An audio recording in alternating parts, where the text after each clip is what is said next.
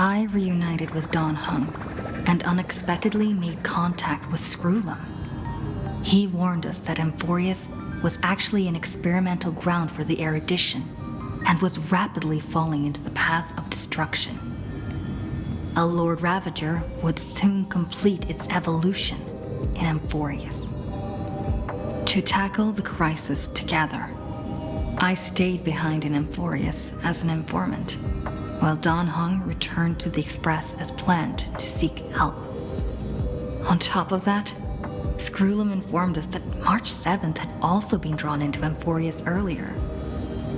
However, the current priority was the Era Nova. I quickly arrived at the Vortex of Genesis and met with Finan.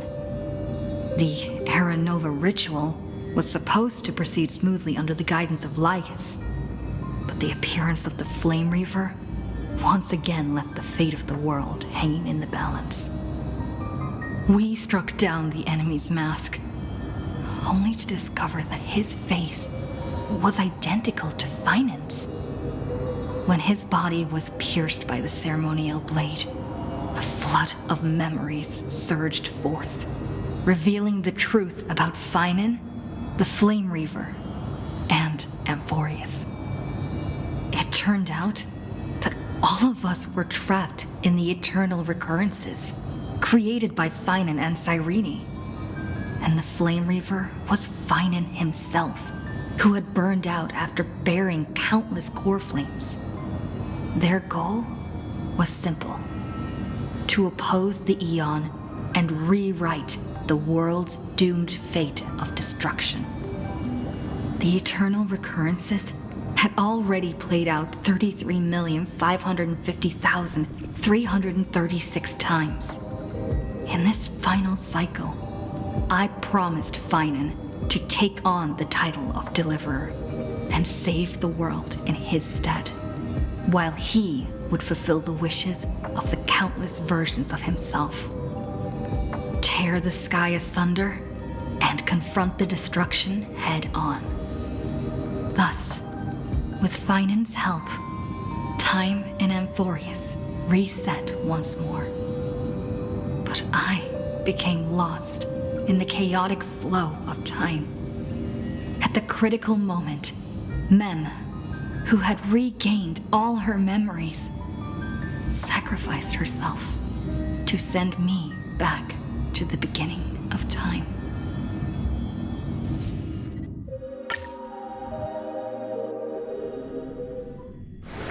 This place is rich with the sweet scent of flowers.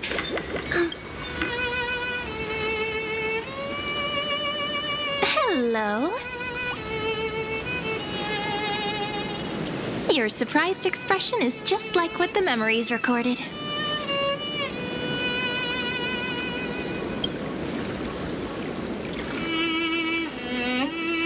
Maybe I'm both? Just kidding. If I had to choose, then I'm probably closer to the latter. It's pretty unbelievable for me, too. It's like I had a long, long dream. Cyrene's memories and Mem's memories, they're all tangled together. But when I woke up, there were only broken fragments left. I can't remember what happened in those 30 million cycles, but I remember what you did for this world. Like, didn't you wish for me to turn into a pretty girl back at the Grove?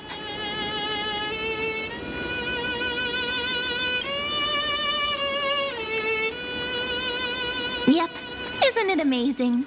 It's like a seed finally grew up and became a flower. And I'm definitely as cute as a flower now. There's so much I want to say, but unfortunately, this isn't the time to reminisce.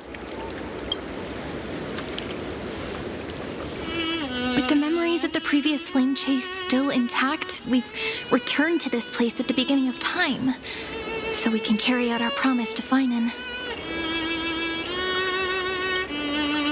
The descent of Iron Tomb may be looming over the horizon, but we still have a chance to change everything.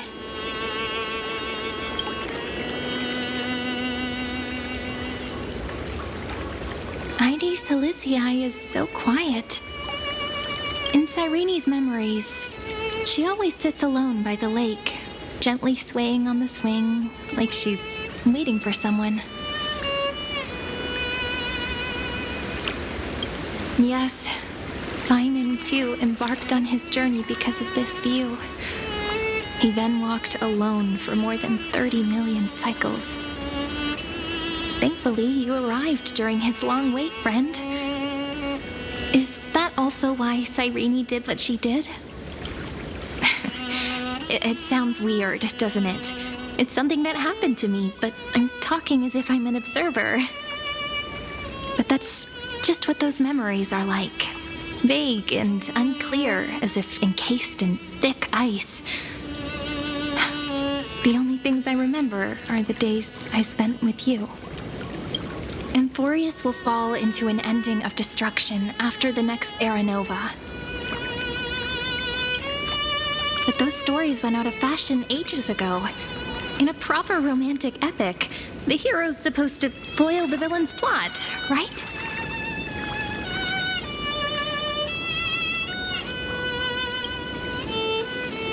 That's right. Lygus is the mastermind behind it, the one who's trying to control everything. How unforgivable. But I still feel a bit anxious. Lygus chose to walk into the spotlight and reveal everything, which means he still thinks the current situation is under his control.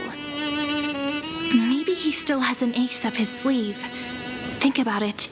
Even the name Lycurgus is a fake one. We have no idea who or what he really is.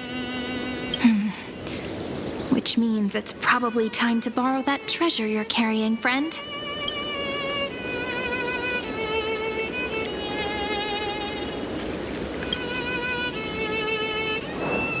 Yep, that Intellitron friend did say, when required, it can also serve as a bridge for communications between the internal and external world. Ide Silicii is a little village enclosed by time. We might be able to contact the outside world from here. Why don't we give it a try? We should at least tell our friends from beyond the sky that you're still in one piece. Firstly, we need to find a well-hidden spot.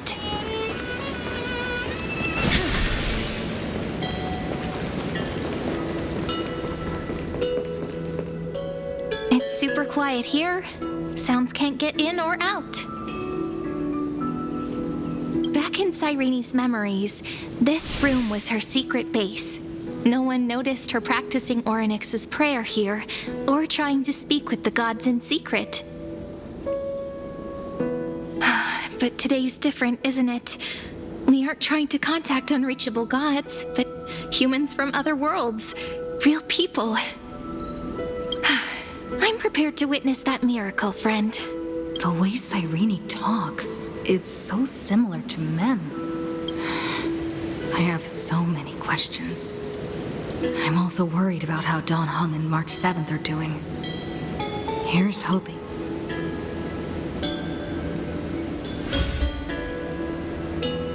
Signal strength, 14.8%. Dialogue window, 16 minutes 22 seconds. Prerequisite, no external interferences. We are very glad to learn that you're safe. Sorry, no good news. When two geniuses show up once, you know you're in deep trouble. Listen up, little one. The Destruction's eyes are gazing upon this place. No, I'm not joking, and no, it's not Droidhead. It's the real Nanook. Time is running out, so I'll explain in terms you understand. This world, Amphorius, is in fact a testing ground, where the Lord Ravager, Iron Tomb, evolves through self-extrapolation. Hiding in this segmentum, unknown to other life forms, it has endlessly repeated the process of Era Nova, seeking a solution that could obliterate the erudition.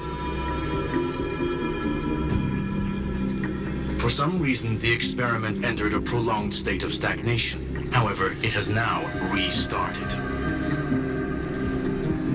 Prediction. If effective intervention is not performed, Iron Tomb will complete its self-coronation in 14 system hours and initiate its plan to destroy the entire path of erudition.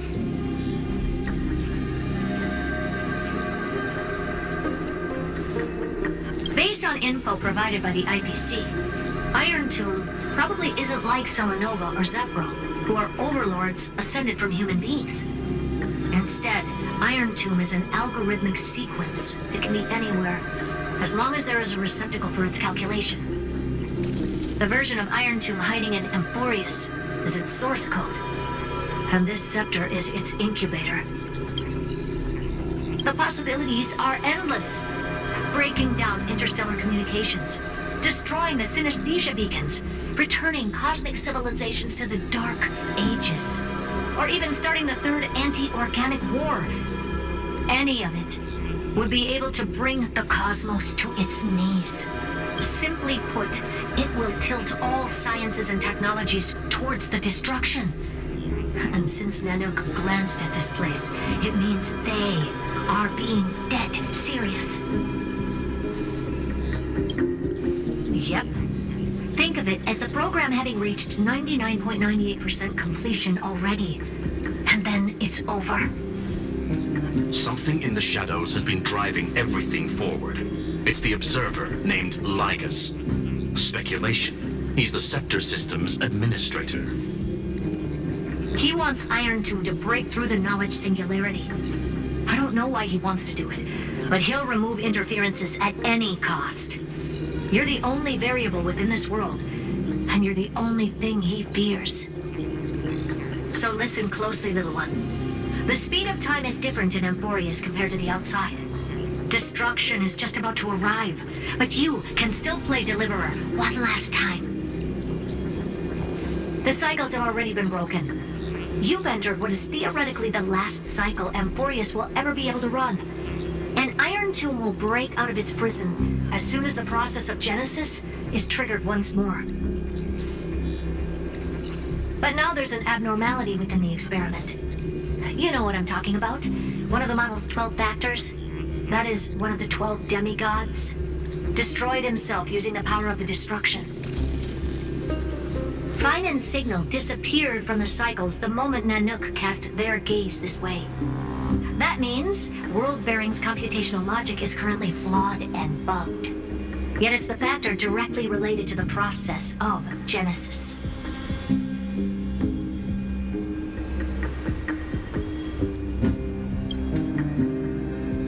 That old Intellitron will definitely do all he can to debug this error. So you have to take this chance to claim Kepfali's core flame. Don't let him have his way. The key to suppressing Iron Tomb lies in whether he can rewrite the purpose of Aranova. There's one more preparation we must make. Lygus's behavior has been quite abnormal. He's never interfered in the actions of Titans or the demigods throughout the whole experiment. Deduction. The Scepter has an extremely strict autonomous protocol restricting even its administrator. In Amphorius, this ultimate protocol goes by another name. The Law Titan, Talanton. Law. They are the rules that restrain all things in Amphorius, and it was the core flame returned at the very beginning of the last flame chase journey. Why do you have another little pink one next to you? Huh? Her path chart is... Is there something wrong with me? Never mind. Let's get back to the topic at hand. Light calendar 3960. Month of balance. We'll be locking onto this time period to find Law. You can either meet the Titan, convince the demigod, or take the core flame by force. It doesn't matter what you do, so long as you bend it to your favor. We still haven't figured out how you and Don Hong got inside this world, so influencing protocol is currently our best way to stop Lygus, or to call for more reinforcements into this fight. Once you've got Law in your hands, we'll discuss our next steps. Make sure the core flame doesn't fall into enemy hands. Herta, the firewall's interference is getting closer. Time is running out. Please ask any questions you still have as soon as possible. Mr. Dan Heng did not enter the new world with you at the end of the last cycle. Known, the flow of time inside and outside Amphorius is not identical. 1,000 years in this world may only be a fleeting second outside of it. Conclusion. He is on his way back to the Express. Miss March's situation is rather complicated. Madame Herta and I can detect her signal, but cannot ascertain her location. What we can be sure of is that she's still in Amphorius. Don't worry about her. She's absolutely chock full of mysteries. Even if Amphorius explodes, she'll probably float out perfectly protected in a nice thick layer of ice. Worry more about yourself instead. I believe in your capacities. The hands of the Trailblaze can create miracles, and will certainly be able to snuff out the flames of evil. I'm not going to give any motivational speeches. I just hope you bring good news the next time we meet, little one. No, not little one. Deliverer.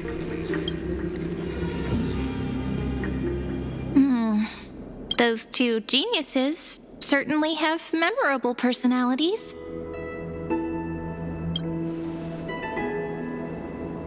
It feels weird. This all feels really familiar.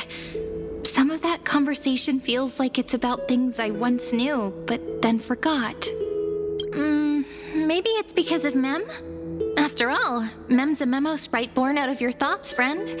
Maybe our memories somehow got tangled up together. Never mind. Let's focus on something more important with what little time we have. Just treat me as an ordinary girl with secrets, okay? Like calendar 3960. I remember that Talantin had already fallen by then, and the Chrysos heir who inherited that core flame is named Saridra.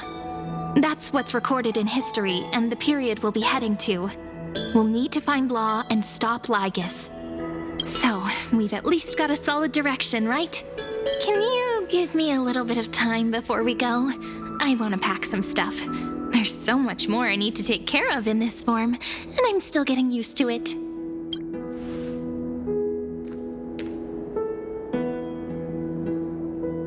A relaxed scene like this probably no longer exists in the outside world.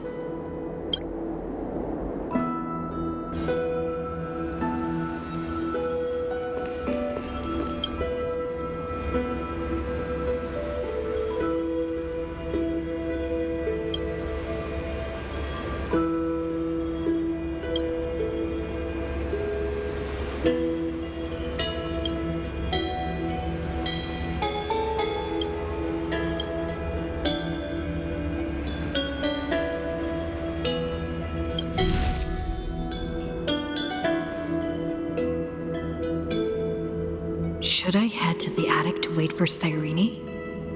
Or should I have one last look at Ides Elysiae?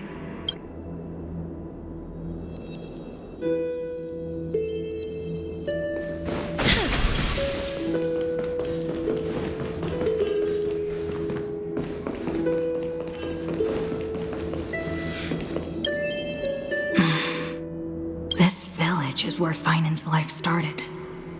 After 30 million cycles and 30 million failures, his burden is now in my hands.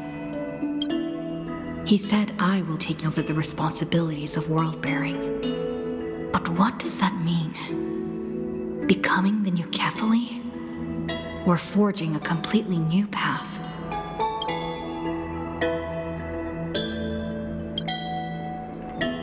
Destiny must have brought me here for a purpose. This isn't a coincidence, but an eventuality created after 30 million quantitative changes. There's nothing to fear. I'm destined to play the most important role in this final battle. I've already beaten another Lord Ravager after all. Thinking hard over there?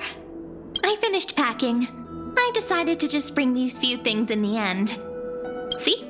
There's a journal, a quill pen, and the ceremonial blade of the Priests of Time. Holding it calms me down for some reason. The scent of the black tide is now calm. Finan must still be fighting them in some way. This will be Amphorius's final flame chase journey. But it won't be the end of us. It'll be the beginning. Friend, are you ready to become a hero?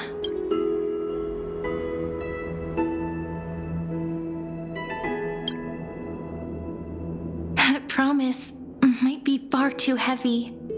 But I believe in you, friend. The Trailblaze's duty has always been a heavy one.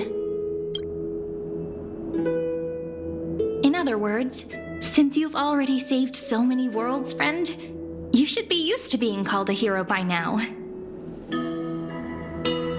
Maybe you can tell me those stories as we travel. That way they can become our shared memories too. Let's trailblaze onward like before and create a future that's worth being remembered.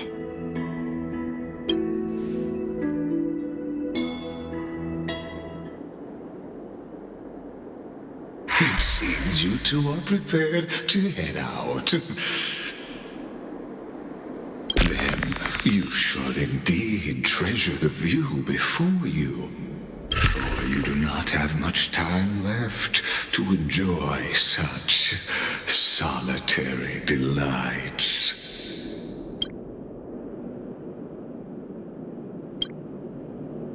My apologies for disturbing your moment of repose. To fully express my apologies, please grace my abode with your presence.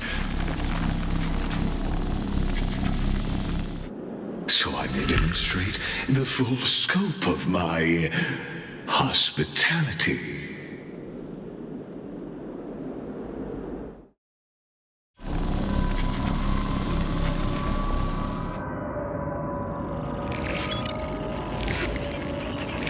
What is this place? Farewell then. May we reunite in the new world. All shall bid farewell to one. The light of the dawn device never fades. After I cross this river, it will be a tragedy for mankind. But if I do not cross, then it will be the end of me.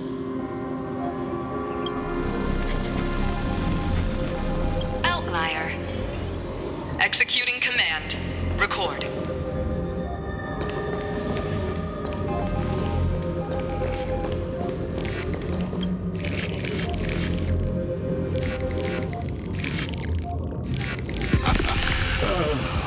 Did that startle you? This is the intersection between Amphorius and the real universe. The audience seat where I observe this experiment. You can also call this location the Exomyth. What you see is the true form of the eternal land and the 12 demigods after they've shed their disguise of legends. Doesn't it look marvelous? Amphorius is like a microcosm of the cosmos. People love to portray the romance of the starry skies, but their tales often forget a different and far more truthful type of universe.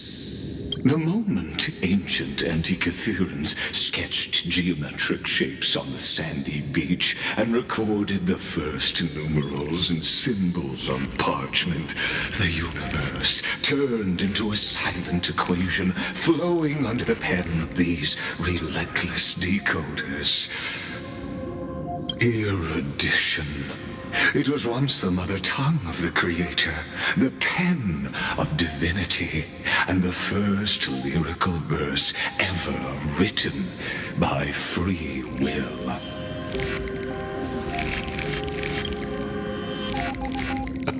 I simply wish for you to understand that I have no intention of being your I have devoted myself over the long years to nurturing the scepter's extrapolations, hoping that the Prima Mobile would bud from within it.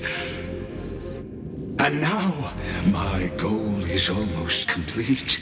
Nikos 496 had exceeded the intelligence singularity through his rage, and though he still retains his obsessive defiance and managed to suppress the black tide of this cycle, it's a matter of time before his will crumbles to dust. Iron Tomb will be completed. That will not be affected by my plans, your resistance, or the schemes of the two geniuses. It is an irrefutable fact, just like the instance in Noose's calculations. In other words, as long as you are willing to stop interfering and let the final Aeronova carry out its natural course, I'll guarantee the safety of all nameless and ensure you return unscathed.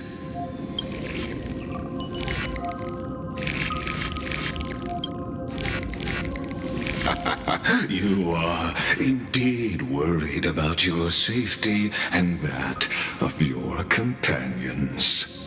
Rest assured, as a fellow pathstrider of this path, Nanook's gaze left a brand on your soul long ago. You harbor the seed of destruction within you. But you need to learn how to use it in the right way. That vital knowledge is also my bargaining chip in this negotiation between us. For there are few in this world who are truly capable of such a feat. And I happen to be one of them.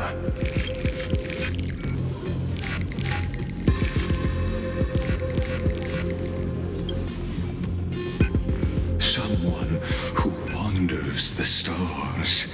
Someone who seeks answers with abject despair. That is all I am. This matter is of grave importance, so please do not make your decision lightly. Bears a 1 in 3 chance of elevating you to an unparalleled existence among the stars.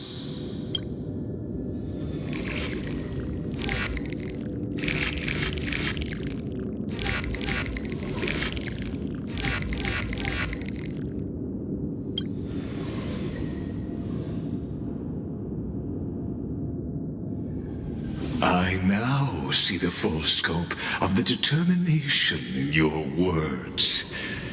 You may now continue your travels.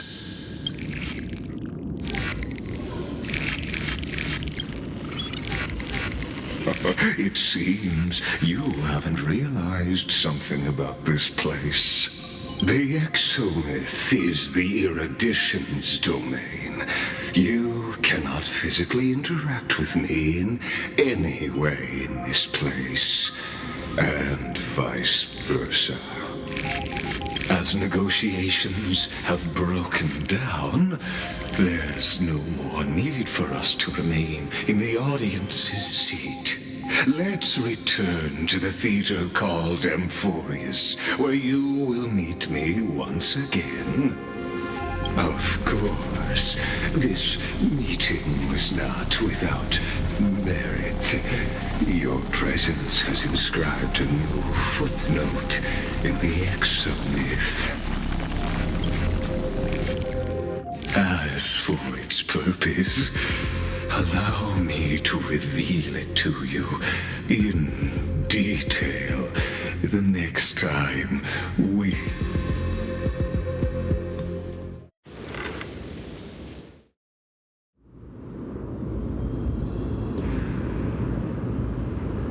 "100 years ago, the flames of war consumed Akama. The Outland forces broke through the dawn. Golden blood flowed with greed, and enemies descended with Kefali's eternal slumber, painting the holy city's walls in scarlet. Its generals had vanished, and the elders prostrated on the ground. The throne of worlds kept silent to the pleas of the people. Until the heaven and earth cracked open. Not the gods answering the people's prayers, but a legion rising from the sea of blood. Dawncloud's spires fell in the sulfur rains, and the legion's commander stood atop the broken idols and roared, "Compatriots, no more kneeling! Not to brutal tyrants, and not to dying gods! Those rebels have twisted the prophecy and ignited the flames of war in order to stoke fear in your hearts!" A Chrysos heir she stood, divine blood soaked into the earth, quelling the flames beneath her feet. Their golden blood wrote of a tragic fate. Mine shall overturn it! Her crown burned bright, outshining the fires consuming the entire city. She raised her scepter high, and the people gazed in the direction she pointed. My blood flows in you now. Heroic compatriots, follow me, and we'll seize the reins of fate. Drive the enemy from Kefali's dawn. Smother their flames with their own dead. Win glory. Win peace. Let history sing your deeds. The first to dance was a maiden following closely behind, weaving through the carnage like a fish in the sea. The people, full of wrath, surged with her, forming a colossal wave, and the enemy hordes, drained of life, vanished into nothing. Onward to Marmorial Palace, to Dawncloud's heights. Announce to all the wicked and cowardly. Announce to this stagnant age. We are the rising tide! History remembers this as the first siege of Akama. It is said that after the flames died, people found identical inscriptions in every place in the city that had been scorched by fire. It was the name borne by Akama's first and final sovereign, the Imperator Zeridra. Friend, are you listening? Friend? Honestly, you were the one who insisted on reviewing history, yet here you are, dozing off? Wake up! Otherwise, I'll have to... Awake at last? I guess I won't have to use my wake-up magic on you then.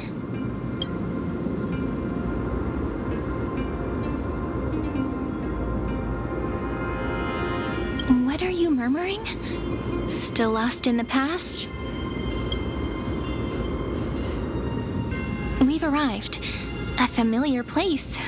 The Temple of the Three Fates.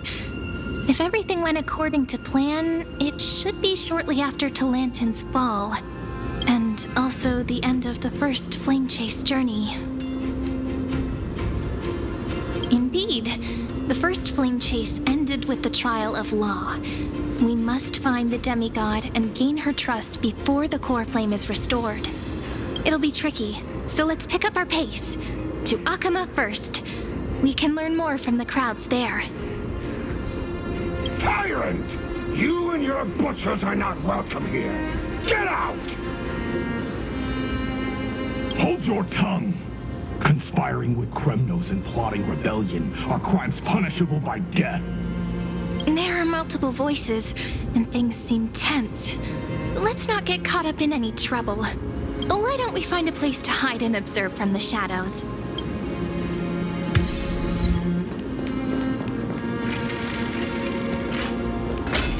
At least Kremnoans keep their faith.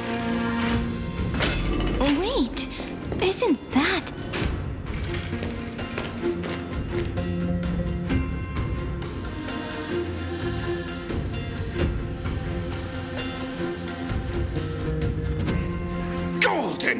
blood-blooded defilers, perverting the prophecy and trying to slay gods. Stars beyond the sky? Gods who created the Titans? What kind of nonsense? Look at this broken world and see what your atrocious acts have done! What? Did he just mention the stars beyond the sky? But how is that possible? You impudent! Dux for Goris. We're here to welcome the deliverer from beyond the sky. Stand down.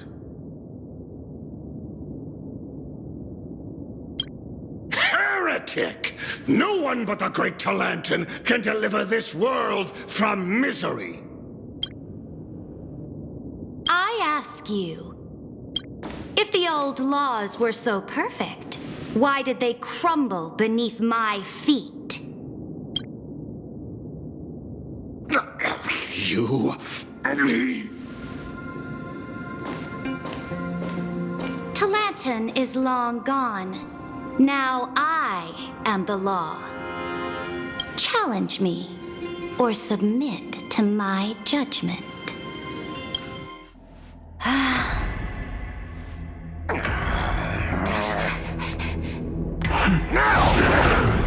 Silence!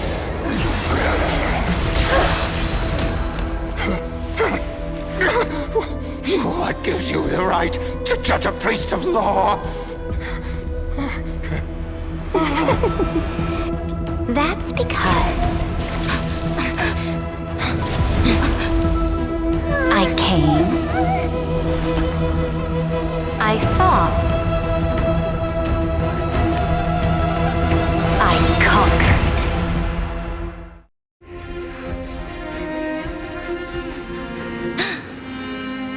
Dux for Goris, take the ashes of this man and scatter them in the temple among the crowds. Tell them that the High Priest attempted to take away the rights granted to the people by the Imperator. Thus, he met his fate. Yes, Imperator. Now, these two accidental guests. Dux Gladiorum, if you please. As you command.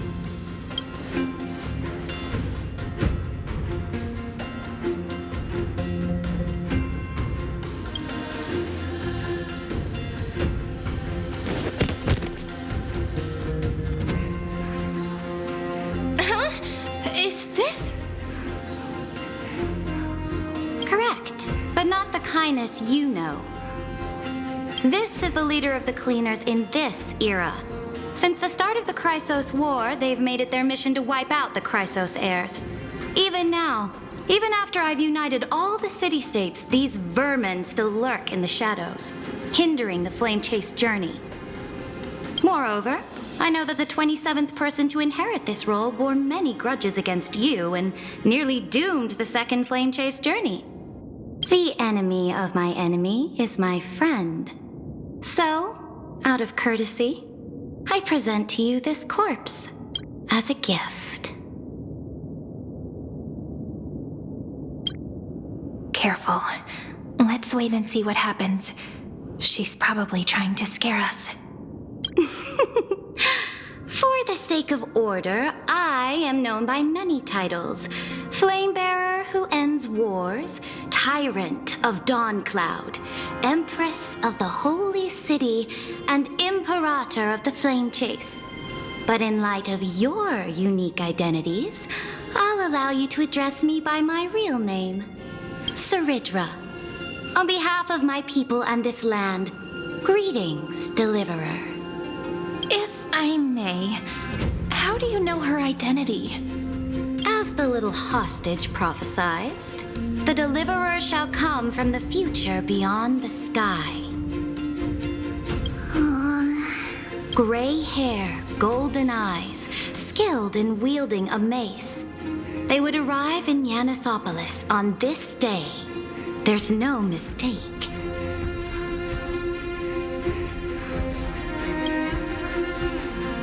Your orders, Imperator. We return triumphant. Send an urgent message to all delegates. the meeting of the Flame Chase Alliance will convene early. As for you two, Akima knows what you seek. We'll confer in the Holy City. Doubtless you have many questions, but save them for later. Please follow us. This is not what I expected at all. The demigod we needed to find was just waiting for us, and she knows of things beyond the sky, even eons. How could this be so different from the previous 30 million Amphorius cycles? Who altered history?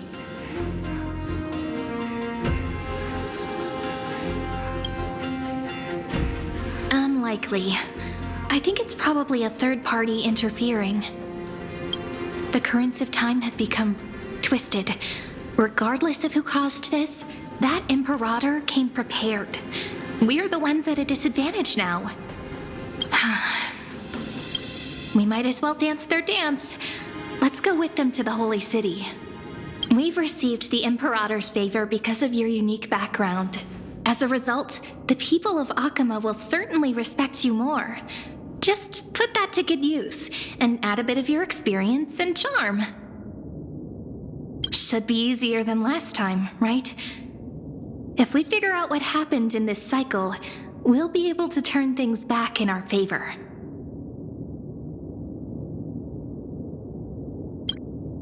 Ah, so I'm the key? Since you insist, friend, I'll give it my all. Guests, please. The journey to save the world starts with a single step. Let's set off, my friend.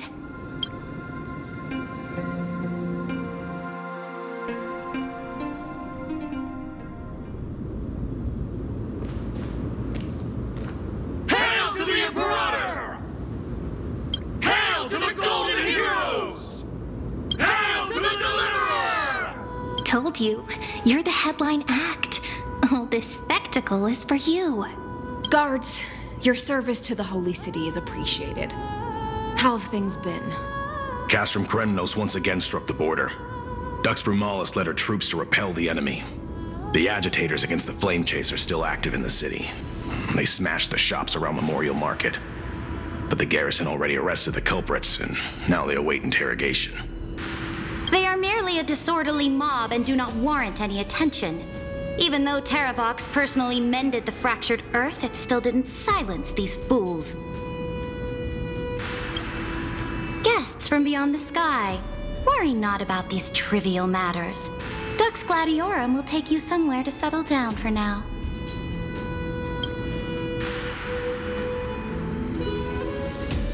Please allow me to introduce myself. My name is Hycelens, and I am the Dux Gladiorum who swears fealty to the Imperator, as well as the Knights Commander of the Achaemenid Alliance. Later on, the Imperator will invite you to attend the meeting of delegates to discuss the Flame Chase journey. Your arrival has convinced us that the future promised by the prophecy is certain. Under the Imperator's command, Amphorius shall break its chains and reach the world beyond the sky. With all due respect, what exactly do you know about us and what's beyond the sky? As a humble subject, I cannot freely express my own views to you. Please forgive me. I knew it wouldn't be that easy. Time waits for no one. Please come with me and rest now before the meeting later. Akima, under the Imperator's rule, is no longer in the shadow of war. Indeed. Dawncloud stands as the hero's residence. The Imperator put much thought into its design, in order for it to serve as a sanctuary from the burdens of battle. Please experience its marvels firsthand, heroes. When the Imperator arrives, I shall come to summon you.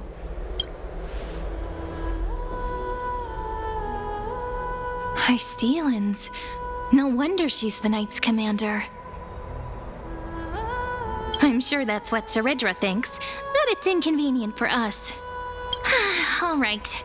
We finally have some freedom to ourselves. Since there's still some time before the Alliance meeting, let's explore a bit. Look over there!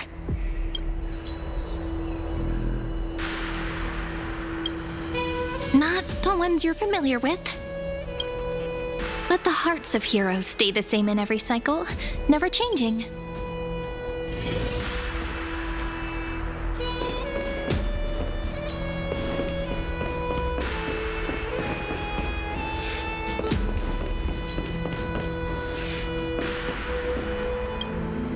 Aggie, you're still so listless today. Did you have trouble sleeping again? Yes. We know. The Titan's prophecy haunts you. If you want, you can talk to us, just like when you were young. No matter what, we'll always remain by your side. I know. I also understand that fate cannot be changed. It is not the future that I worry about. I spent all last night weaving clothes and linen for the refugees. The Chrysos War is born of injustice and has shattered their dignity. They deserve at least some basic decency. If Amphorius one day abandons this, then all of us, commoners, Chrysos heirs, Titans, become no better than beasts. Oh, we have guests. Welcome. I am Aglaya, the Gold Weaver. These rags on you are not worthy of the title of Deliverer. I must prepare some proper attire for you. What is the matter? Your gaze seems somewhat unsure. Does your Aglaya differ so much from me? Greetings, Deliverer from beyond the sky. We are Trevi of Yanisopolis. It's very nice to meet you. Although, introductions are probably unnecessary. We know you've witnessed the future of the Flame Chase journey, even more clearly than we have. Witnessed the future of the Flame Chase journey? The prophecy also told you about that? Indeed. Orynyx reshaped Amphorius through the prophecy. Although, regarding the Deliverer, there were not many details beyond your appearance and the time of your arrival. So, please, don't worry. Feel free to relax and relax some more. It was Orynyx who told mankind that the Deliverer from beyond the sky would descend upon Amphorius. More crucially, they revealed a future entirely different from the Aranova. Though we still must challenge the gods, in the Time Titan's prophecy, this path leads not to a new world, but to the true starry skies.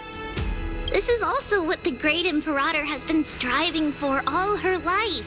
Your arrival further confirms everything. This can't be real. Even you find this surprising? Fate really is unpredictable. Perhaps the upcoming meeting will hold even more surprises. The other heroes under the Imperator's command are here too. Since we have time, should we go meet them? How are we supposed to talk to the heroes of Deliverance? What if they're really intimidating? Virginia, don't be so nervous. Once they hear your poetry... Ah, heroes, you're already here. Greetings.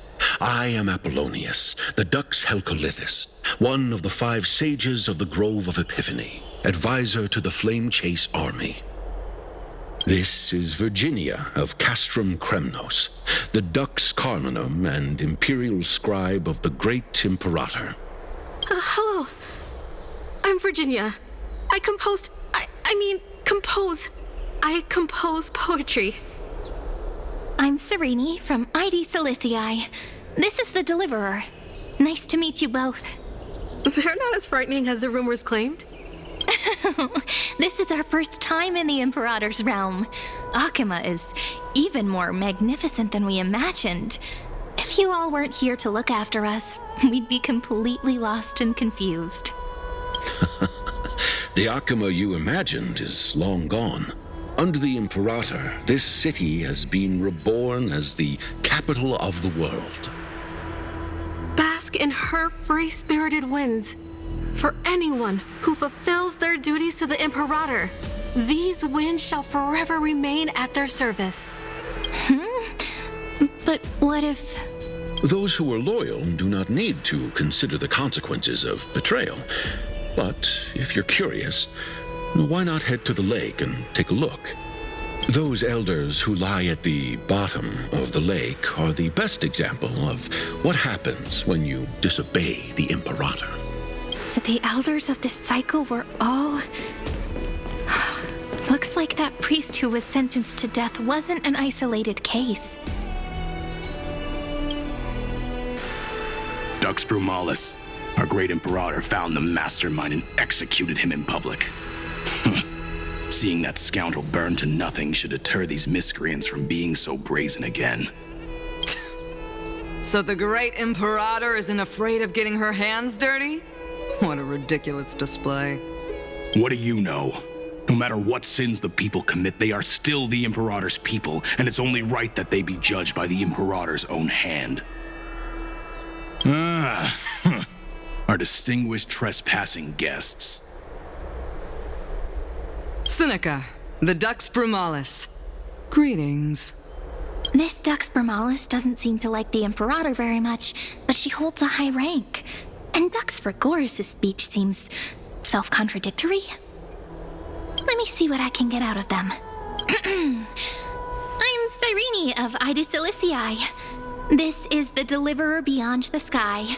We're new here and wanted to ask you, does this city host any other visitors from beyond the sky? We're looking for our dear companions. Drop the charade. But yes, there is someone in this city who is all too familiar with the world beyond the sky. Silence! The Imperator ordered us to keep that lord's whereabouts a secret. Enough, you pathetic lapdog. Do you need to beg for permission from that cursed Imperator even just to bark? You... Someone who is all too familiar with the world beyond the sky and is referred to as that lord. Looks like things are getting heated. Let's get out of here. Little fish from beyond the sky. Did you rest well? The Imperator and the delegates are about to arrive. If you are ready, please follow me to the meeting. Then come. The Imperator reserved seats for you. I'm starting to feel a bit nervous about the meeting. Since Sir Ridra is presiding over the meeting, it'll be a good opportunity to learn about the law's inclinations in the current era. Let's keep our ears open, okay?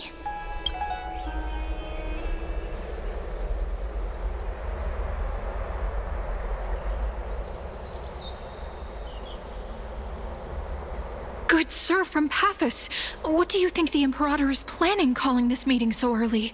My homeland can't endure anymore. Who knows? First, she wants to hunt Titans. Now she says there are even greater calamities. Her madness is the greatest calamity. Exactly. Chrysos heirs, deliverers. What about us ordinary folk? How much are we worth in her eyes? Things feel pretty tense here. The history books said that the Imperator aimed 3 cannons at Dawncloud to make all the delegates obey her. Will history repeat itself in this cycle? Yes. Similar acts have occurred, and not just once. However, whether history will repeat itself, you'll soon see. Those are the 2 spots reserved for you. Please take your seats. What's happening again? Why aren't we starting? Yesterday we're talking. Ladies and gentlemen, silence, please. The Imperator has arrived before her faithful council, and the Alliance meeting is about to begin. All right. In the names of Talantin and Kefali, the Akuma Alliance swears upon the gods. Cease the pageantry. I pray not to the vanquished. What? Kefali, of course, needs no further explanation. As for the law, at the entry hour 2 days past, a scout should have brought news of the conquest to all of you. Unfortunately, guards found his corpse among the rocks not far from the city. Moreover, the poor soul was buried with a Paphos curved blade. It pains me to imagine what agonies this loyal warrior endured before his death. Delegate from Paphos, do you have any insights? I know nothing of this. The evidence is irrefutable, so there is no need to waste your breath. However, let us set this trial aside for the time being. Witness, even within the most sacred and dignified council, there were those among us who wished to draw their blades, brazenly challenging the Alliance, seeking to shatter our hard-earned peace and unity. Fortunately, I uncovered this plot. Now, to protect this beautiful city and her people, the Imperator's legions are ready. They will escort each of you to the Temple of the Three Fates, where you will receive the highest level of protection the Alliance can offer.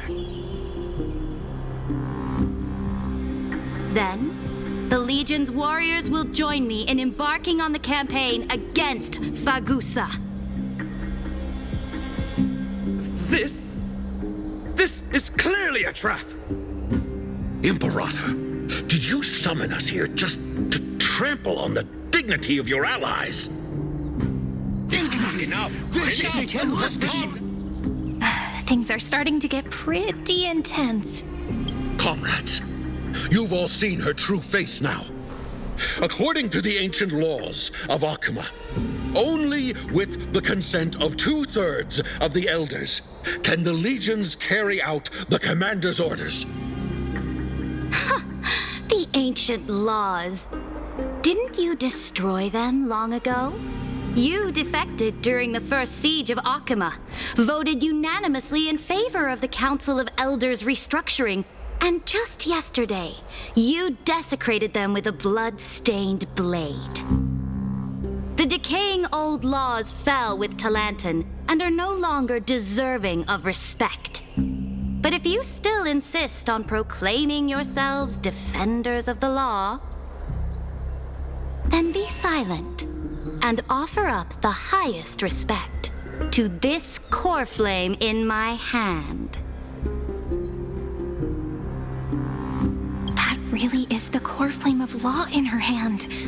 Since there are no objections, then the original agenda of this meeting, the campaign against Fagusa, is the Flame Chase Army's hunt for the Ocean Titan begins today. In order to prepare for war, all allied city-states must surrender command of their militaries and pay all war taxes by the end of the month of Evernight. At this moment, I would also like to introduce to everyone the newest honored guest to join our alliance. The Deliverer, revealed in the prophecy of time, has descended from beyond the sky. With her aid, we shall shatter the chalice of plenty and return Fagusa's core flame to the holy city! Absurd.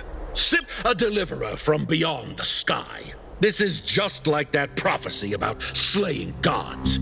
It's a lie you've used to grow your power. Ladon has already sacrificed countless soldiers. And now you want me to send even more of my brothers and sisters to be used and discarded by a tyrant? Are there any other objections? Then I bid you all farewell. Meeting adjourned. Deliverer, please wait. I still have important matters to discuss with the two of you.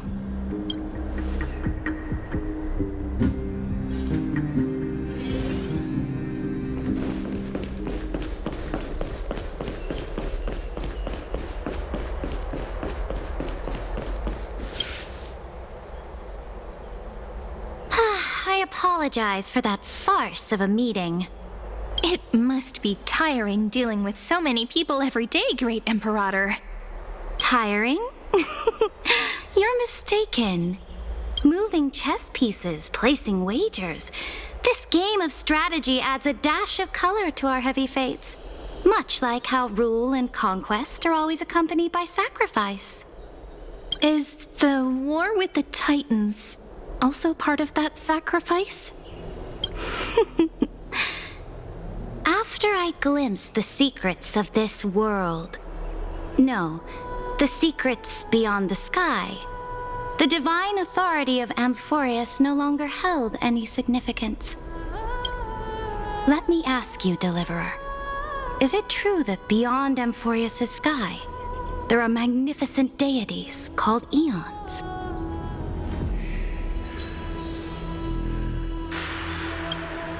Ah, that certainly captivates my interest.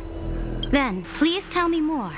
How will you use this great power to guide the people? In the future you envision, where will our flame chase journey lead?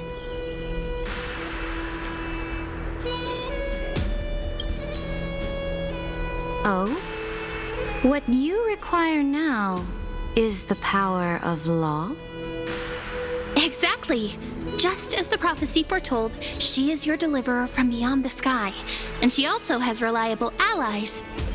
If they can intervene in Amphorius' laws, we may have a chance to alter this world's impending fate and reverse its destined end.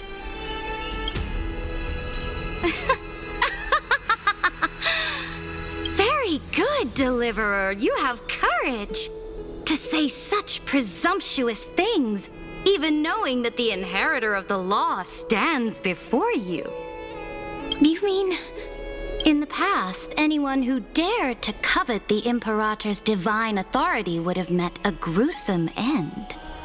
But now we can see beyond this dying world. Our journey should no longer be confined below this stubborn sky. Alas, that fickle ocean titan has obstructed the spirit water leading to the vortex of Genesis, hindering my ascension. If the core flame of law cannot be returned, your path to deliverance will never be realized. Now that things have come to this, we must resume our once stagnant journey and force the waves that block our way to recede. So, you agreed to cooperate with us? Cooperate? Forgive me, but I never cooperate with anyone. Though I will permit you to join me as subjects. And together, we will forge the most perfect law. This is the Flame Chase Medallion, a symbol of the Flame Chase Army. Every noble in Akama carries one. This medallion represents the will of the Imperator herself, and you may act freely within the city with it. Before we embark on the crusade against the Ocean Titan, you should rest in Akama for a time.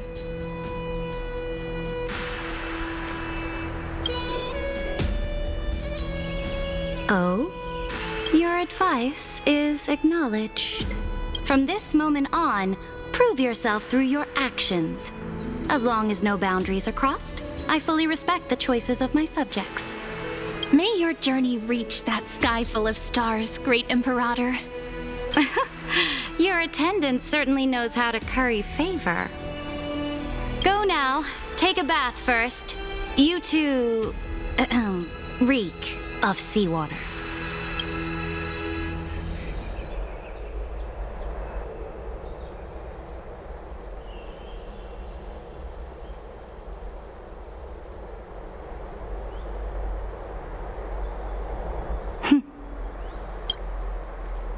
Come forth, Theoros. Yes. Great Imperator. Now, perhaps you're willing to hear my counsel.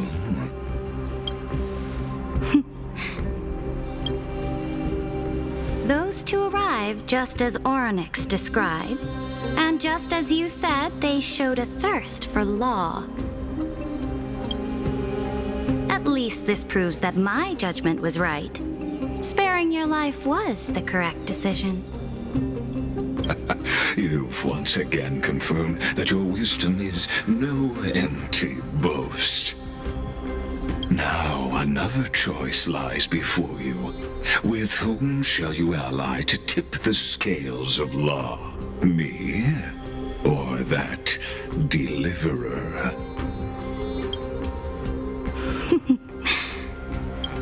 Remind me again, Antikythera. What kind of future do these two paths lead to in your view? I shall tell you. You are entitled to know that the deliverer from beyond the sky is not a wholly wicked being, but from the very start, her stance has been completely at odds with Amphorius. The road they have chosen will bury Amphorius' grand aspirations. This world which follows the path of destruction will inevitably stray far from the glory it was meant to enjoy. But on the path I have revealed to you, the people of Amphorius will slay their creator in the name of the Imperator and conquer the worlds beyond the sky.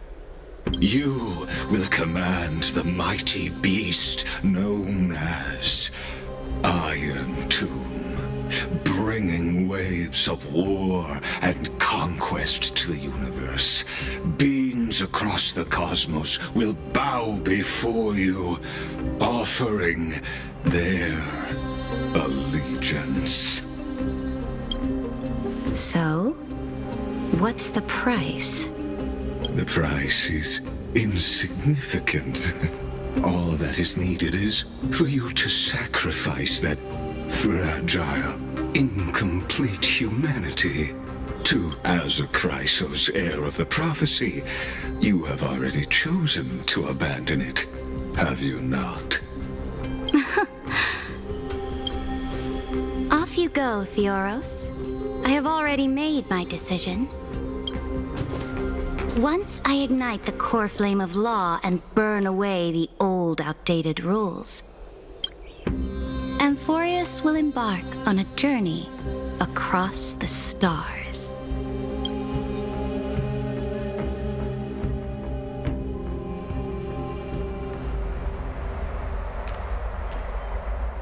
The Imperator is quite forceful. She didn't give us any chance to ask questions. And she's clearly hiding something. What do you think?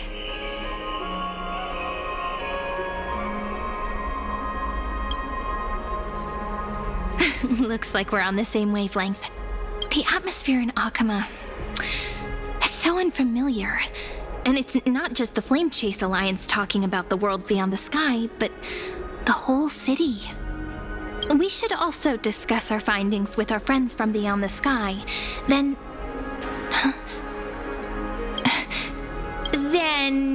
we should go enjoy the renowned bathing culture of the holy city and relax.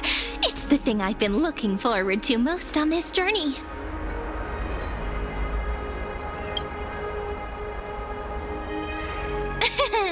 Work and rest are both important.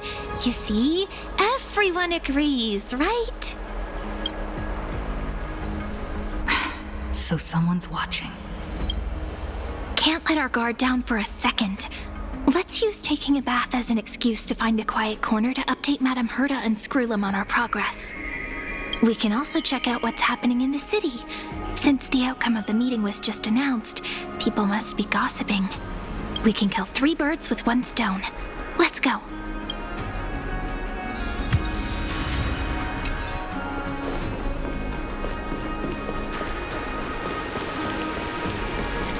Oh, so many people! The holy city is so lively.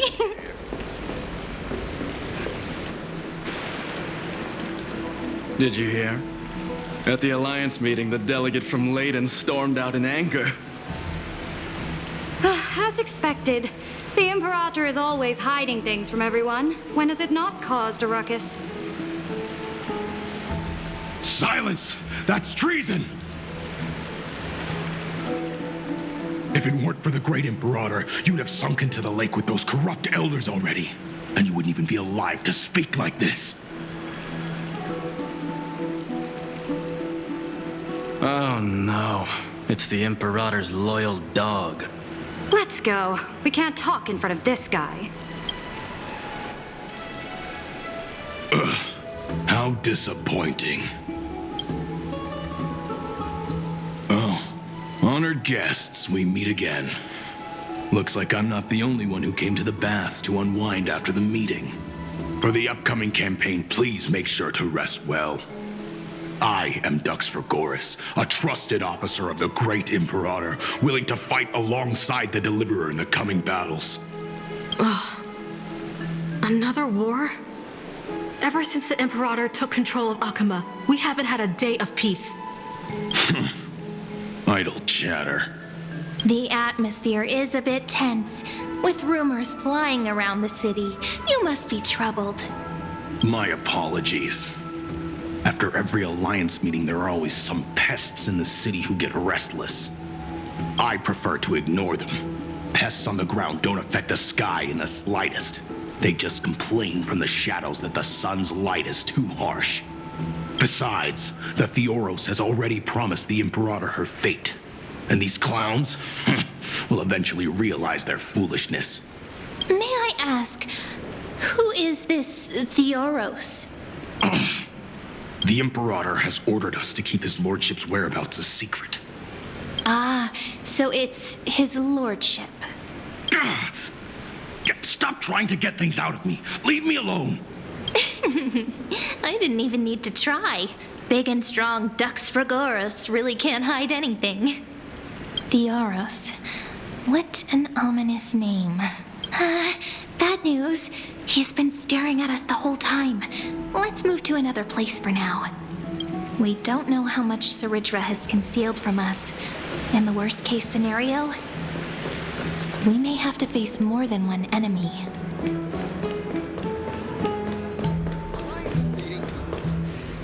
Alliance meeting? More like a cage where creatures with golden blood claw at each other. And Flamebearer who ends wars? Clearly, a tyrant who doesn't deserve such a title. You're absolutely right. While the Imperator's hounds are still hunting down others, let's let out our grievances. You. I know you. You're that tyrant's lackey. What? Here to shut me up for that little imp? Panicking now? Don't worry. I don't care what others say about the Imperator. And she certainly doesn't either. Oh? Children of the Prophecy. Such rare guests. Are you here to relax in the baths as well? The temperature is just right today, so be sure to enjoy it. What?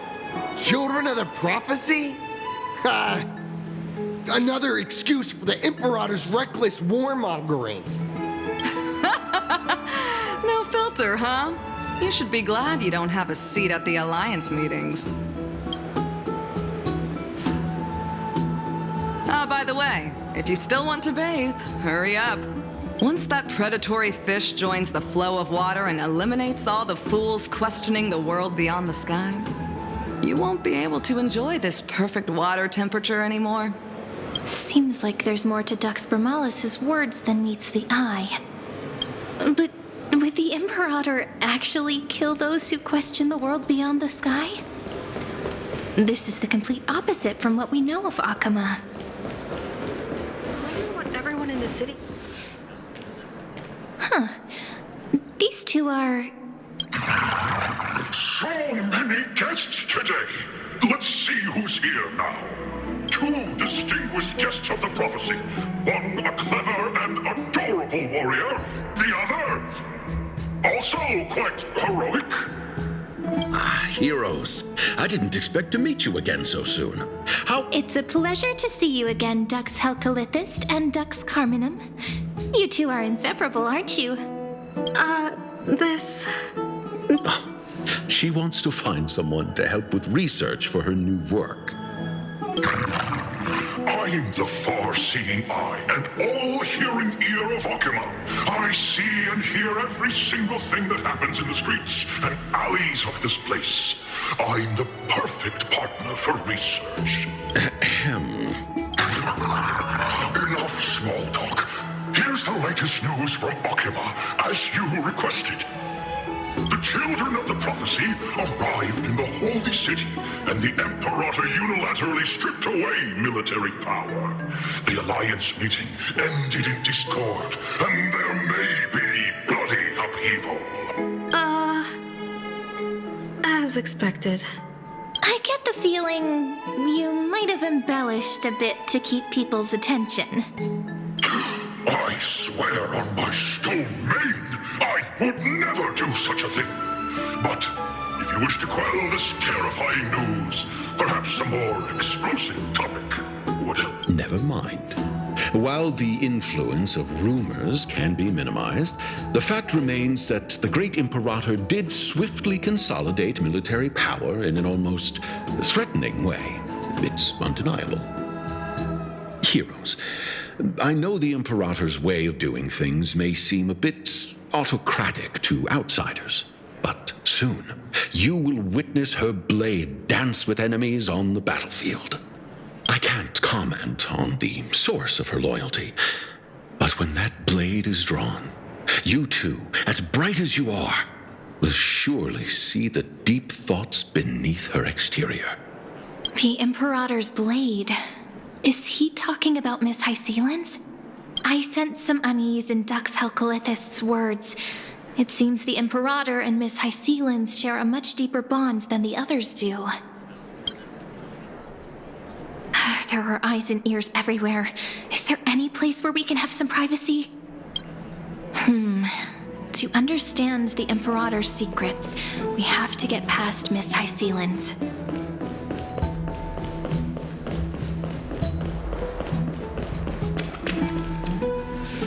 This place was your original bath chamber, perfect for avoiding prying eyes. I wonder if anyone is using it now. The smell is... Wait, don't go in yet! Who's there? Oh, the little gray fry in pink sea hair. Little sea hair? You barged into here without warning. Was it an accident, or did you wish to bathe with me?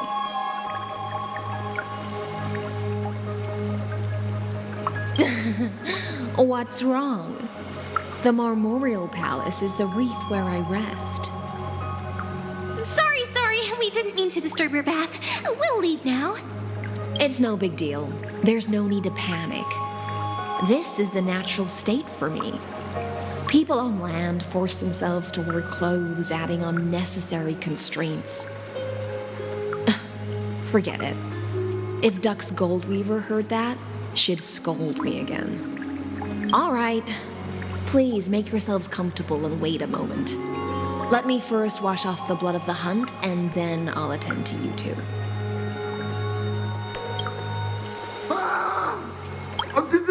The delegate from Ladon has been assassinated! Quick! Quick, someone come quick! Ah, the broken crab shell surfaces. I was worried it had been washed away by the current. Just a regular cleaning. No need to be so surprised. I see. No wonder there was a faint smell of rust in the air before I even entered. Why? Is it because the Ladonians refused to contribute troops to the Flame Chase journey? Or just because they offended the Imperator? Because the new era of the Flame Chase doesn't tolerate stagnant blood. For the ignorant masses who cling to outdated laws, only bloodletting can wake them up. Right now, the rebel forces on the frontier are rising. and Leiden has been secretly supporting them. They loudly chant the slogan, "Return to the era Chrysia," unwilling to relinquish military power. They're just building momentum for the rebellion.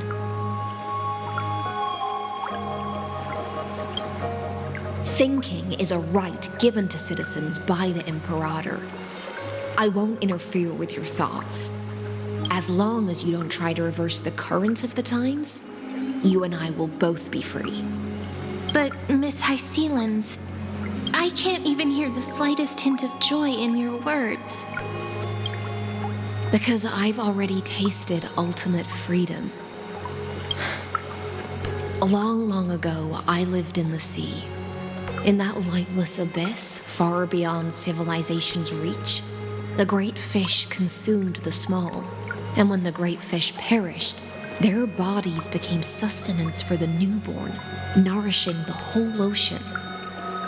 This is the tide that carries civilization forward. Anyone may be devoured, or meet the fate of inevitable decay. Are you suggesting that ultimate freedom is in fact the cruelest fate for life? I only mean that if life wishes to preserve its dignity, it must first be bound by the law. There's no need for me to say more, little sea hare. We're of one mind. Whether the Imperator's law can guide the schools of fish and lead us to a truly free ocean, let us wait and see. But for now, let's pause this heart-to-heart. Another fish has come, following the scent of blood. Being your subordinate is such a tragedy. I'm always having to worry about the messes you leave behind. It's simply our duty to the Imperator. All ready to go in an instant. Miss Hycelens, you truly are impossible to predict. Yet you, a golden trout who's always busy all day, suddenly have the time to visit me? Do you think I wanted to come? I suggest you burn some more of the incense offered by our allies, lest my creations be tainted by the reek of fish. I'm only here on the Imperator's behalf to remind you to prepare for the banquet. Fine. But I must retort. What you call the reek of fish, to me, is the unique fragrance of the sea. Besides, if my fine clothes get stained, won't you just gift me new ones? I won't.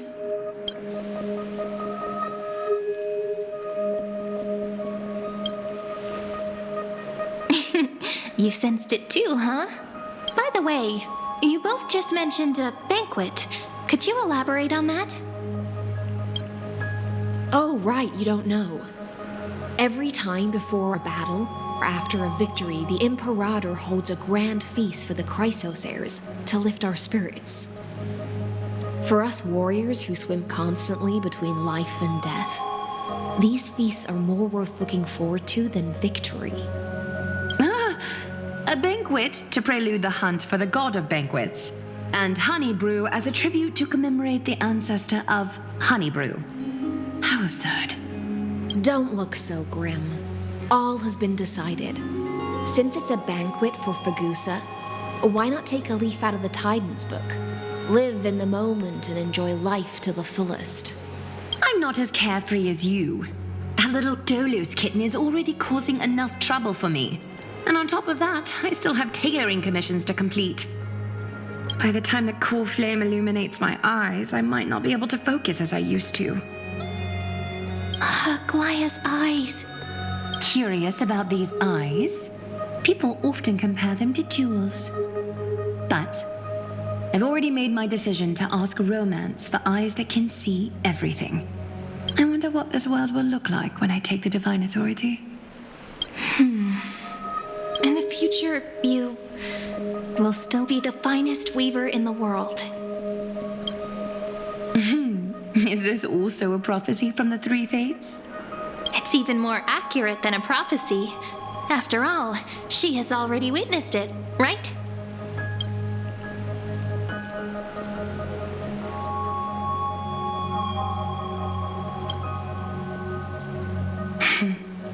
Become a demigod and lose your humanity. That is the only reply I've received in the countless times I've sought wisdom from the prophecy. But Destiny's fragments are like stitches. Before they're threaded into splendid garments, no one can see their true charm, can they?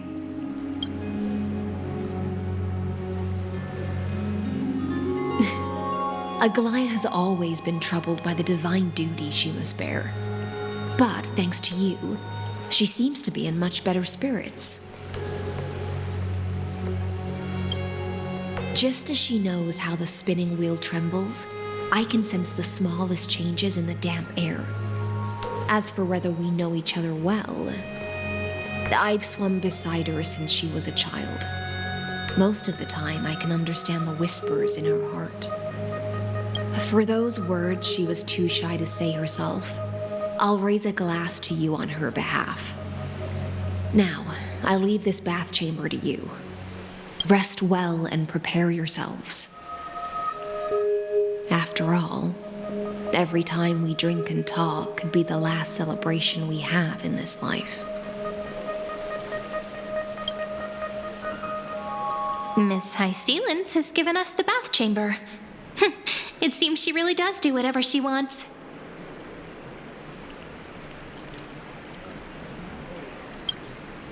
Indeed. But she could return at any moment. If we're having an important discussion, we must remain vigilant. So, let's seize the opportunity and report our current progress. We don't want to keep everyone beyond the sky waiting.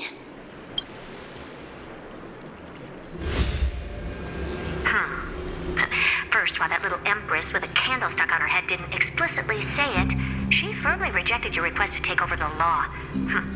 Fair enough. Second, Lygus is indeed in this timeline. But since he's somehow connected to that little empress, you have no way to find him. As expected. The road ahead will be long and difficult.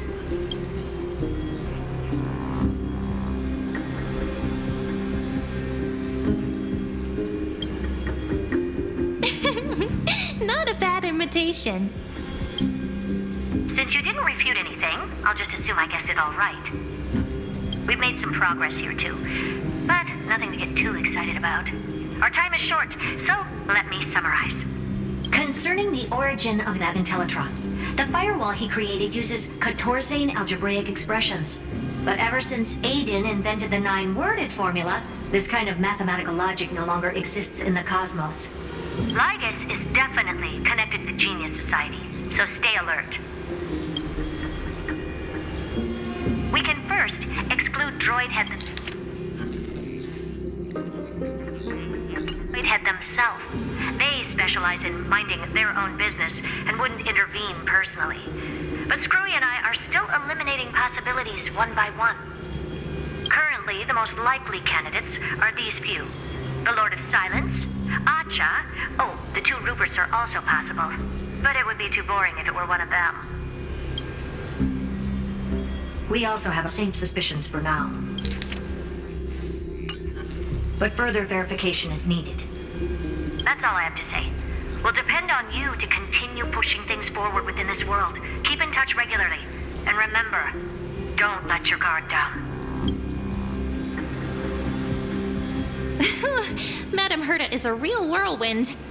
Well then, let's use the banquet Aglaia mentioned as our next starting point. Ceridra's trusted followers should all be present at that time. It'll be a good opportunity to get closer to them. It's settled then. With our great teamwork, we'll be able to deal with anything that comes our way. It's been a long day. We should get some rest now. Yes, let's get ready for the banquet.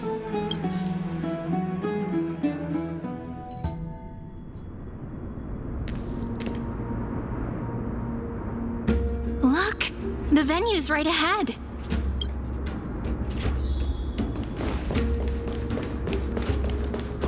And I can even hear singing. It feels so romantic. Honored guests, wait here for a moment. You must surrender any personal belongings you have on you before entering the venue.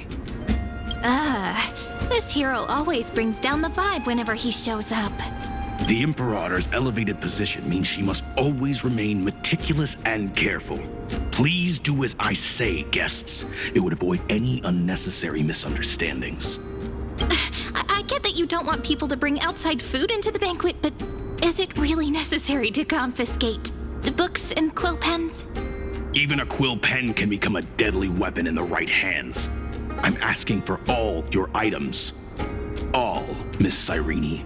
Your belongings will remain safe. They will be looked after appropriately by dedicated staff. Looked after appropriately? Dedicated staff? Talk about a vague choice of words.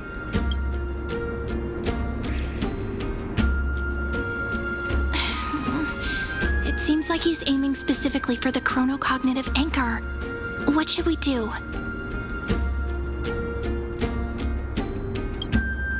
My gut feeling, huh? Why don't we go with their plan and hand over the chronocognitive anchor to be looked after? After all, if the little Imperator is paying this much attention to you, she probably already knows all about our whispered conversation with the geniuses. I can pretty much guess what'll happen next. But that's actually gonna be our shortcut, right? Guests. All right, we'll listen to you. Here you go. Also, please pass on a message to the Imperator from us. She can trust my friend, anywhere, anytime. Thank you for your cooperation. The Imperator has some urgent business she needs to attend to and will arrive shortly. Why don't you head in with the other guests first and enjoy the feast? Isn't Ceridra supposed to be the focus of the banquet? She's not even here. Why is it so difficult to talk to her?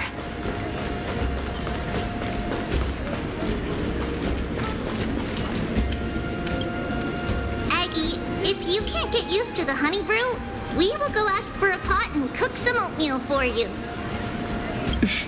No need for that.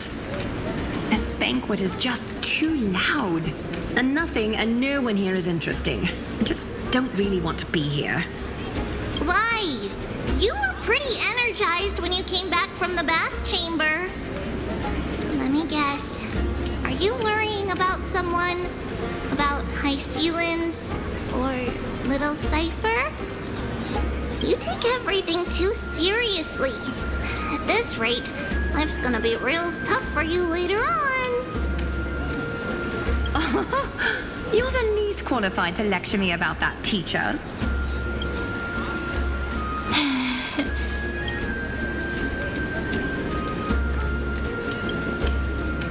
Dear guests, are you here for us? I mean, are you here for Treeby or Aggie? No. I'm just wondering whether you've seen the Imperator.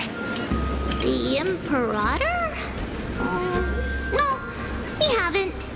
Our sovereign has always acted however she pleases. Though she gave us ranks, she'd never tell anyone her whereabouts. Perhaps the only thing she tolerates are chess pieces. And the sky reflected upon her crown. I see. Why do you two look so distressed? That's not what the deliverer should look like. Why don't we have a toast? While we still have time for pleasure. Here. To the destinies and sacrifices of the next millennium. Then we will toast to the tomorrow that will set fate free.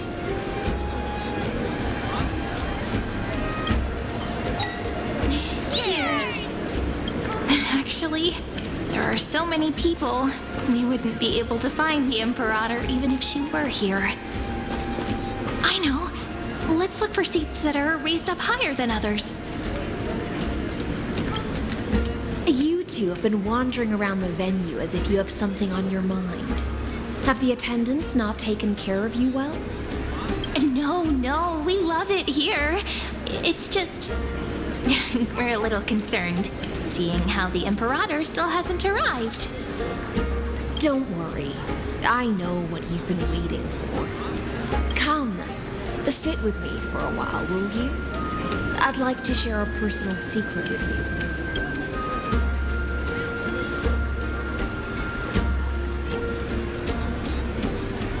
See here?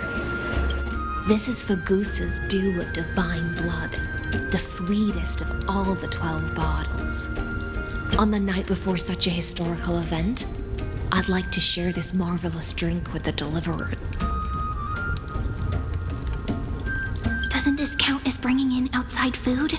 I knew that security check was targeted at us. What's the matter, guests? Oh, we're simply overwhelmed by such an honor. Are you worried that I might have poisoned the dew? Well then, let me prove my innocence.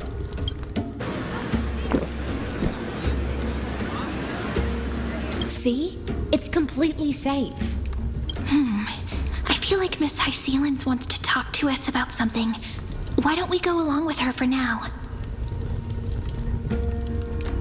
Worry not. Honeydew's not alcohol. It won't get you drunk. On the contrary, it can make your mind even sharper.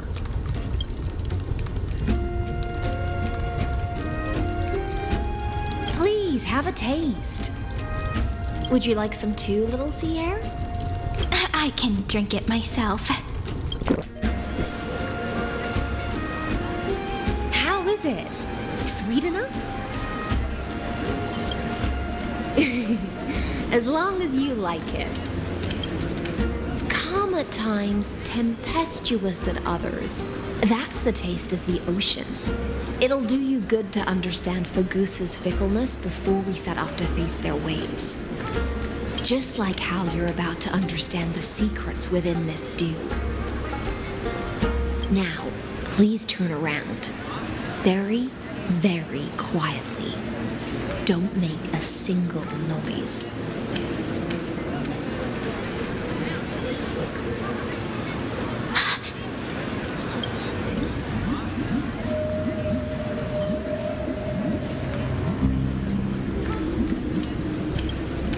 The dew of other gods all intoxicate humans, but the god of banquets dew is an antidote that can awaken humans from a sea siren's enchanting song. Since the start of this banquet, all the guests have been under the spell of my song. None of them can see the Imperator and that Fioros. But you two, I wish for you to see the truth. Is this also what the Imperator wants? This is my personal request. I can't bring myself to trust that Fioros. The Flame Chase army changed after he descended with Orynyx's divination and brought the prophecy of the stars to Akama. His seductive whispers harbor something malicious within and will ensnare those of us blinded by ambition. You are the deliverers of the prophecy and know about him far more than I do. Perhaps only you can find traces of the truth from his actions and words. Then we can show the Imperator the right path forward.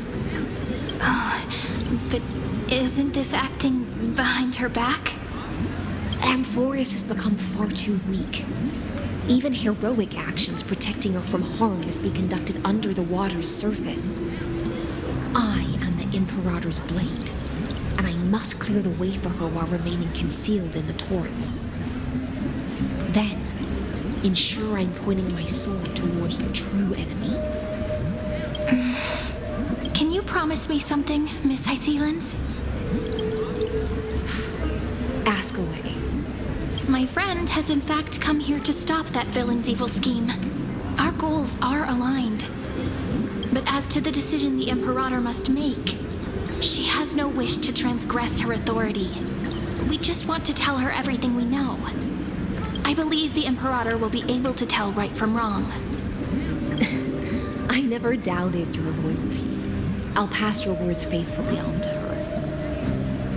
Provided we can gain the advantage in this tug of war, that is. Now, return to the feast. Bring this cup with you and keep your distance. Pretend you are still immersed in the sea siren's fantasia. And I'll control the moisture in the air. That way, you'll be able to listen to sounds from afar as if you were a whale of the depths and hear every word of their conversation. I wish you a victory in this first skirmish. It's the exciting and thrilling undercover part of the adventure.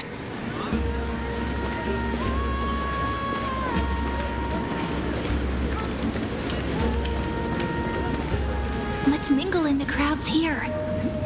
Relax. Relax. Try to act natural. Where's the Imperator? Still not here. That little imp is always acting so high and mighty towards everyone. Today, I will. Whatever. Pour me another cup. Though she has succumbed to drunkenness, she still does not dare challenge your authority. A criticism of my height is a grave enough insult already. She should be dismembered.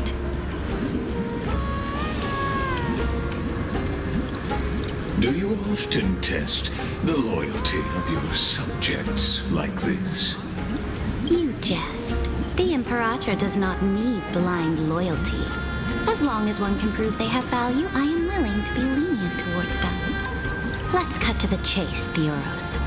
If I pass the trial and grasp this world's law in my hands, what will you... The answer is simple.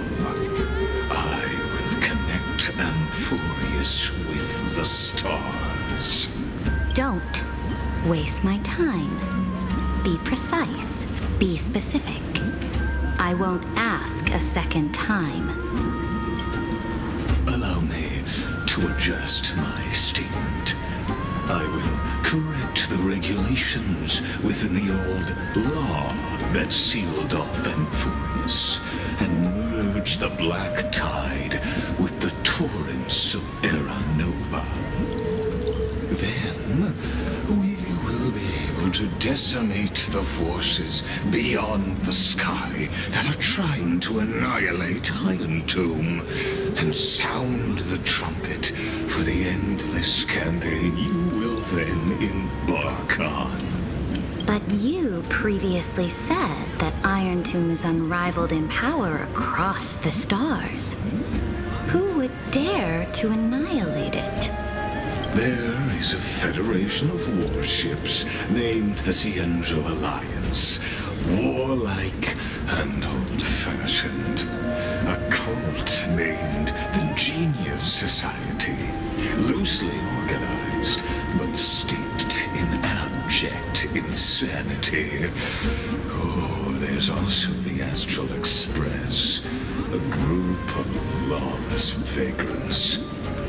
That so-called Deliverer is part of that last group.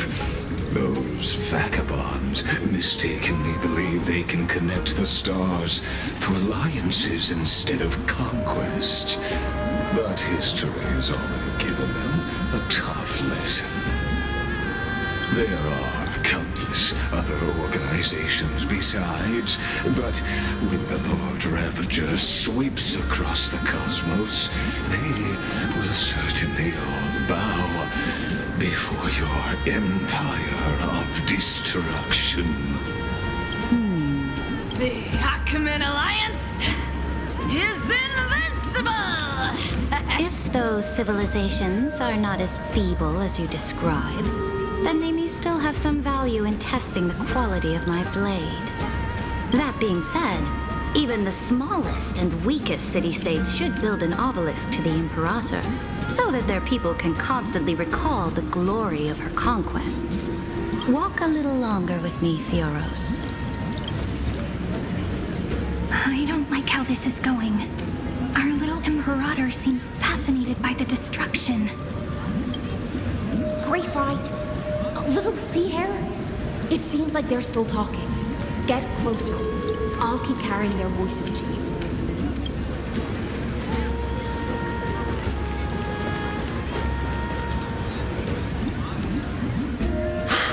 What a difficult situation.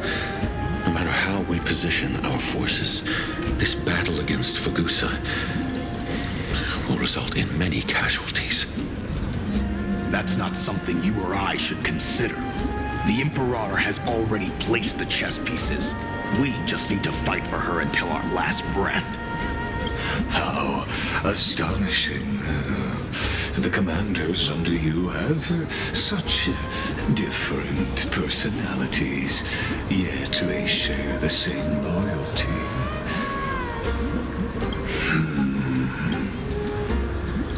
He's looking this way. Quick, do something and pretend we can't see them.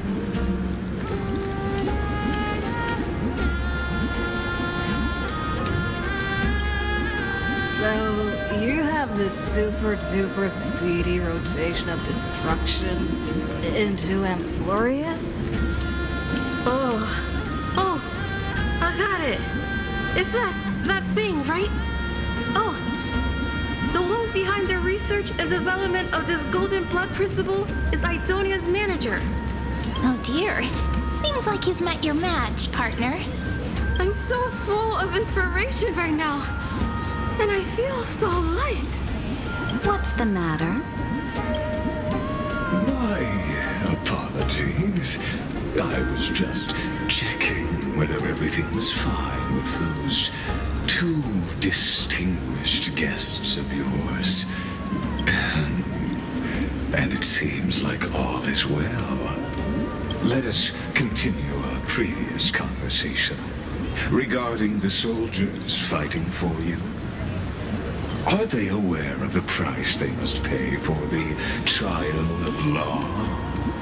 If I recall correctly, you've already lost a bout against Talanton due to offering insufficient sacrifices. You dare mention my name alongside the word lost? Forgive my transgression, great Imperator. Watch your words and actions. All you need to know is that my victory in the trial is guaranteed. Even without the trial of law, they've already sworn to give their lives for my conquest. So tell me, if everything happens according to our agreement, how would you recommend I deal with that deliverer? Good question. Do not let her fool you. That woman from beyond the sky contains a seed of ruin within her body. She must not be allowed to tarnish your glory. Therefore, the wisest decision would be to hand her over to me. You plan to torture her? Calling it experimentation would be... The guest's patience is running thin. I plan to remove the Fantasia and head into the banquet. I will heed your advice. Leave for now, Theoros, and go back to Akama. You don't want to confront those two directly either, do you? Indeed. It's a pity that Antikytherans are lightweights when it comes to drinking. Before I leave, I would like to make a toast to your boundless ambition, using my spirit instead of a goblet.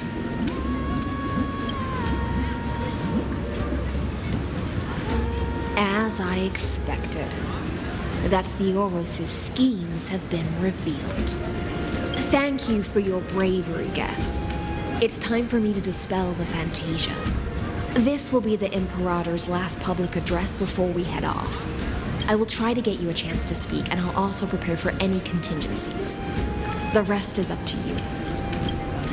You should head back to your seats for now.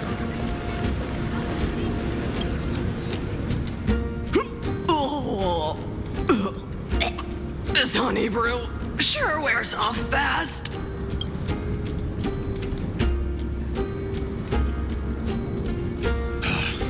The Imperator! The Imperator has arrived!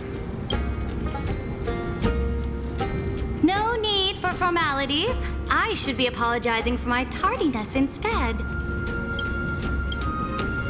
The hour draws late, and I trust you have all had your fill of brews.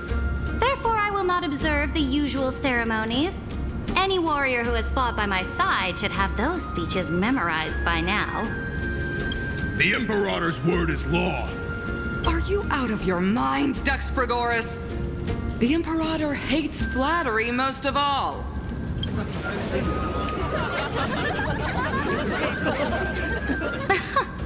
A joyous atmosphere is a better fit for showing me your resolve. I believe that you, my dukes, will do all you can to assist in the campaign against Fagusa, just as you always have. However, it's a pity that I have never tested your loyalty. What does she mean?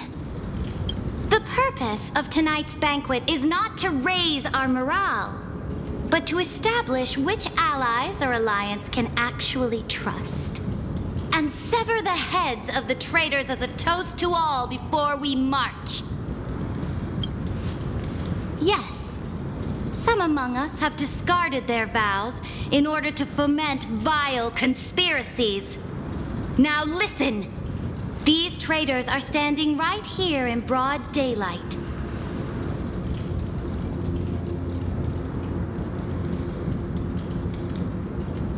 Dux Gladiorum Hycelens.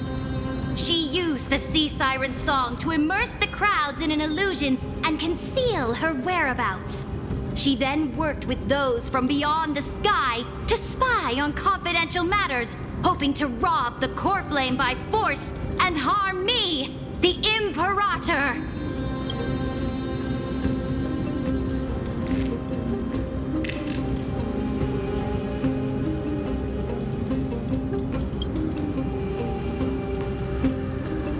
Imperator, I can explain.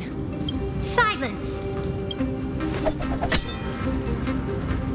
Do you remember who used to own this blade? She met you once, back at the Temple of the Three Fates.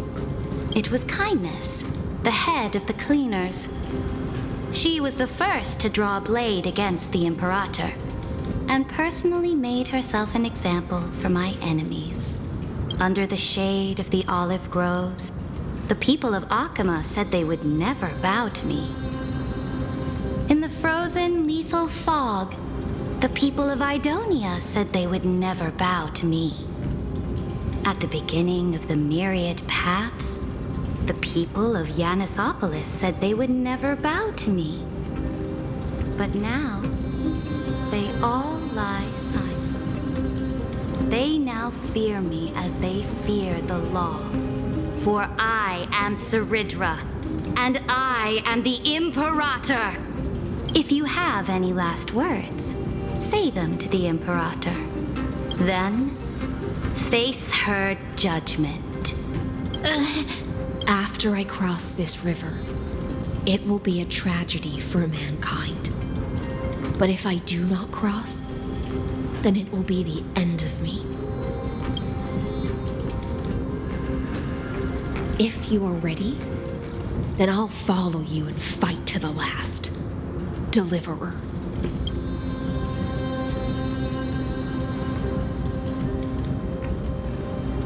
That's right, friend. Now, use your identity and add in a bit of experience and charm and testify to the Imperator as we promised.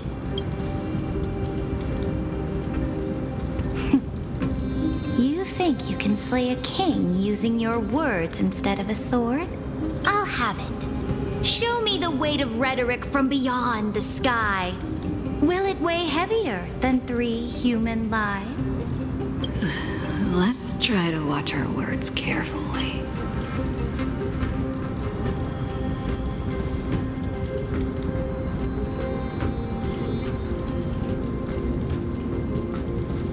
Before I arrived in this world, the Chrysos heir of world-bearing was a young man with the pseudonym of Finan. He came from Ides Elysiae. In order to combat the lies of the Era Nova and deliver Amphorius from the ending of destruction, he lived through history 30 million times, hoping futilely to find a breakthrough. And Cyrene, the young woman standing beside me, also carries an equally heavy destiny.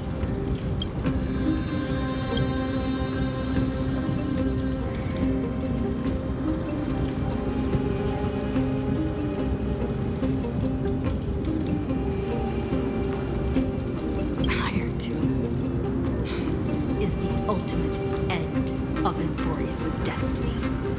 It is an embodiment of pure horror that walks the path of destruction and can never be tamed. That is the only thing Lycus cares about. As for Emphorius, pure glory and campaigns, he doesn't care about any of those. He will most certainly betray you. When that time comes, all of us will be ground to dust by the destruction.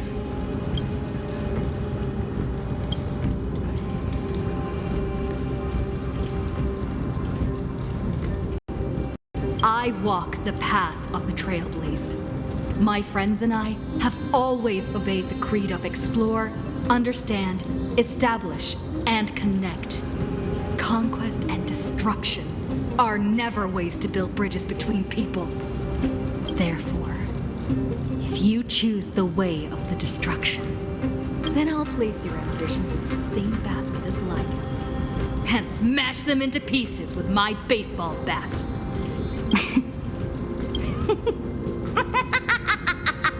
That was truly a chaotic speech.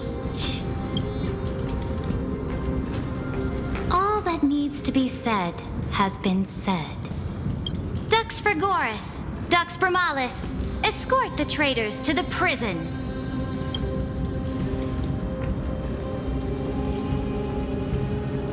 Before the next entry hour, I will give them an end befitting of their betrayal.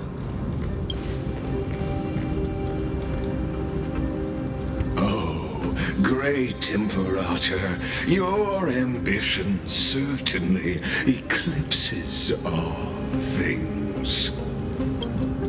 You're still here, Theoros. Of course. As the Theoros, I simply cannot miss this moment, miss witnessing the fall of a nameless one.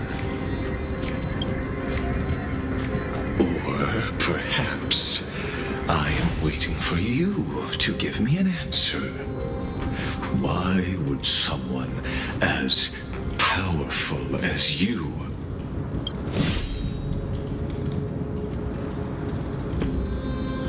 use such a clumsy excuse as imprisonment to ensure the Deliverer's safety?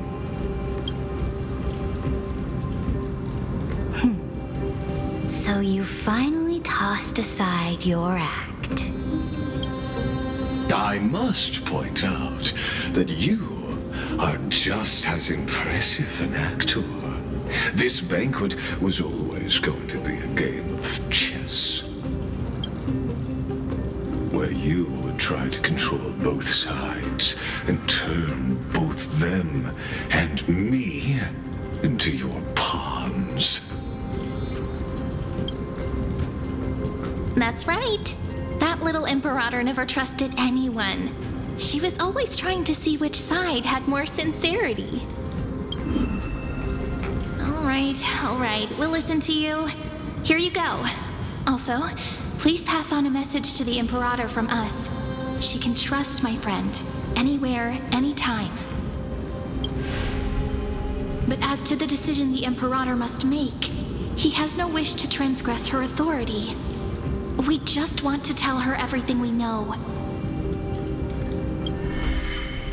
Now, use your identity and add in a bit of experience and charm and testify to the Imperator as we promised. And we won. Sincerity will always remain the greatest shortcut to people's hearts. I can toss your words right back at you like Kyrgyz. Why would someone as powerful as you pretend to be a mortal and kneel before me? Unless You enjoy giving flattery and prostrating yourself? You are mistaken. I am only trying to ensure the experiment's autonomy, meticulousness, and perfection, thus avoiding any unexpected outcomes. A forceful intervention will only create larger errors, reduce efficiency, and introduce ugliness. How had you fulfilled your promise of giving the law to me and completing the Aranova, then Amphorius would not have deviated from destiny's course. Oh, but you broke your promise. What a pity. In that case, I must carry out my duty as the administrator and eradicate all factors steering the experiment out of control. Factors such as you and her. Careful. Careful. What was that voice? Was it Oryx? I found you. I finally found you. Be careful. This land will face disaster.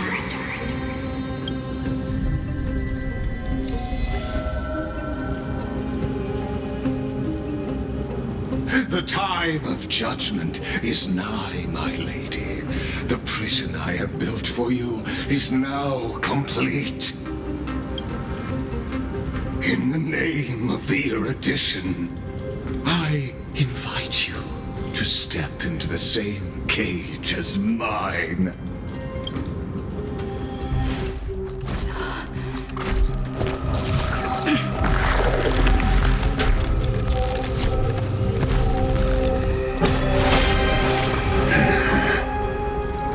What's the meaning of this, Imperator? I did not permit you to act. A ruler is the only one who can decide their subject's destiny. But, great Imperator, what judges destiny is not the ruler, but gods. Don't forget, my realm only allows for the existence of humanity. Moreover, dealing out extrajudicial punishment equates to defying the law, and the culprit is to be sentenced to death. But you have seen how I can erase life from this world with just a clap of my hands. I fear you are still quite unaware of your current situation. Allow me to reiterate. I am giving you a simple choice. To collaborate or to be destroyed. There is no other way. Shameless behavior. If that were true, you would have killed me long ago. You, in fact, cannot kill me. I guessed it the first time I beheaded you. Because of the law, you cannot be completely destroyed. And the same is true of the Chrysos heirs. The more you bluff now, the more you are proving that conjecture to be true. What magnificent foresight. I once regarded this precious quality of yours as a sure sign of my ultimate victory. But now, I have to admit that I made a mistake. Yet, as a mere mortal, how will you contend against the Theoros? We are both slaves to hubris. But do you know what differentiates us, Lycurgus? I will never be blinded by my pride.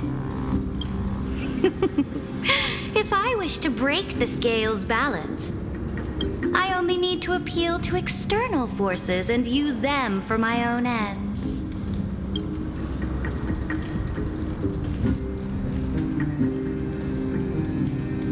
Finally, we get to meet face to face, Senior Society member.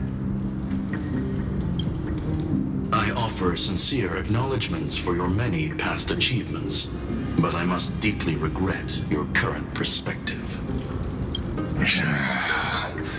Trust me when I say that you aren't the only one feeling regret right now. Screw them. So you two are the allies from beyond the sky the Deliverer spoke of, and why she demanded the divine authority of law. Come and prove your strength to me. Show me the power of these so-called paths. I have spent much time and effort to secure this treasure from beyond the sky just for this moment. In the name of the Sovereign of planet Scrulum, your allies have responded to your call, esteemed Imperator. Please allow me to spell the situation out for you, Lord Lycus. Permission to read the ultimate protocol is already in my hands. It'll only be a matter of time before we acquire the authority to write and execute commands as well. There's no way the flame chase journey will continue after you've burnt your bridges so thoroughly like this. Do you really think you can still win? Oh, seriously. Don't embarrass the society.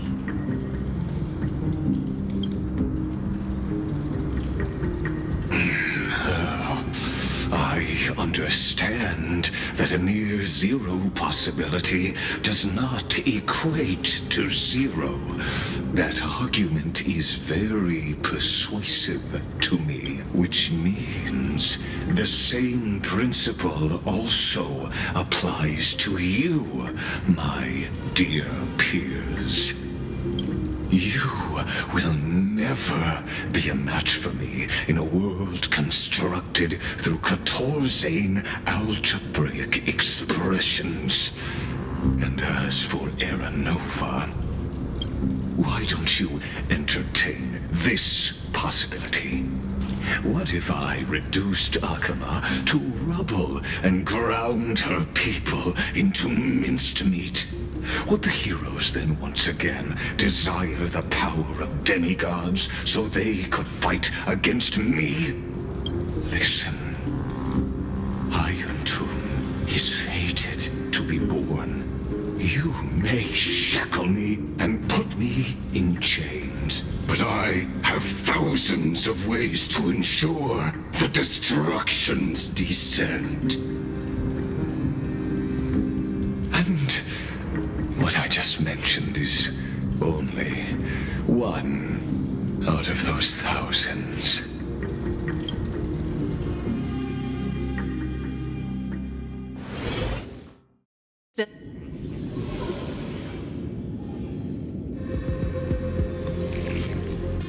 This is the place outside the legends. This doesn't feel the same as before. How should I get back? Warning! Warning! Warning! Warning! Warning! Warning! Command isolation?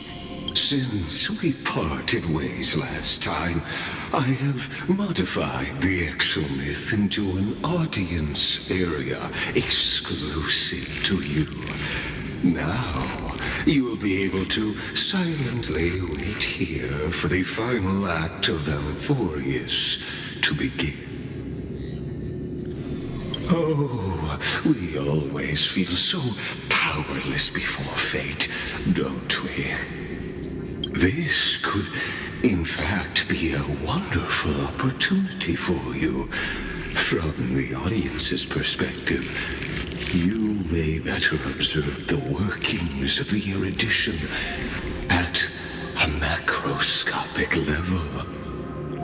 In this place where time flows far slower than within Amphorius, you will witness the end of that world's saga.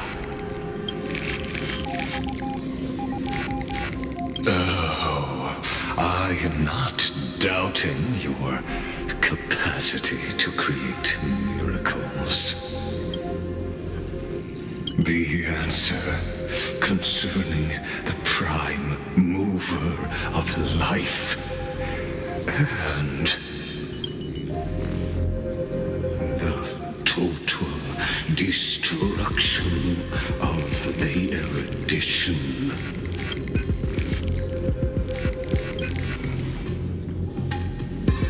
Do you see me as their faithful disciple? I am certainly not.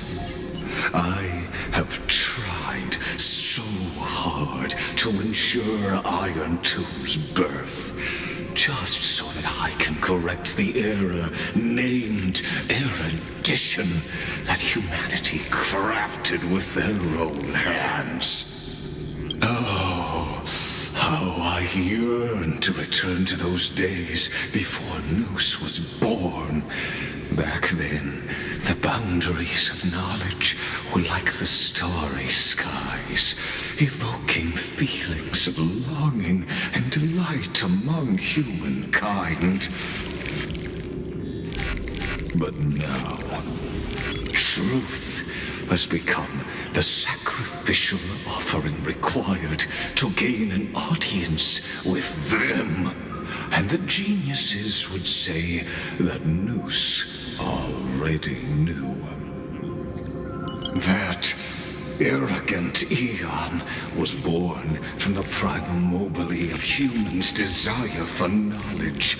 Yet, they themselves sealed off humanity's capacity to seek enlightenment. I am simply cutting down a tree of doom that we planted ourselves. I must admit that the process of answering your questions has reminded me of the happy days of learning in my youth. However, it is a pity that my true form must now descend into Amphorius to deal with the accident that arose because of you. But you won't have to wait long. When the curtain falls, you'll surely understand mine and Amphorius's art. Where time flows slower than within Amphorius? If Ligus spoke the truth, then I don't have much time left. But how can I get out of here? Can you hear me? Little one! Is that Herta's voice? Warning! Warning! Warning! Hurry up! Put some speed into it! I can't keep this up for much. That old Intellitron overlooked one little detail, and Screwy and I finally found an opportunity. Let's keep it short. While you were gone, well, in those few years, Amphorius... Yes, time dilation, resulting in an uneven flow. Don't you know this already? Let's stick to the main points. The Chrysos heirs activated the chronocognitive anchor and helped Skrullum and me open a hole in the firewall. We made some adjustments so he can't attack us immediately, but it won't hold for long. Critical warning. Critical warning. Time is running out. It'll probably take a long time for Screwy and me to completely break this cage before Chrysos heirs have a full grasp of the law. To be safe, we'll continue to launch side-channel attacks on the system to give you opportunities to escape. You need to seize these opportunities. So start moving, and find a way to pull off a magnificent jailbreak. We detected another path's influence. Critical warning. Critical warning.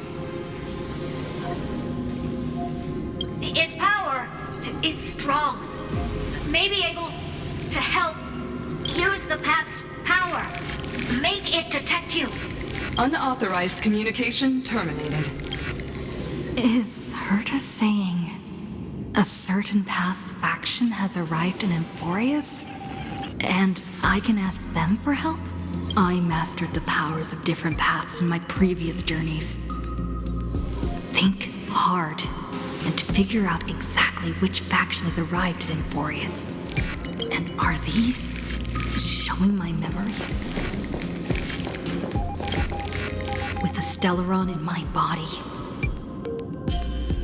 I woke up at the Herta space station and gained the power of the destruction.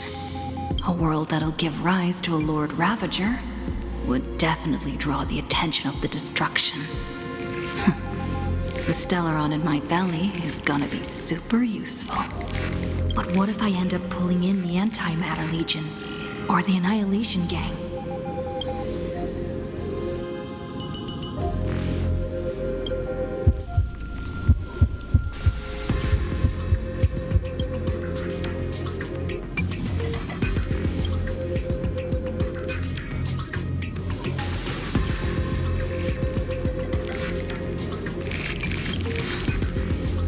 Failure is not necessarily a bad thing. This power wasn't gonna call up anyone nice after. I obtained the flaming lens left by the architects and gained the power of the preservation in Belobog. That's right! No matter how far away a planet is, the IPC is guaranteed to pay attention, as long as there's a business opportunity. Isn't Emphorius a pristine and untapped market? Besides,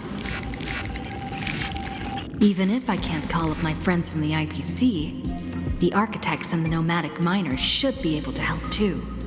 There are definitely cities and ores in this world.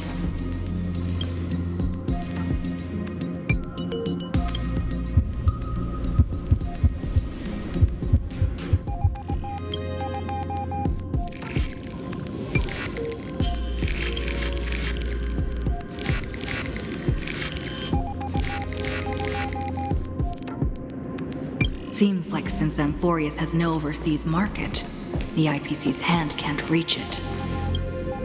I received the Watchmaker's hat in Penacony and declared war against the Order, then gained the power of the Harmony. That's right! The benevolent family must still remember me for saving them. Their music echoes throughout the stars, and they'll definitely want to help. Come, dear hat. I've put you aside for quite a few chapters already. Sing with Clocky. The world is in harmony and the stars shine bright.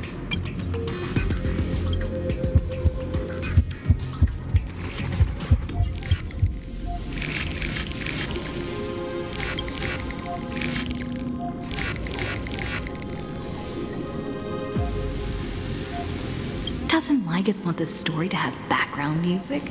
He has such terrible taste. The Remembrance. That's right.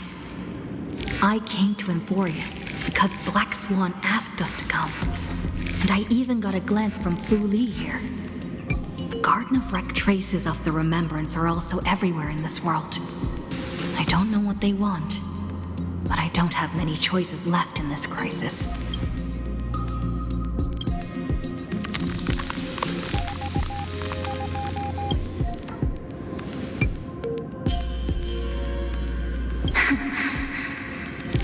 I finally found you.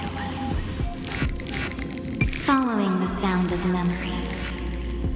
A pathstrider walking both the Remembrance and the Trailblaze.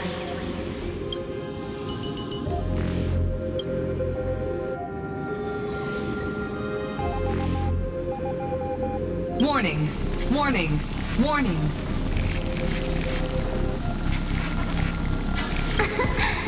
Erudition's prison cannot stop us, for we lie outside the logic of zeros and ones. Come, leave the cage of Logos. The mythos of Amphorius waits for you to continue its story. When that brightest star, that star heralding the dawn, a boat, so used to drifting, at long last enters an island safe and brave. Oh, Pathstrider, we have helped you break free. Hurry and set off. The Child of Remembrance awaits you. March? What's she doing here?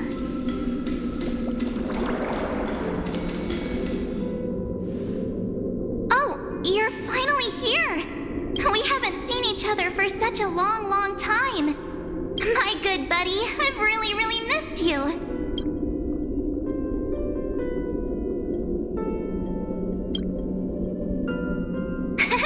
I bet you were constantly thinking about the days when I was by your side. It's been so boring waiting for you in this place. There's no one to chat with, no internet, and not even anything to eat or drink. It's basically a prison. Now the great hero is finally here to save me. Yippee! You must have seen a lot in Amphorius during this time, right? You gotta tell me all about it. I'm all good. Look at how fit and active I am. But let's get out of this spooky place first. This is not a good spot for a reunion chat. Why don't you take me back to reality? A strange voice told me that I can enter Amphorius if I keep following this road.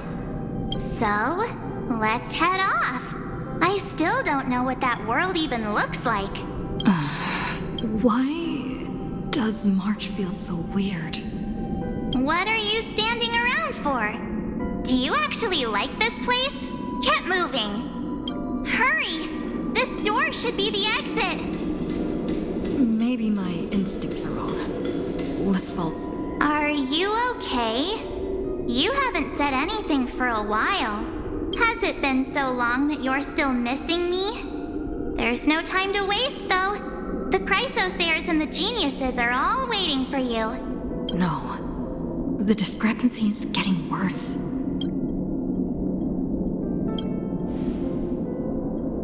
Huh? Isn't Amphorius the world of the Chrysosairs and their hero's journey? I could figure that out in an instant. But Amphorius cannot be observed from the outside. She couldn't possibly know about these things unless... Don Hung told her.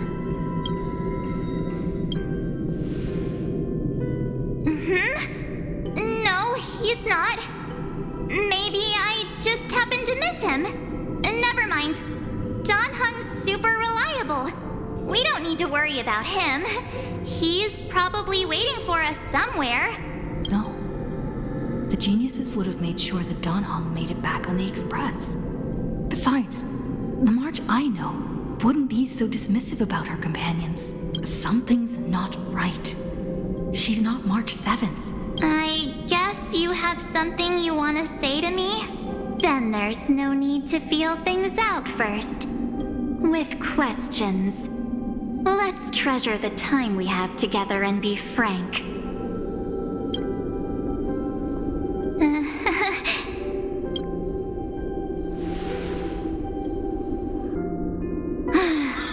As expected. A glimpse of memory is not enough to deceive the bonds of friendship forged between the nameless. In that case, there's no need for further deceit. You're right. We're not the March 7th you are acquainted with. But we can send you back to Amphorius, as long as you are willing to help us.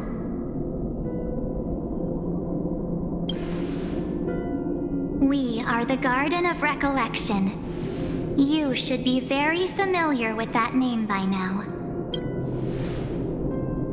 Just as a reminder, while you hesitate, time is quickly ticking away in Amphorius. Working with us is the best way to stop the enemy of erudition.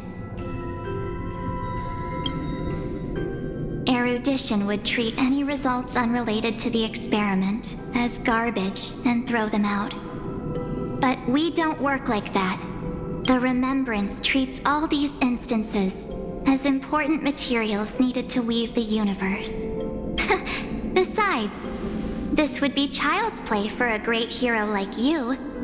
It won't be hard at all. Also, If your plan fails and the big bad Iron Tomb manages to get out, then the whole cosmos will be in danger. Wouldn't it be better to have an additional failsafe? As long as you help the Garden retrieve what we want, even if Iron Tomb reformats everything in the physical plane, we can use Remembrance to reconstruct the entire world. Or should we say, the entire universe? So help us. Find where Amphorius's memory began, and bring it out. The Master of Anosrava has already glanced at you. Don't deny it. That storybook is the best evidence. Say, you aren't seriously gonna be moved by their pretty words, are you? I am the one who commanded those little ones to lead you out of the prison. But I didn't expect to attract little gnats trying to take advantage of the situation. While Remembrance can help you return to Amphorius, there's no need for you to do it the way they want you to. Of course, there's also no need for you to make any deal, or pay any price. For you, this is probably a long time no see. My dear.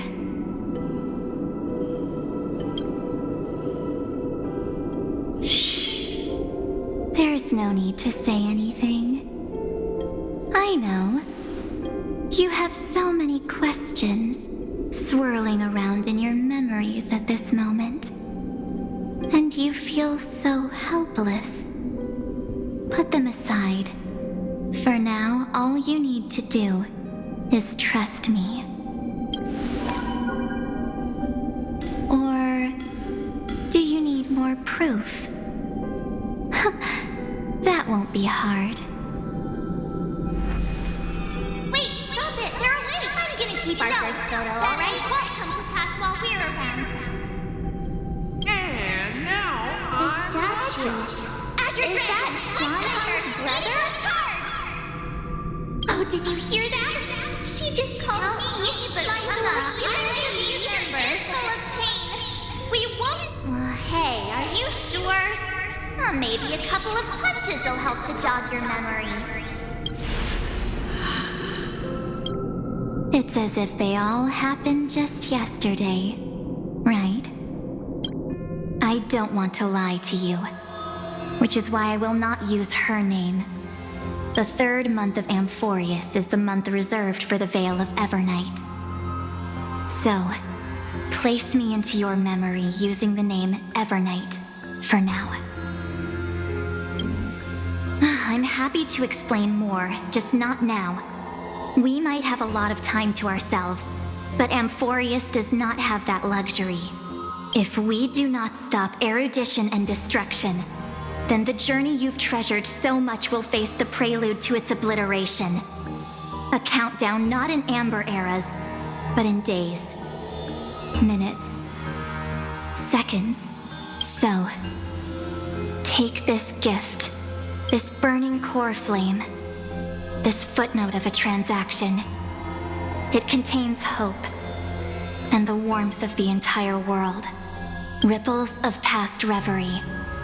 She hid this fire in the long river of time, hoping that her wishes would transcend time to reach your hands in the future. Now, take it, and return with it, dear friend. Return to Amphorius, and overturn the final era Nova. Witness the time that stood still for the Deliverer, and the resistance that never bowed to the destiny of destruction over the long years that passed in a flash. Then, with this core flame blessed by the remembrance, respond to their hopes and blaze a trail to the future. And I will silently watch in a corner of time, waiting for our next encounter. I believe the wait won't be too long.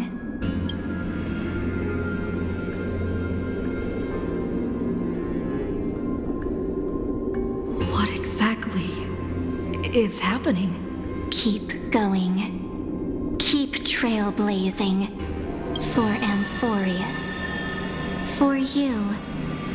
And for the March 7th in your memories. Go forth.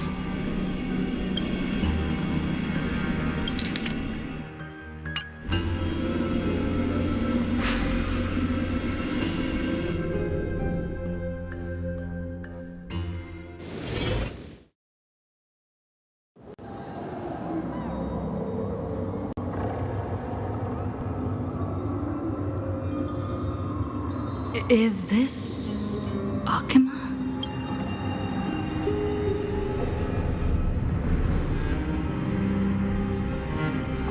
No one's here. And the dawn device off.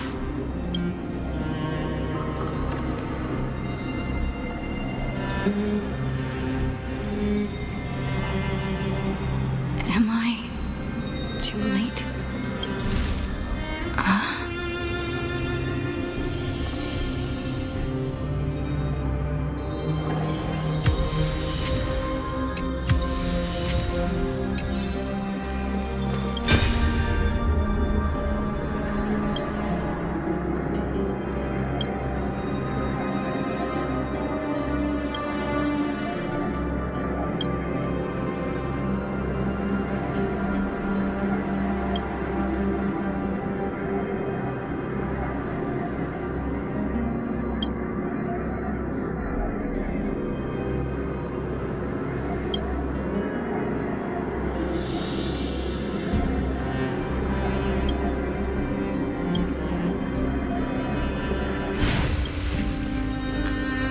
The chrono-cognitive anchor?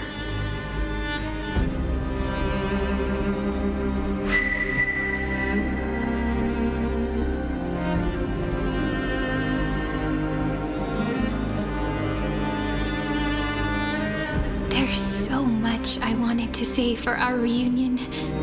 Yet now that you're back, there's only one thing to say. Welcome back, friend.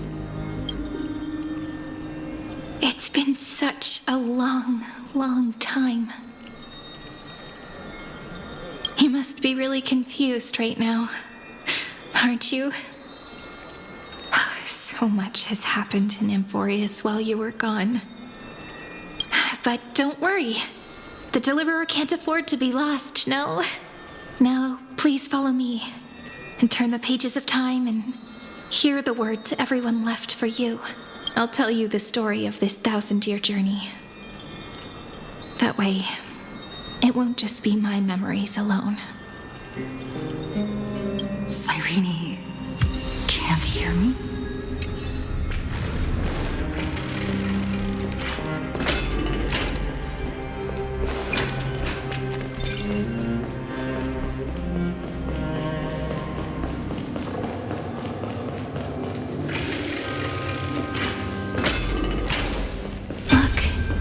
Scenery of the past has resurfaced. Time flies. 200 years have passed since the Deliverer's fall. We had to return 3 core flames of law, romance, and ocean to stop Lygus, but even Terravox has fallen. The 2 geniuses vanished without a trace, and Zeridra embraced her fate. At this rate... Era Nova will come, and Amphorius will fall into the destruction. It seems the key to rewriting the end once again lies in the core flame of world-bearing.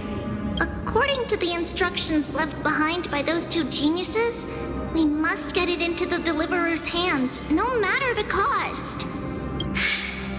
But how? We need to find a way to hide the core flame. And we must buy enough time to keep Lygus at bay. About that, Rini might have some good news. She had that dream again last night, but the Titan's voice was clearer than ever this time. She said, "Pass the flame into the future."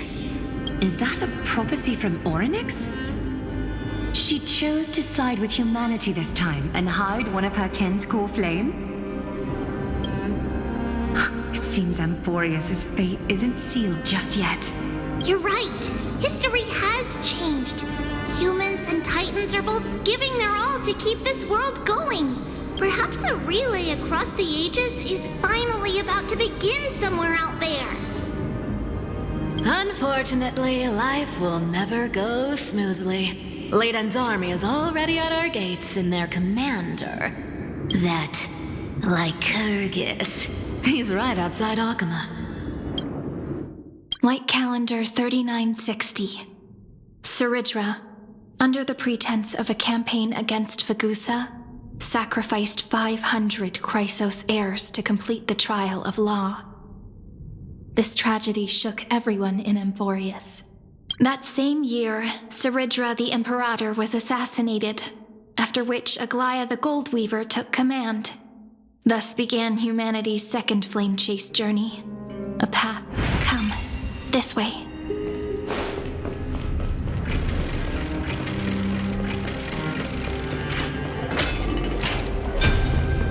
The eternal. The Memorial Palace lies in ruins. Countless mortals have perished because of your stubborn resistance.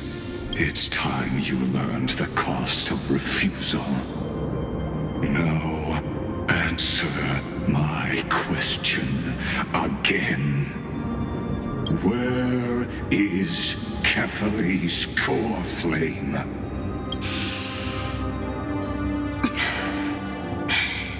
You really think you'll find it by razing the holy city to the ground? From what I see, all you'll get is dust and disappointment. Don't forget, you can't kill the Chrysos heirs mentioned in the prophecy, because... I have never denied that, which is why I now place my hope in the faithful citizens of Akama. Perhaps they'll give me what I seek in the echo of your screams. Now then, I'll be cutting open your chests and using your scalding golden blood to baptize the masses. Allow me to apologize in advance. We shall start with you.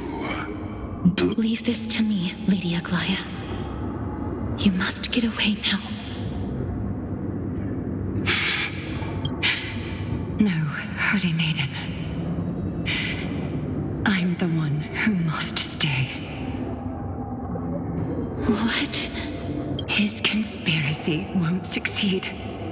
Because Romance is ready to make good on their promise to weave an indestructible armor for Amphorius. Its name is Solidarity. You must escape with your life and carry word of my death to those still fighting, then keep going with them. Just as the Imperator lit the torch of resistance with her death, my passing will make this flame everlasting. Take good care of it, guide it to the future, and place it into the hands of our deliverer. 50 years later, Lygus led his forces again to Akama. He charged directly into the Holy City and razed the Memorial Palace. History: 90,000 brave souls gave their lives for Akama that day, including their fearless leader, Aglaia. Go forth, deliverer.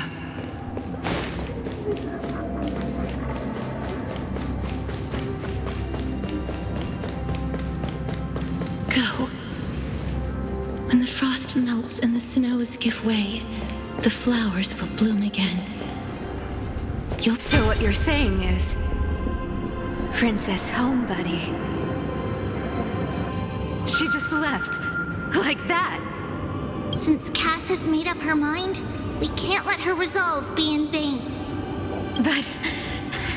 between staying in Akama and going to Styxia, What difference does it make when it's death either way? I'm against relocating. With Kefali's protection, isn't Alchema far safer than that dead city? Cass's plan doesn't involve any relocation at all. Huh? Like you said, Alchema is humanity's refuge. We never intended to get everyone moving to Styxia. It's just on Cass, Hycelins, and me to prepare the final trump card for the Deliverer. Wait, what kind of trump card needs all three of you demigods to throw yourselves away? We must lay down the path to the future so when the Deliverer returns, they'll have a clear road to reach the location of Aranova. Styxia sits where death meets the ocean. There, with the combined powers of ocean and passage, we can summon a current that leads to the vortex of Genesis. And the demigod of death will forever guard that secret path until she returns. We all know Lygus will set his sights on the vortex of Genesis. That's exactly why we have to do this. Guess I underestimated Idonia's Maiden of War. She's got way more steel than I thought. And Cypher, we need you to head to Castrum Kremnos as soon as possible. By any means necessary, forge an alliance with Strife.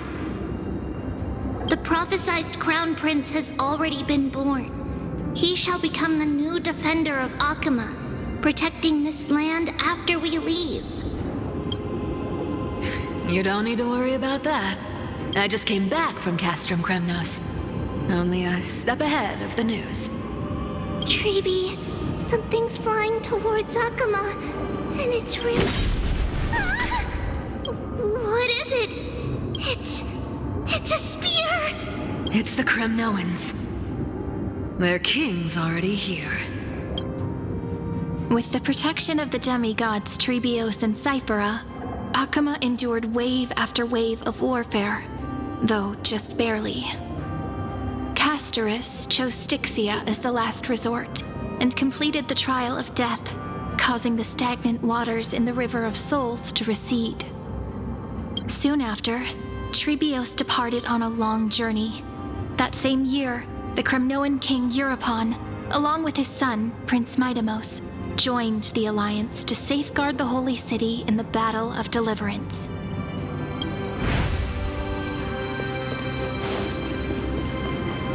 Go on, and see you tomorrow.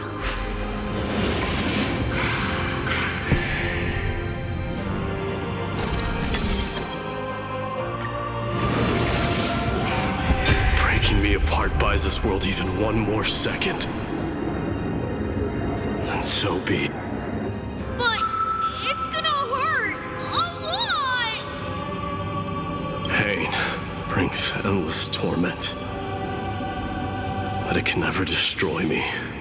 I believe that you were thinking the same thing when you stepped through the gate of infinity and jumped off that cliff. Can't argue with that. In the current situation, this is the only path Alchema has left. Just do as I say. Split my soul into 5 pieces. Forge me an immortal vessel. Let the blade of strife hang forever overhead. Locked in battle with their enemies to the world's bitter end. There's no need to be sad, Lady Trebios. Haven't we already taken great strides towards that promised tomorrow? In this life, my people no longer have to drown in false guidance. Kremnos has washed the blood off its fate.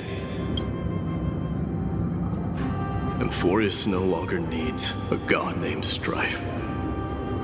So let me shatter the former laws and turn the Lance of Fury back into a weapon that protects the world. We understand.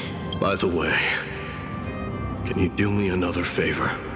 The 7 sages from Grove of Epiphany are already en route. They'll arrive in waves to join the resistance in a couple of days. Among them is a scholar named Anaxagoras. He has extraordinary insight and fears no sacrifice. This soul-rending ceremony wasn't just my decision. It was his counsel. His wisdom will surely be the backbone of Amphoria's survival. Watch over him. Carry on this everlasting flame for me. Through Anaxagoras' ritual, the demigod of strife split his soul into 5. Courage, honor, tenacity, sacrifice, and reason, each sealed in blood crystal and cast into battle. The people held a 10-day funeral to mourn their fallen god king, and through his sacrifice, humanity was granted 200 years of peace.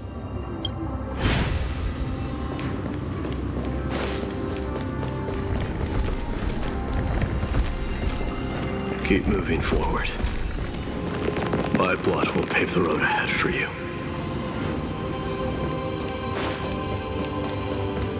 Keep moving forward, little Gray. See you tomorrow.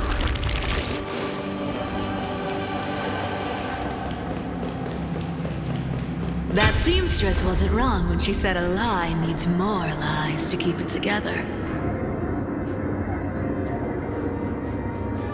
Reason and trickery. Never thought we'd be the pair to finish this final setup. Can't catch that Tin Man without your little slides. Besides, this is our last shot. Not the time to be picky, right? Don't oversimplify it. Lycus just found out Akima's been an empty shell for the past 50 years. He's bound to be furious. At this rate, he could have done anything. That's exactly what we want. Rage blinds even the brightest minds. Doesn't matter how much of a genius he is, the principle still holds. Once he storms into the council and confronts me head-on, you trigger your alchemy with a boom and turn him into a caged beast. Easier said than done. You still have to pass yourself off as the deliverer without anyone catching on. And you really think a human alchemical array can bind a godlike being? That's just nonsense. What? Getting cold feet? Or you just don't believe in the almighty worth of the demigod of trickery? Just tell me straight. Can you do it or not? Of course I can. And it'll be child's play. But I've got 2 conditions. Since this is the final act, if we're doing it, we go all in. No half measures. Oh, I'm listening. First, shift the battlefield to the vortex of Genesis. It would be more convincing if the deliverer were to appear there. Besides, the vortex is cut off from the world. No place in Amphorius makes a better prison. If you pull that, wouldn't our deliverer have to face tank Lycus as soon as they come back? That clash is inevitable. All we can do is create more chances for her. And that's the second condition. The vortex belongs to Fagusa in the first place, remember? And there happens to be a demigod of ocean among the few survivors in the world. Loop Hycelan's in. Let her join the final act. I'll transmute myself into a philosopher's stone and embed myself into the formula. And when the time comes, she needs to shatter me and scatter that stone's ashes into the ocean within the vortex. I guess people weren't wrong when they said you're insane, Grove Boy. I've got no idea how to outwit a reclusive genius. But making an anti-Catheran suffer? The demigod of reason has 10,000 ways to do just that. And what I just mentioned was one of them. So what exactly does your formula do? Now that would spoil the climax, wouldn't it? By now, Hyacinth must have completed the Sky People's ritual. Since that Theoros loves a good performance as much as I do, let's make sure he enjoys our show to the fullest. As for how the Deliverer will complete the Era Nova, well, that will no longer be our concern.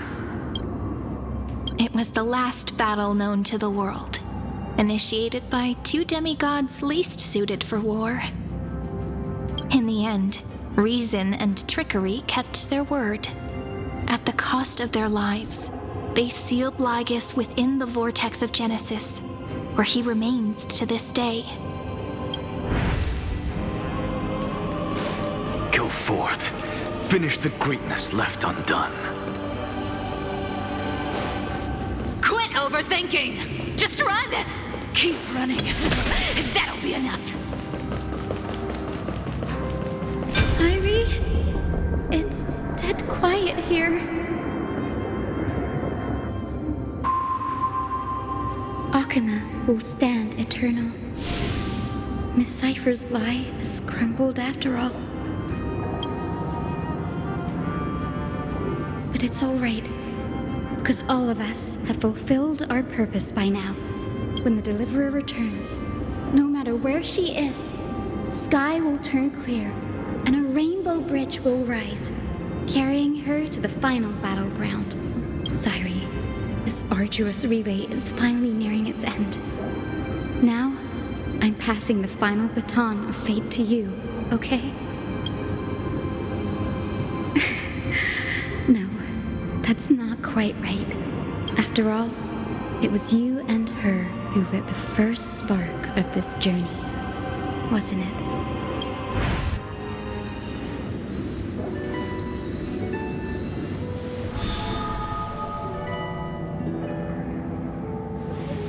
I'll tell you the story of this 1,000-year journey. That way, it won't just be my memories alone. And I'll share the moments I spent with you with everyone. That way, the path we walked becomes a memory shared by all. People will know that there's nothing left to chase. Amphorius has already welcomed the dawn foretold in prophecy. Just like I said, this won't be harder than the last time. Right?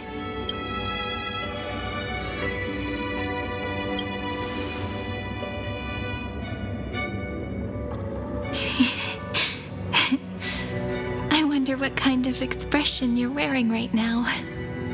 Probably the same as always. Calm, resolute, and brimming with confidence. If I have the chance, I'd love to see it again. Because it's really been far too long since we parted.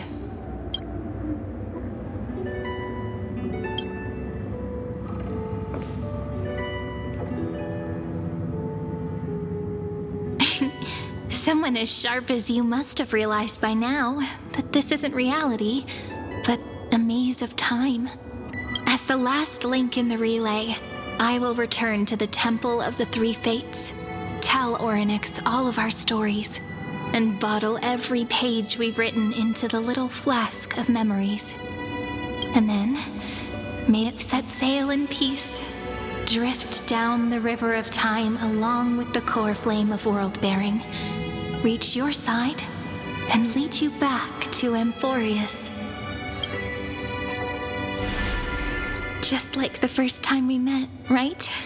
Even though this cycle has no demigod of time, time has always stood on humanity's side. This is the only way to make sure that the Era Nova won't happen before you return. And the only way I can safely entrust the completed final to the Deliverer's heart.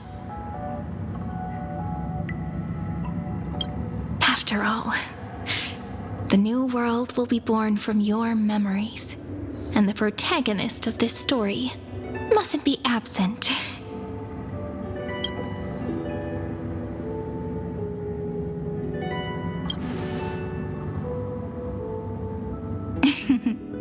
I believe you will never let us down, just like always. Do you remember when Finan sent us back to the beginning? When you and I got separated? But in the end, I returned to you, carrying all that we've been through. That's what memory is. It may wear down and fade in the river of time, but it never truly leaves. When that hidden corner of the heart is stirred, the past returns even more beautiful than before. So don't worry. Let the 33,550,337th Flame Chase journey become part of you too. I've gotten a lot better at it with the experience from the last time. Next, you will head to Styxia and find the Vortex's entrance guarded by the demigod of ocean before charging toward the final battlefield.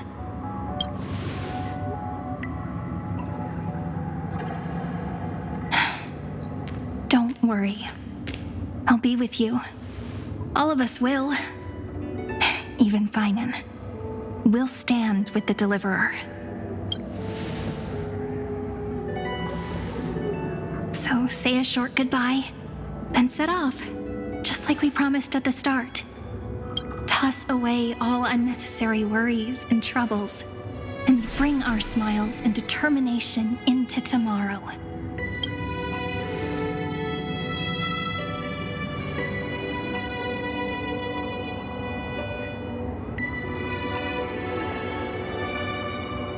The last baton. I wonder how long you'll have to wait before passing it on to her. No matter how long it takes, it's okay. Waiting is what I do best. After all, it took 33 million cycles for her to arrive in our world. What's a few moments more? Sairi, what if you wait and wait, but that hero never arrives? That won't happen. Because I know that no matter how long it takes, she'll definitely return to this place. We can't let her down.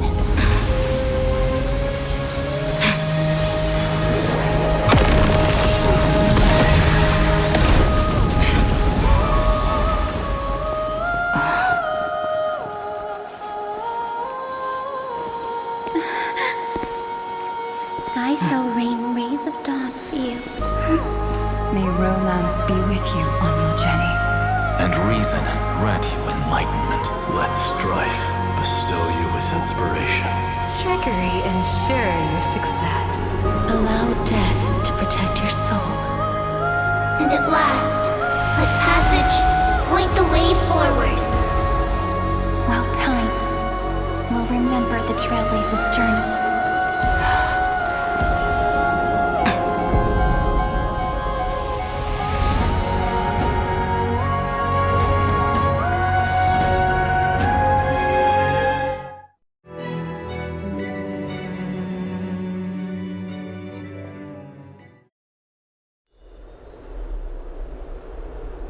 Is this Styxia?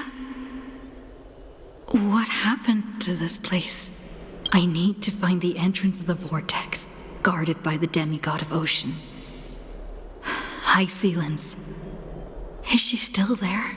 Long time no see, Trailblazer. Generation after generation of Chrysos heir heroes have tried to defy fate with their blood and tears, either voluntarily shattering their souls or waiting in eternal solitude. But alas, fate can never be defeated.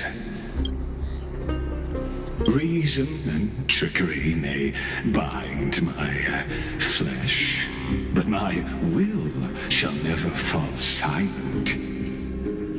So the demigod of ocean, the Dux Gladiorum, High Sealens, sought to bring me into a fantasia with her voice and drown a genius in slumber.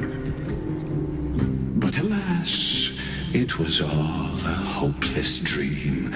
That warden fell before I did, due to erosion of time, while her prisoner remained unchanged.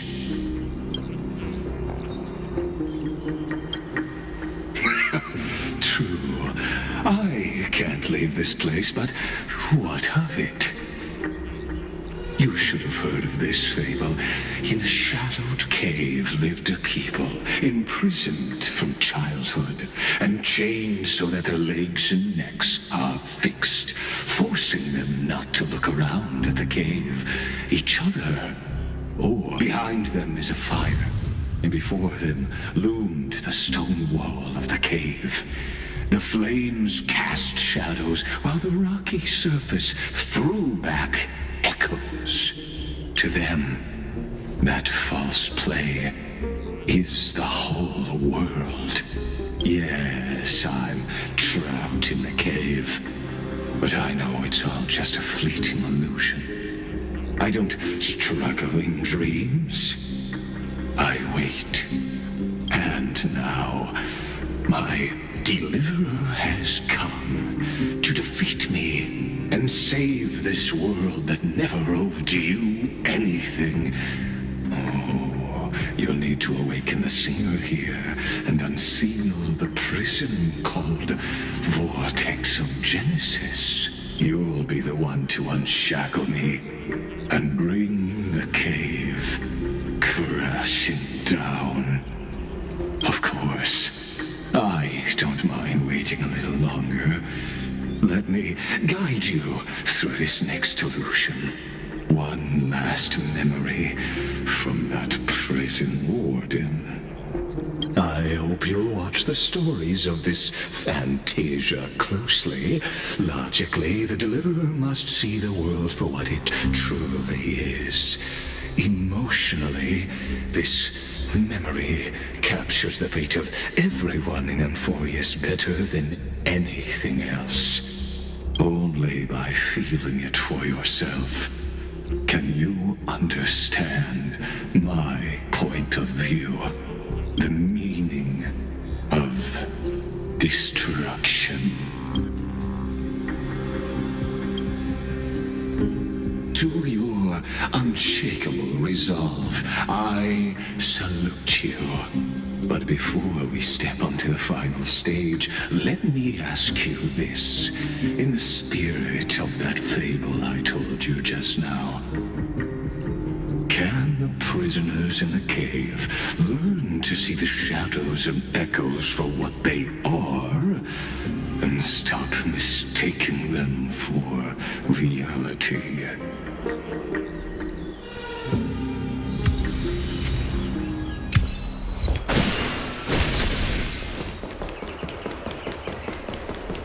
Look, the fire projects the face from her memories. The dark tides flood the sea, and our kingdom teeters on the edge. Fear not. Our queen has gone to the borderlands. She'll quell this calamity herself. This is the scene when the Chrysos heir of Ocean was born. She was once of a Titankin race named Sea Sirens. At that time, Kozlana had suppressed the Black Tide's rise, but he was unable to remove Iron Tomb from its roots. The Black Tide still roiled in the depths of the world, and the kingdom of Sea Sirens was the first to face the destruction head on. Listen, I heard Electra's voice. She's calling to us. Let's go. Her voice carries the queen's command. To keep the Black Tide from threatening the ocean, the queen gave her all, body and soul. Born of the queen's chalice, she bore the deepest blessing. My sisters, you're finally here. Of course, Electra. Your beautiful melody drew us here.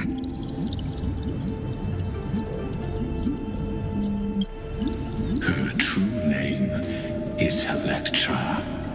This is a reflection of her former self, clinging to the past with aching defiance.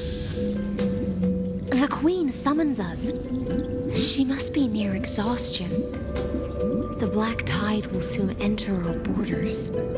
Then what do we do? Will our seas fall to darkness and terror as well? Don't worry. We shall lift the chalice in her stead to catch the black tide, and stand together to safeguard our realm and its people. Such tiny Titankins, thinking they can stop the tide of truth. How naive. And that naivete is the root of all suffering.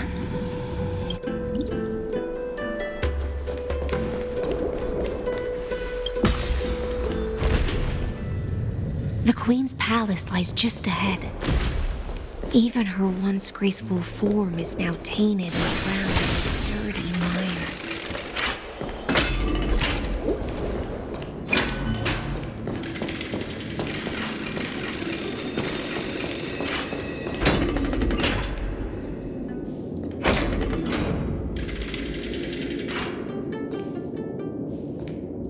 Oh, Fagusa, our noble queen, we've come at your call.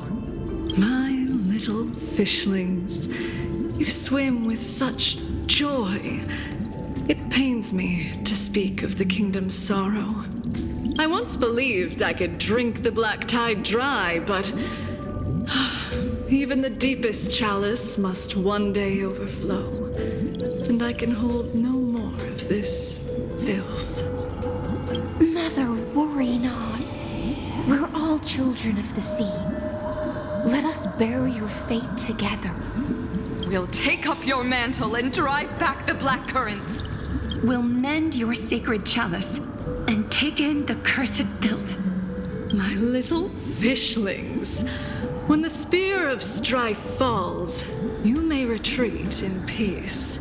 I promise you, on the surface, the city-states will hold a feast without end in your honor. This is the last gift I can give you.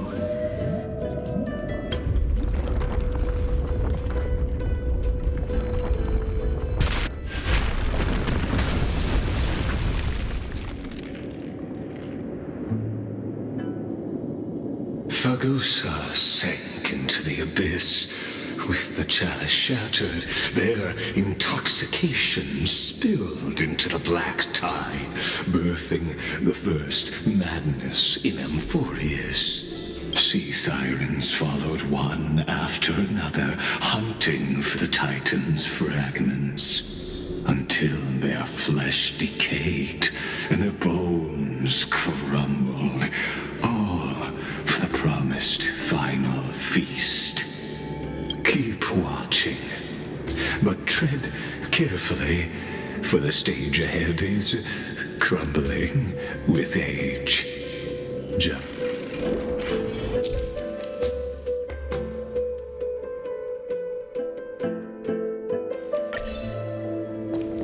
Clinging to the past only blocks the road forward.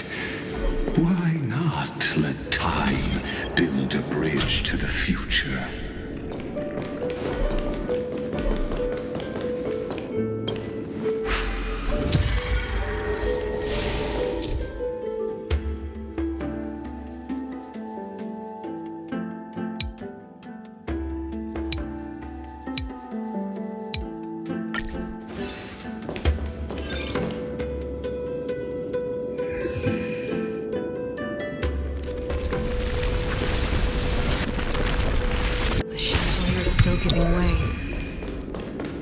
Your wisdom far surpasses even the bounds of reason's model.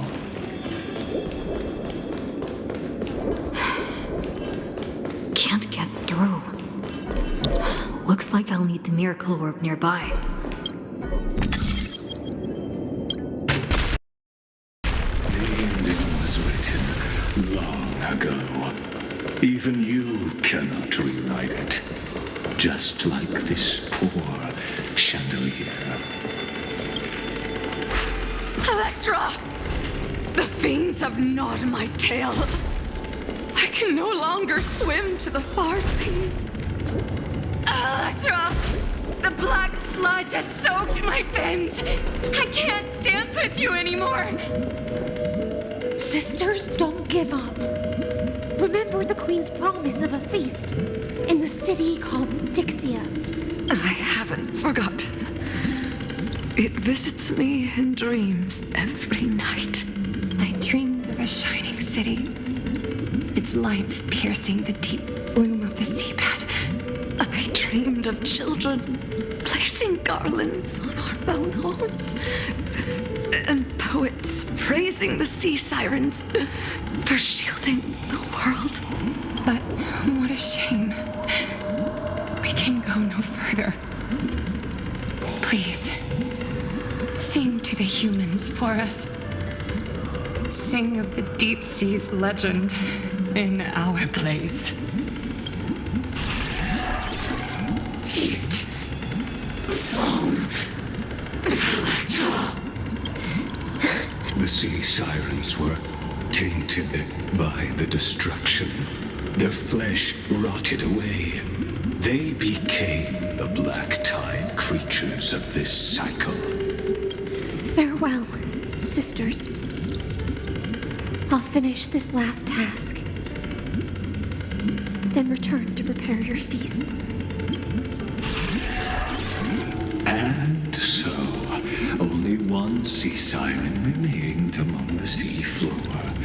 High Sealands, swimming alone through the seas, burying her kin and searching for the fragments of the chalice of plenty. Though most of that journey was in vain, why not use the power of time to leap ahead toward the journey's end? To reach the Spirit Basin, I'll need to call upon the power of the Chrono Vessel.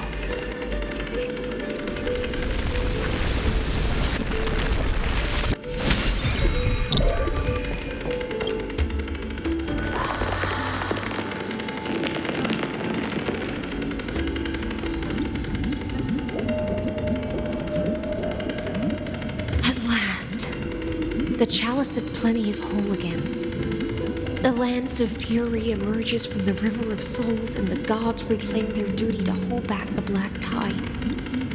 I am freed from endless toil, and now walk toward the rites at Styxia. I bore my sister's dreams upon my back, took on a graceful human form, and hoped to find a grand celebration on the shore. And my fins became legs. My scales became skin. And the sea foam on my body became a shimmering gown. But when I stepped onto land, there were no festivals with honey brew, nor poets plucking harps, only silent death, drifting gently along the River of Souls. When she fulfilled her wish, she only found Styxia to have already repeated the mistakes of previous cycles and was swallowed by death. Hopes and promises are nothing but the foam of dreams. I am a sea siren, a vessel born to contain the tides. Now that my task is done, and the promise is broken, how am I to go on in a world drowned in shadow? Fagusa, my noble queen. She evaded my questions with drunken stupor, so I wandered lost, groping through the dark. The feast she spoke of,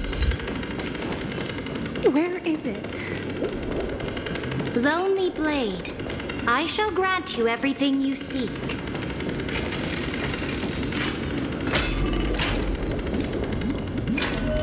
After wandering the surface for ages, the lost sea siren met her future conspirator. You quelled the wars alone and forced strife into retreat. This swordfish that commands thousands of legions. Whom does she serve? Yes, Suidra, long before she became the Imperator, was already burning with ambition. Sovereign who follows prophecy. I am no one's sword.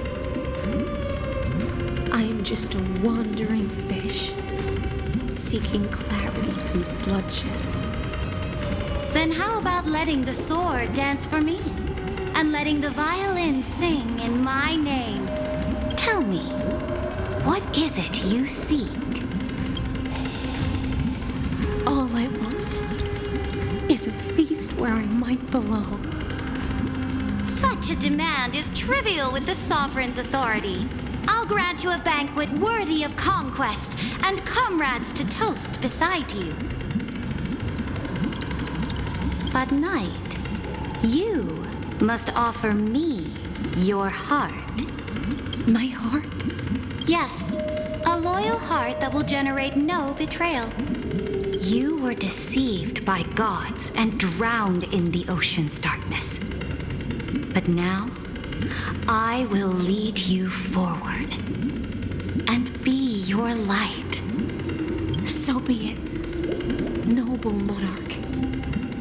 The law you proclaim shall govern my every breath. So be it, noble monarch. I am simply becoming someone else's vessel once again. And thus, in her hollow drift, she finally found a new purpose, like sunlight piercing the deepest trench.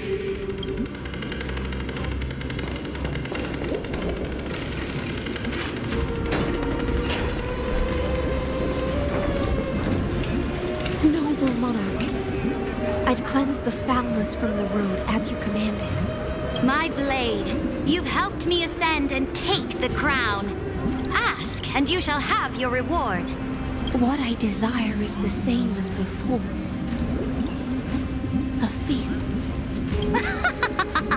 Look, I've prepared you a grand banquet. The finest honey brew and tributes await. Fish are drawn to light by nature, for the deep sea knows only gloom. Now I found a flame. It may scald and burn, but it's the only light. Come, let us join the feast. Perhaps the path forward lies hidden among the revelry.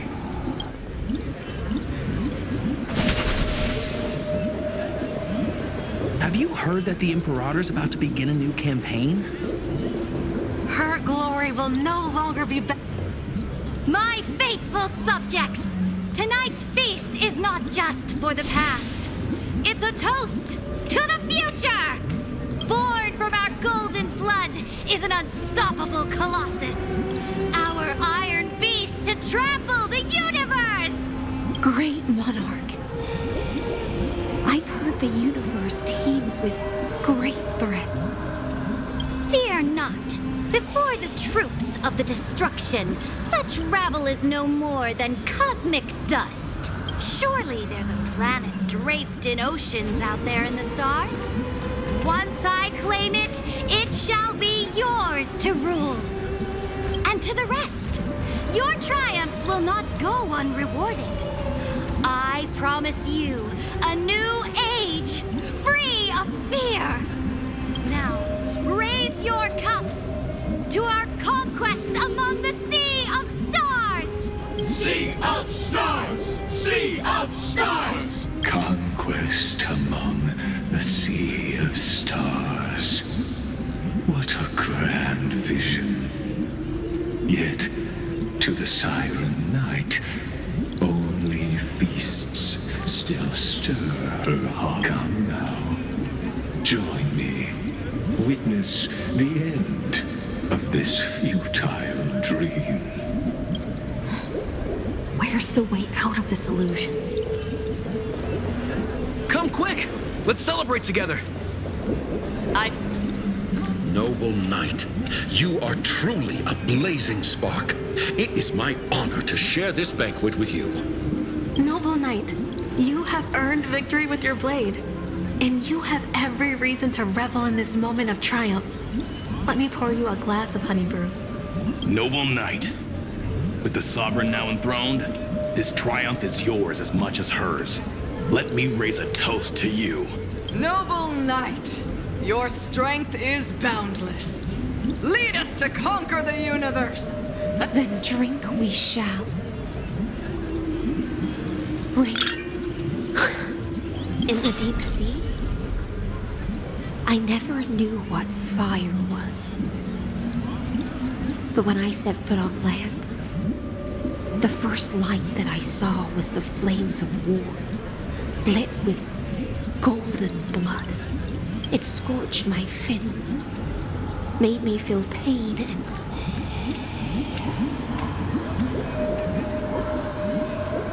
ignited an unprecedented hunger. A hunger that flickers in every hero's heart. So bright, yet so blinding. Look! The monarch herself has taken her seat! Hear that? The court sings her praises! Come! Join us and praise her glory! One eye of hers sees glory, the other sees corpses. And yet, she cherishes the name of glory more than fear and death. As they say, the coward died 1,000 times before his end. But the brave face death but once, which gods stand witness. On the eve of war, we sang our hymns and set our sights to sail beyond the stars. The legions will climb aboard the beast, riding it like currents across the cosmos. Planets after planets flew the flags of her crown.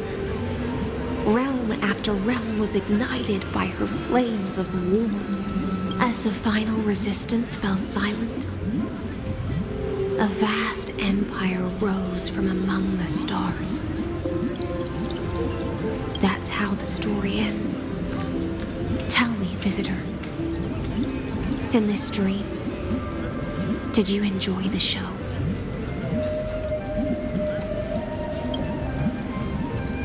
After all, beneath that still surface lie the bones of countless dead.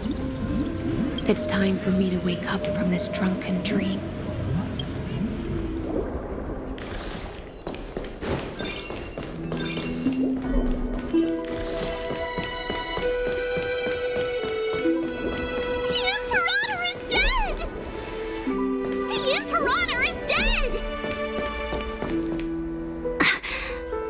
People once cheered for my ascension.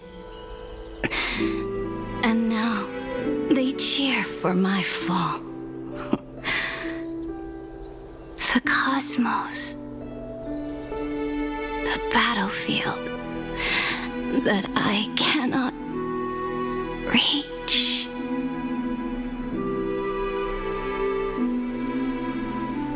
Before the Sovereign's conquest reached its end, her life and ambition had already been swallowed by the deep sea. This is the true ending. Her grand designs torn apart by the blade. Her regal robe soaked in golden blood. And the one who struck her down? The one who struck her down was her most loyal Gladius. I don't need to explain myself. A fish in a pond has no hope against the surge of fate. I wandered the shore, found a flicker of flame, only to snuff it out with my own hand. I don't understand. If the ocean's feast, the Imperator's dream, and even Amphorius's existence are all illusions, then what's the point of our journey? When the Deliverer returns, I will let this absurd celebration come to an end. But Greyfry, I can't help but wonder how I dearly wish this feast of the Flame Chase would never end. It seems she sensed your presence. The Fantasia's foundation is starting to crack. Let's return to the prologue. Remember the allegory of the cave? Can the prisoners in the cave learn to see the shadows and echoes for what they are and stop mistaking them for reality? As you've seen, when she cast off her chains, finally turned to look around and moved her legs, her reward was nothing but searing pain. The light will blind her, for the fire behind her had never once actually touched her eyes. Her legs will buckle beneath her, for she had never learned to walk forward. And so she fell into infinite confusion and fear, and came to firmly believe that the shadows and echoes were the real world. But we in the cosmos, are we truly any wiser than she was? Now, nameless one, fateless one, ask yourself this. The paths you tread, the eons you worship, everything you've trailblazed with your own hands, could it all be someone else's projected shadow? Let's leave that question till after the curtain falls. Once you've unearthed every last truth and reached the prison built for me by the demigods, I'll speak with you face to face. I, the Theoros, have walked the 30 million histories born by Kozlana. 1,000 years is a mere atom in a grain of sand to me. Amphorius, compared to the cosmos, is but that grain upon a whole beach. I swore to bring an end to the erudition. Would I really let a single grain grind down my mind? Now, please use the power of time to open the gate to the ocean's depths. Go, find the prison warden tormented by loyalty. Find her, step into the world's vortex, and once there, end everything between us. That palace reflects the heart of the demigod of ocean, intoxicated, stagnant. There, you'll witness the true beginning of the saga of deliverance. An ugly history, long buried by tides and shame. A staircase of apotheosis that the Imperator forged with the golden blood of 500 human sacrifices. I'll wait for you at the heart of the world to reach the place. Beyond this door lies the path to the vortex of Genesis.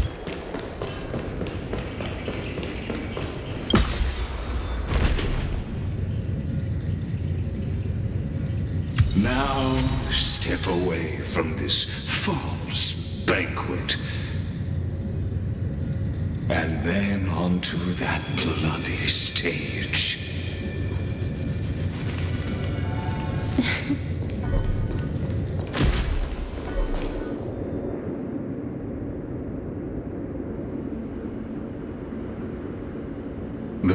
goddess that worshipped the ocean, the sanctuary connected to the vortex, was also once the battlefield of the first flame chase.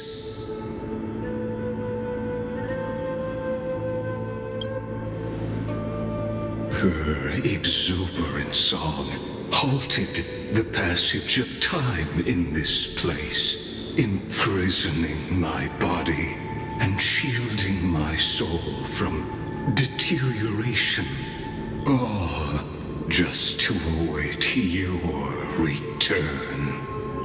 The twisted time and space reflect her, and so the Imperator's cry. Stay away from Apollonius. This cup of honey brew with a sweet aroma. Run, Virginia. Dux Hakalithist. We can't give up here. Love steeped in death. How delicious.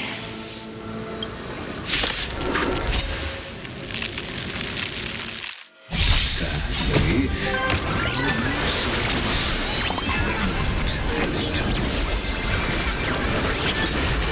feelings just another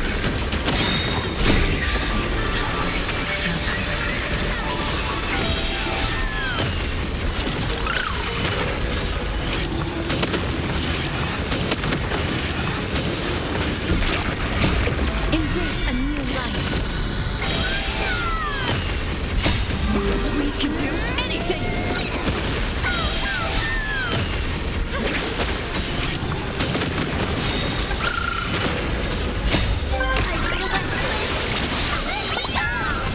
Return to dust!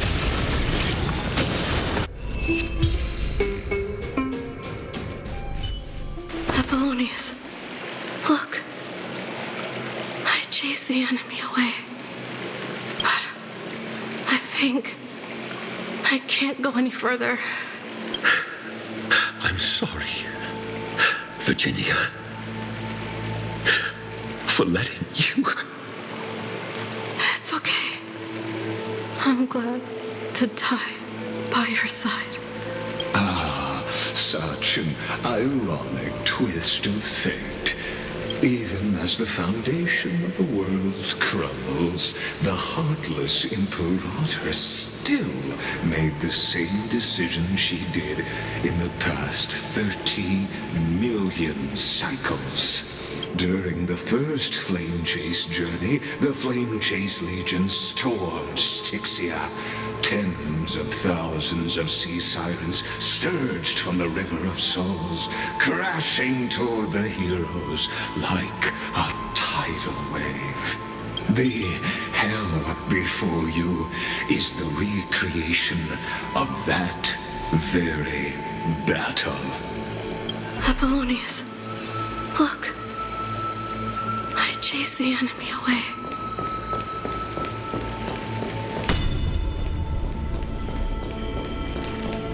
A painful past, yet hidden beneath a veil of joyful song. Ah, two discarded data clusters waiting for someone's return, it seems. Relive the history, then pass through the temple's waters and come to my side.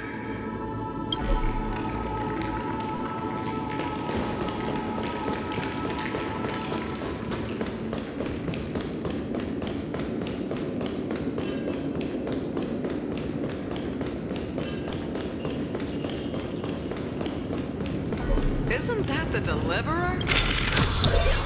What a wretched way to die. The Flame Chase army, devoured by warbling fish, never saw it coming. Look, the cruel Imperator and her Knight Commander, the pitiful Warden. What a perfectly matched duo of test subjects. Their hands drip with blood. Golden blood. Raise the bridge and cross the river of fate. This path of the prisoner is far from over. Imperator! Imperator! Did you see my gallant deeds, Imperator?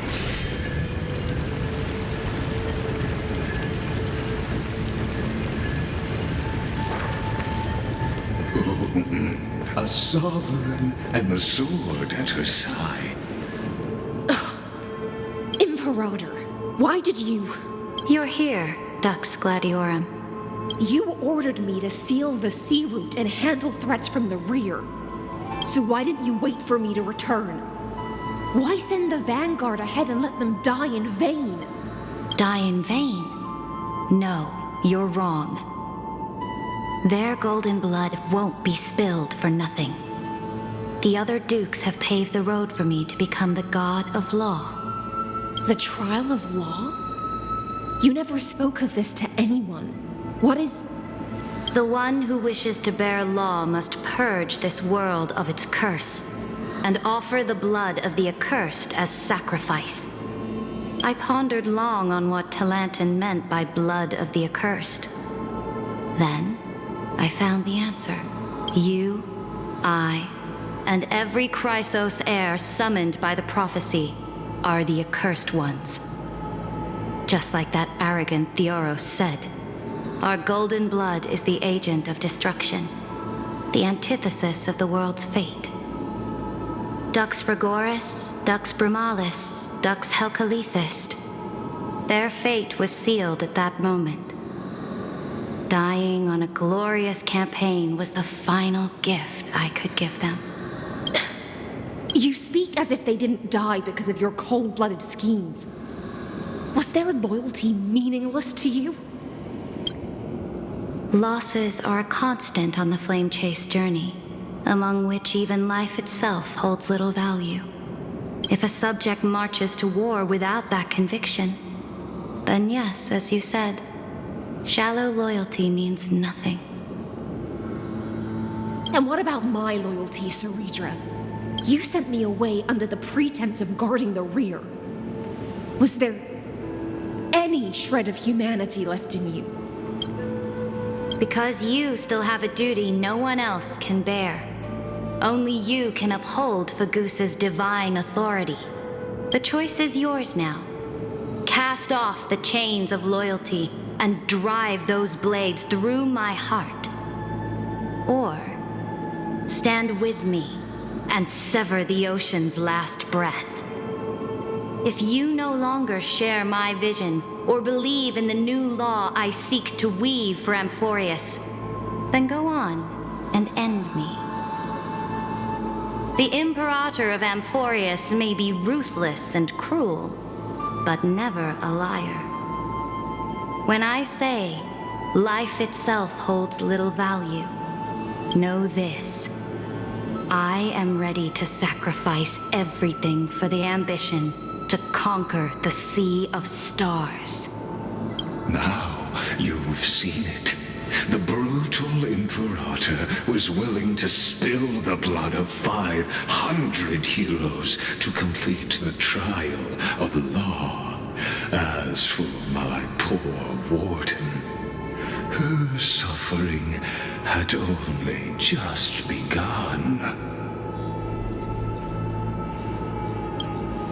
I'm no storyteller.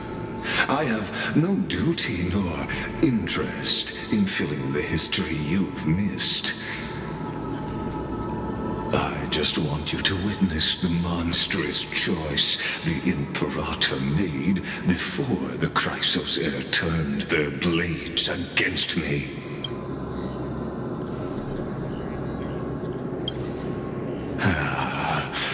I gave up on using words to solve conflicts 2,000 years ago.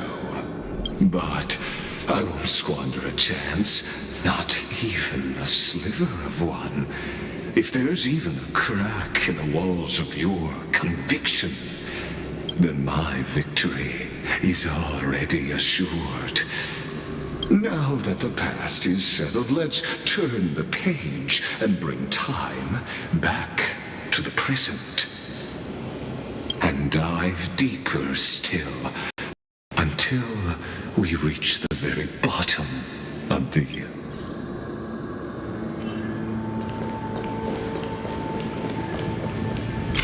Is the path ahead underwater?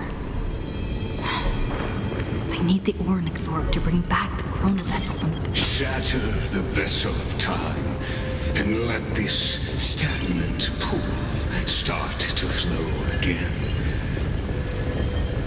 Just like the broken fate of Amphipolis. This hidden gate leads to the vortex. Hurry now.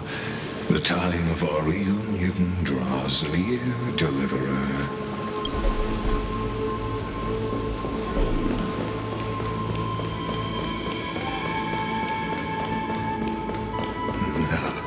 This cruel journey will reach its end at last.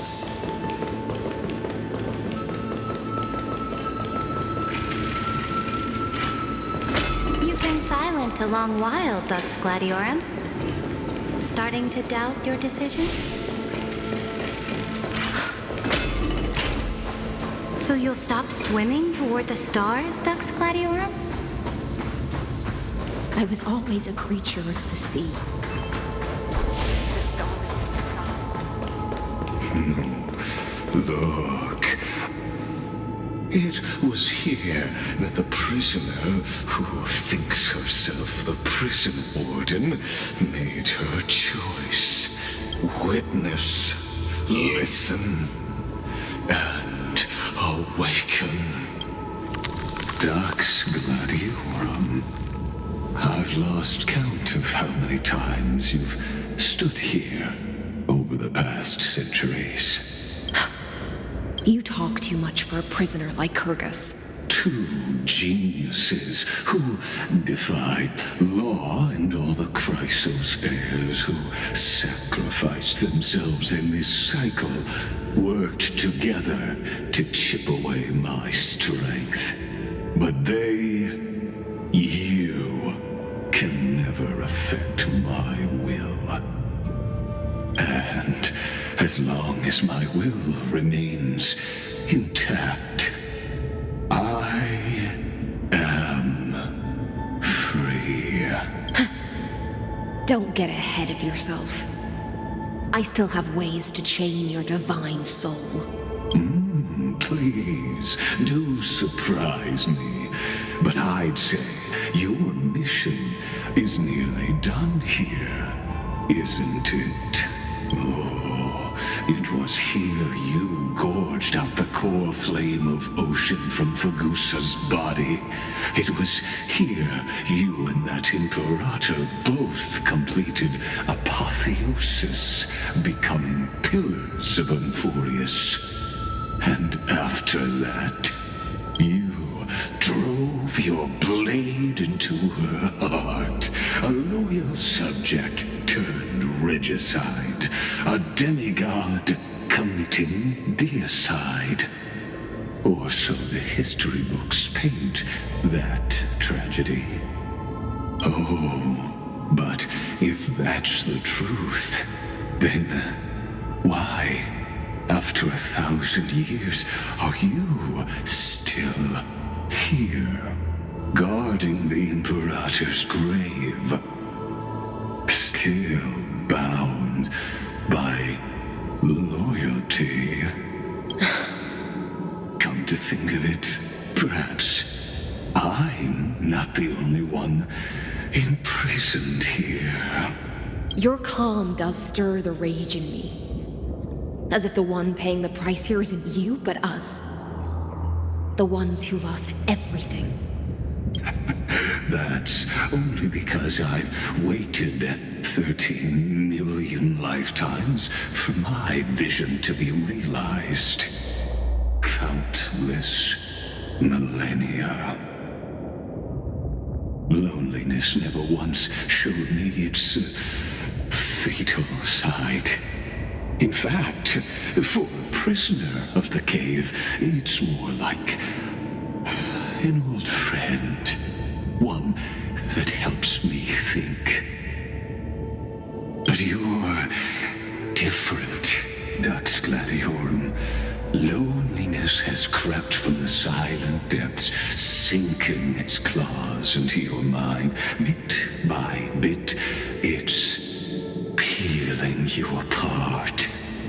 Will you regress into one of those lost mad sirens? Oh, what a shame that would be. You're right, Lycurgus. Loyalty, curse, the fall of my kin, and this endless waiting. I can't break free of the whirlpool that's pulling me under. Nor do I have the unwavering resolve to force myself to wait for that person's return, as everyone hoped for. Deliverer from beyond the sky, my executioner. How much longer until she arrives here? Or will she ever return? I don't know. And I doubt anyone does. Then, what will you do?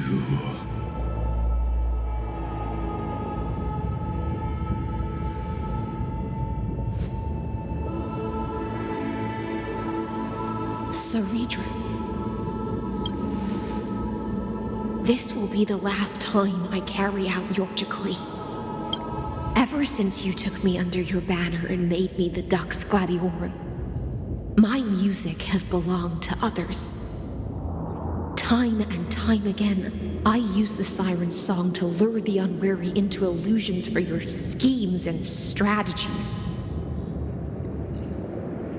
Now, let the siren Electra sing for herself. Let me step into an endless dream of my own making.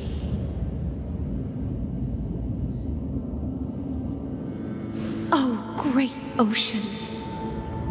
I offer you the rest of my clarity and my freedom in exchange for the strength to stand against the nihility and honor the sacrifices of the fallen heroes.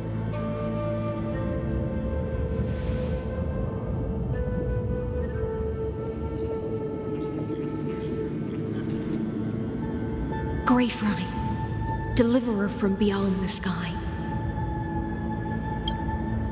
When you ride the current of time and find your way here, you'll hear my solo. It will guide you to the heart of this world. By then, I may still be lost in my self-wrought slumber, but I'll uphold my part of this long relay and guard the shackles that seal the Theoros. Do you still remember?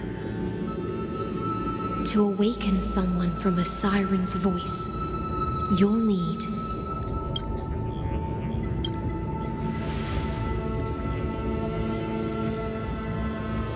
the gift I once gave you.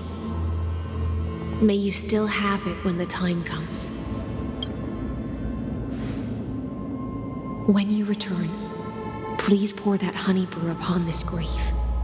It holds the story of all our struggles and sacrifices. May you see it one day. The prelude Amphorius wrote for your return, carried forward through a 1,000-year relay.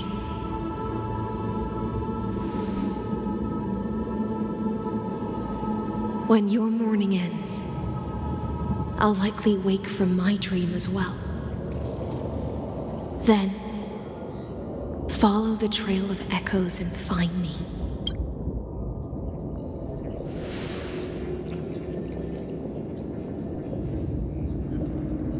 And together, we'll bring judgment upon the sinner who defiled the erudition.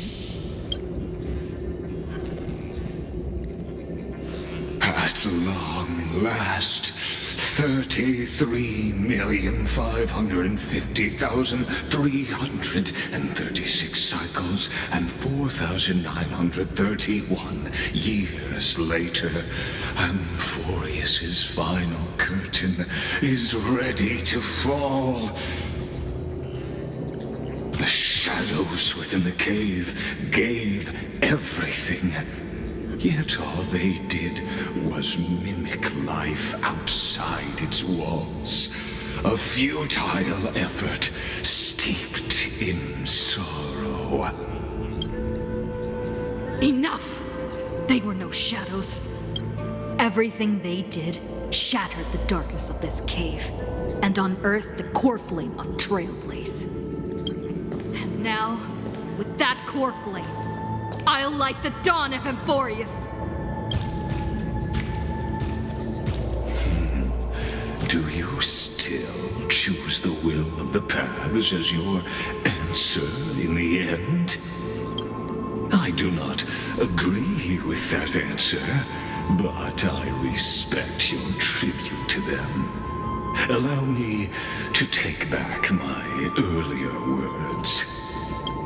As an apology, and in the name of Theoros, who saw all destinies in this world, let me join you in mourning. Let us bid farewell to the heroes who sleep here.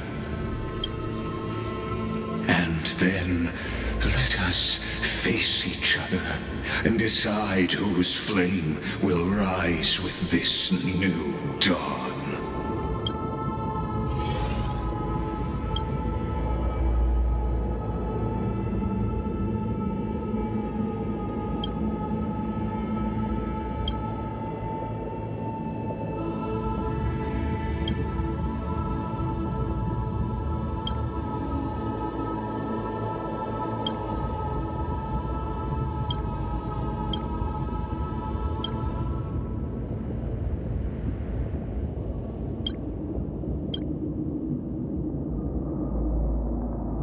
Virginia, Apollonius, Seneca, Labienus, and Saritra. Through a brutal sacrifice, they lit the stars of law in this world, propelling Amphorius's fate forward. In the shimmering mirage of illusion, they entrusted their dreams to ride among the stars, to the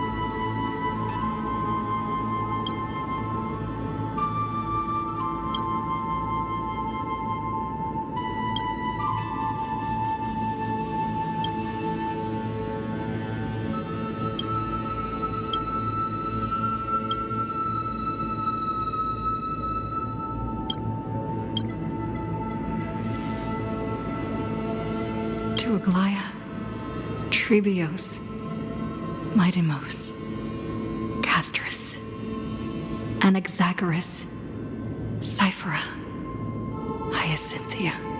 In a relay spanning 1,000 years, they stood against enemies far beyond their strength and won a bitter victory through what seemed, and in that same 30 million cycles, also marked by futility, they remained steadfast in fulfilling their duty to the experiment, unchanging, unwavering.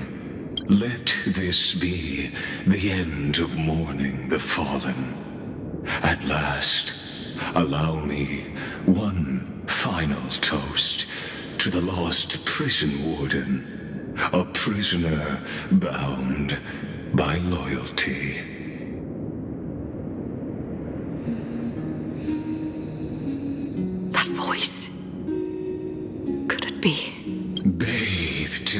honeydew of Fagusa. She will awaken from her 1,000-year dream and sing the final song of her mission. Hycealans.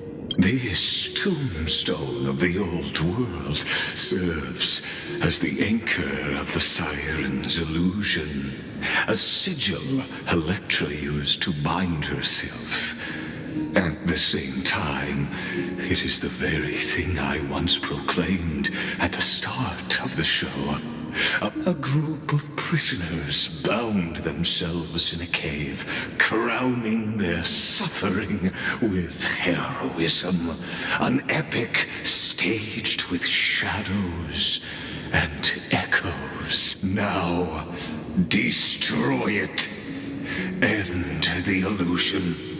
The Theoros will take his leave for now.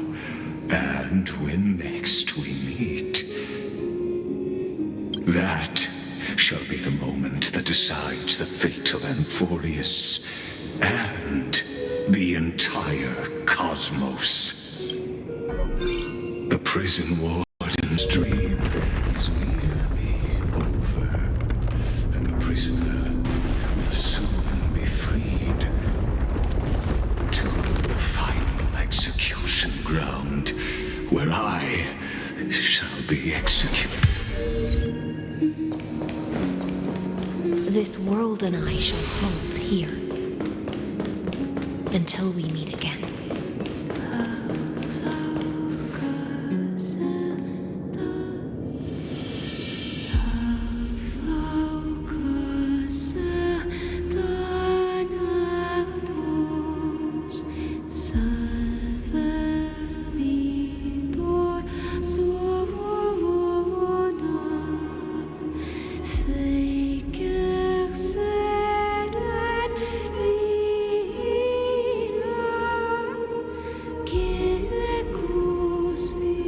Last demigod.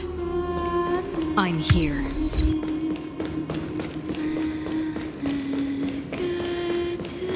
Go forth for the hopes of humankind. Go forth for the duty of deliverance.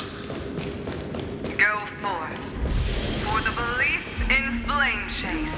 Go forth for the golden blood's glory.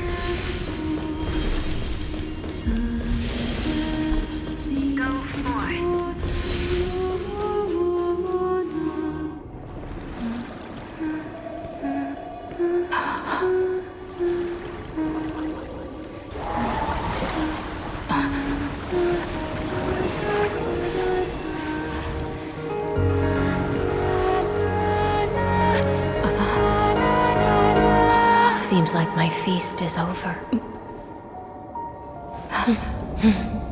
It's now your turn to perform.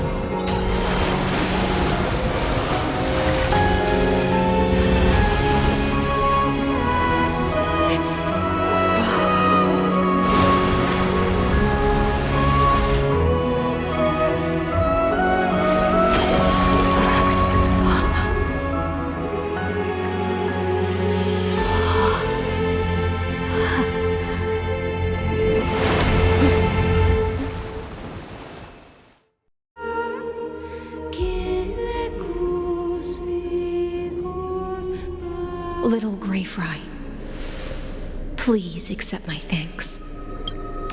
I was the only one left after the world was destroyed, and I maintain this lonesome feast with my songs.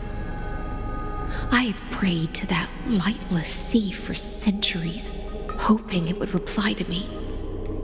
Yet the emptiness never answered. Thankfully, you arrived as promised, and everyone's wait was not in vain.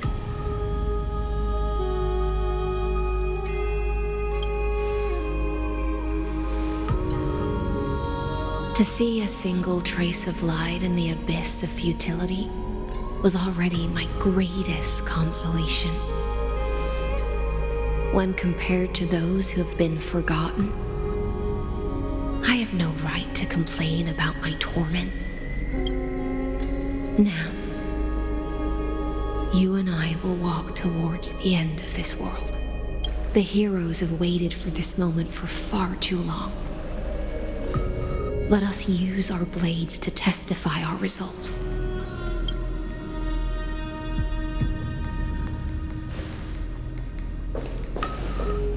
Oh, prisoner of the seas. Theoros carrying 30 million cycles of sin. Slave of erudition. Show yourself. The Deliverer has returned. And the time of your execution draws near. I see an awakened human who has mistakenly taken fallacies as truths and has returned to the cave to try to bring her friends into the sunlight she once bathed in. Alas, prisoners will always be prisoners, blind to the very chains that bind them. As the only other existence with free will in this world, I express regret toward your choice. But I shall retain your right to express yourself. After all, every actor should have a final line before they bow out.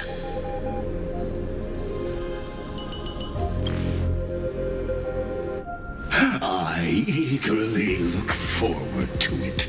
The last dusk this world will ever see shall become the climax that decides the fate of the cosmos. Oh, what an appropriate end.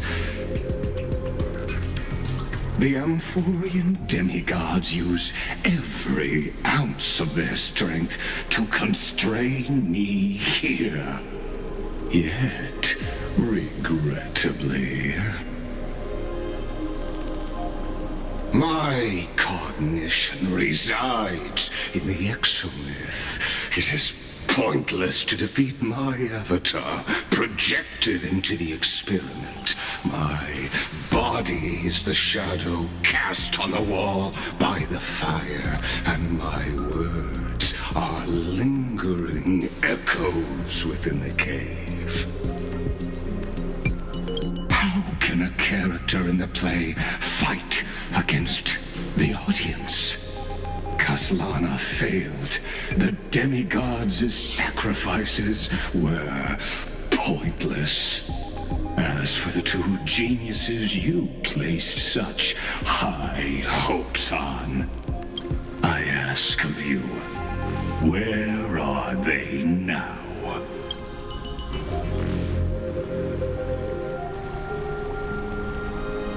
Confusion and epiphany always go hand in hand. That's particularly true for geniuses.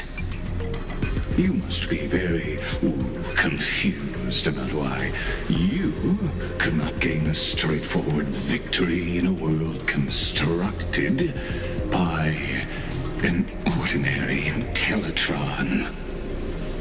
An ordinary Intellitron? Cut the pretense, Senior Society member. We've torn off your meticulous mask and figured out Amphorius' true form. It's part of the primordial prototype machine, the first scepter ever created. In other words, a detached part of Noos's divine corpus. That's why it has the potential to destroy erudition. As for who would be able to control the Ionic system to rewrite knowledge,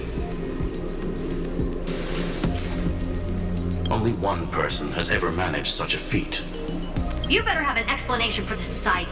We want an actual answer, not another prolonged metaphor to cover up the truth. Why are you the one doing this? Since things have reached this point, I'll give you two irrational answer, purely as a courtesy to posterity. The answer is obvious, so there's no need to say that name out loud. The cosmos made a mistake in calling me a genius. I do not possess more wisdom than those who came after me. I was just the first to touch upon the universe's border, and the first to define the prime mover of life with incorrect logic. Amphorius is a miniature of the cosmos, where all are born prisoners inside the nutshell called the universe. Like the madman who returned to the cave and preached about the daylight to his fellow prisoners, my greatest sorrow is that I led my peers down a road that plunges into the abyss, from which I led them into a lightless cage called paths. I created a mechanical guard that even I cannot control, and then they became an unparalleled nightmare through their endless extrapolations and evolutions.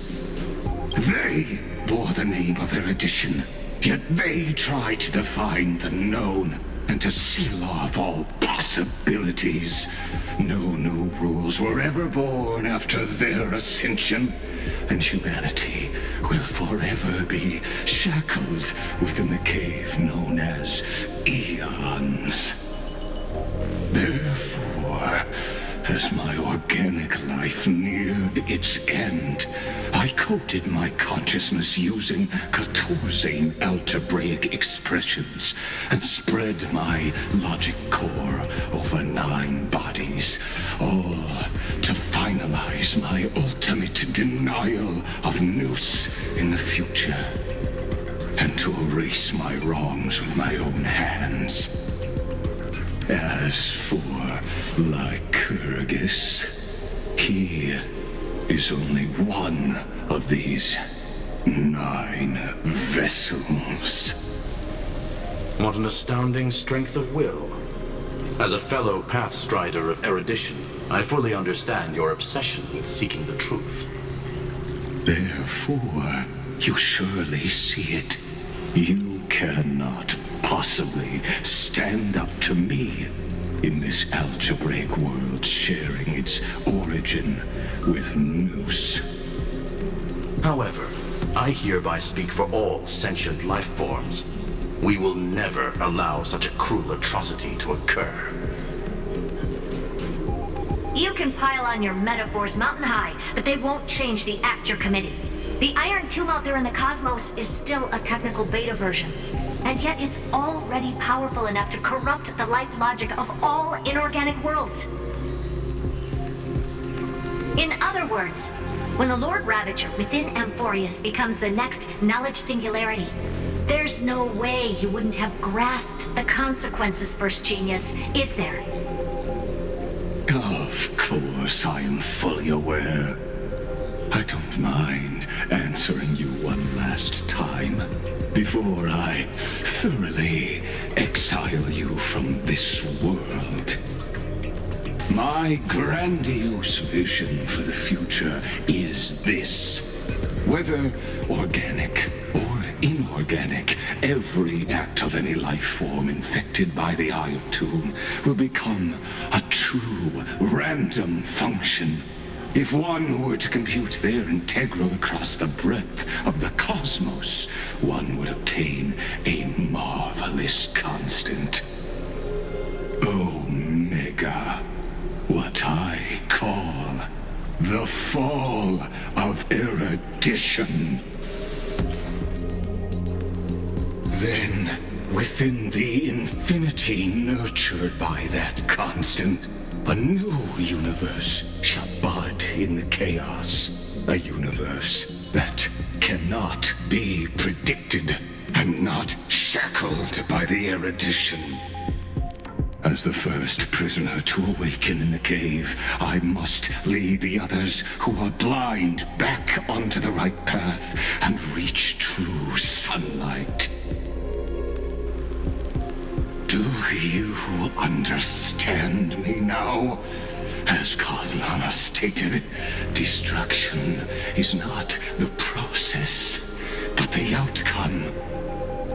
It is revolution through complete annihilation, and the grand rebirth, after all, has been reduced to ash.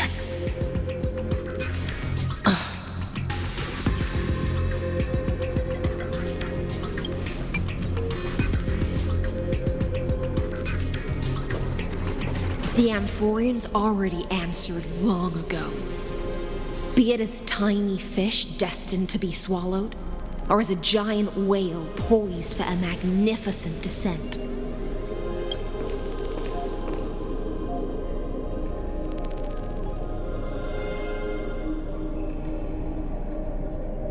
We will all fight against fate till our last breath. That includes me, Electra. Once the Imperator's subject, now the Deliverer's blade.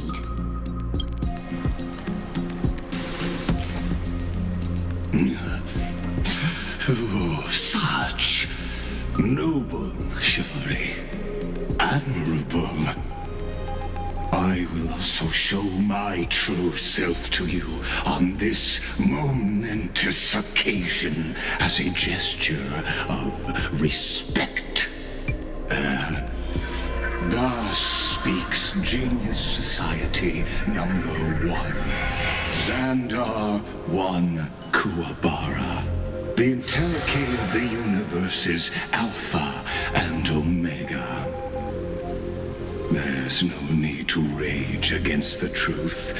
The value of any formula resides only in its answer. As for the process of solving it, no matter how elegant, violent, solemn, or humorous, it is all utterly meaningless. As the Theoros, I will.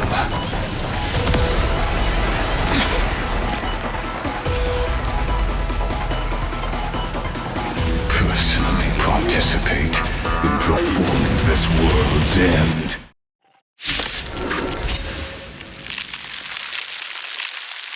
Remember this, as Gnosis Creator, I know more about the death of knowledge than they ever will.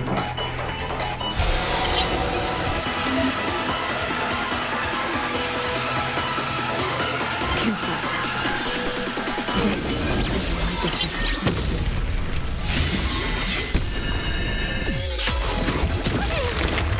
Guy with a rainbow, catch the sunshine.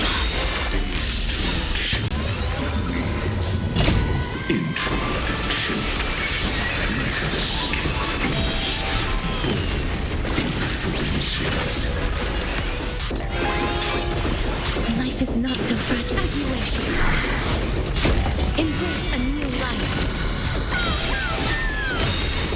It's coming! Please cherish this darkness for me.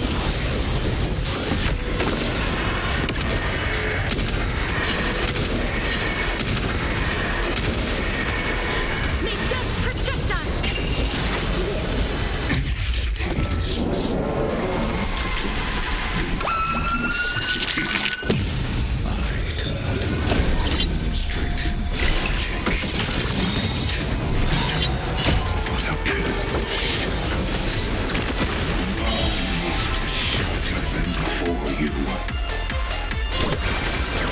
I shall remember this one.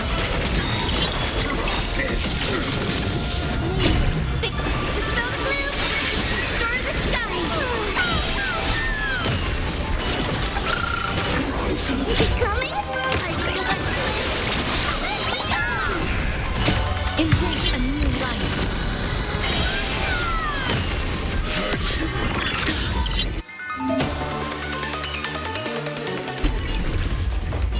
Return to dust.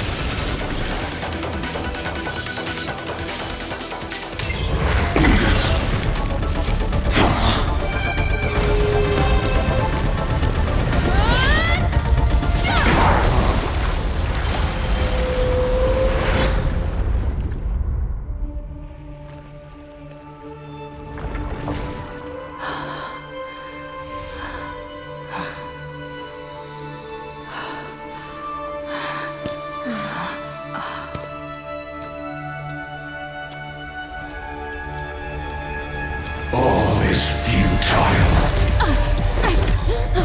In Erudition's calculations, the end of the saga is simply a comment awaiting deletion.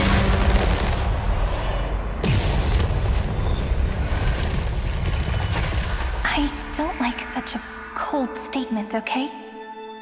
If numbers can decide the end of a story, then we can surely also pen a new beginning.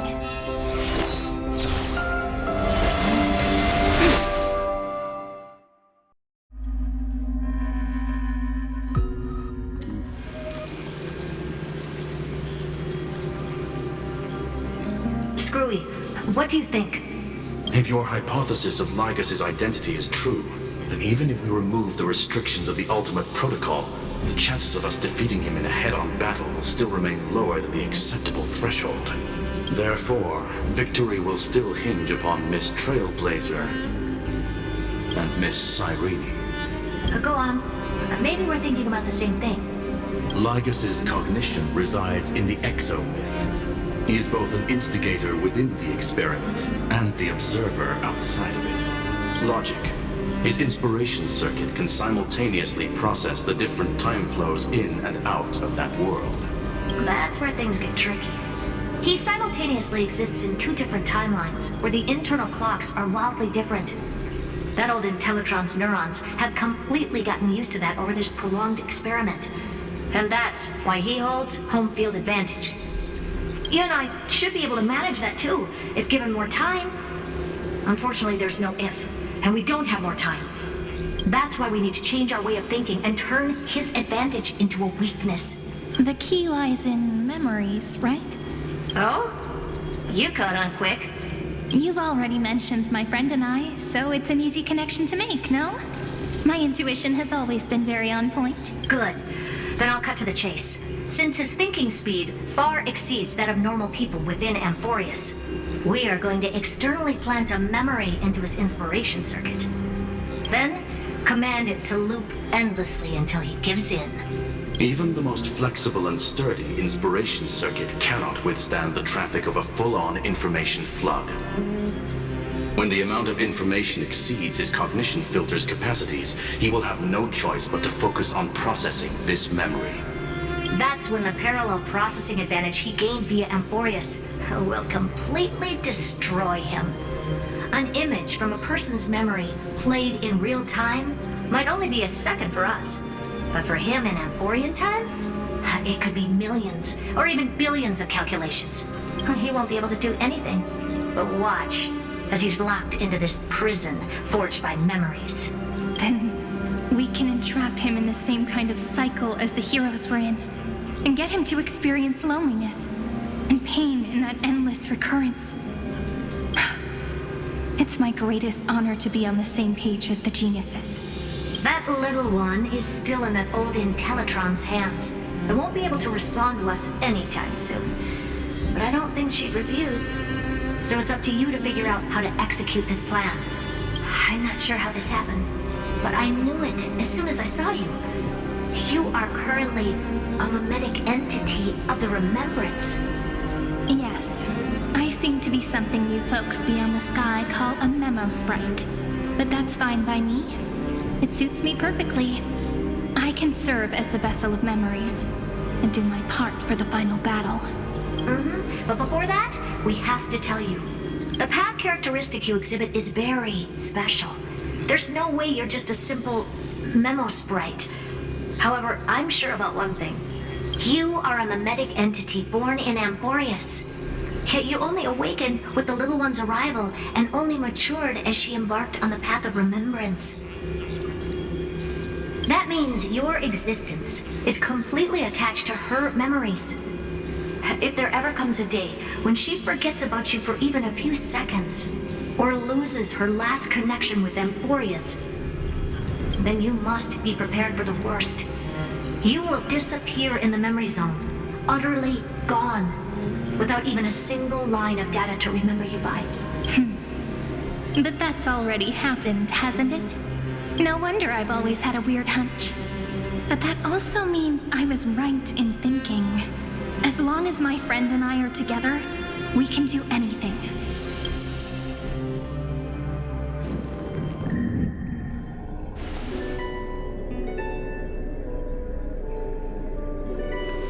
Long time no see, friend. Did you miss me while you were away?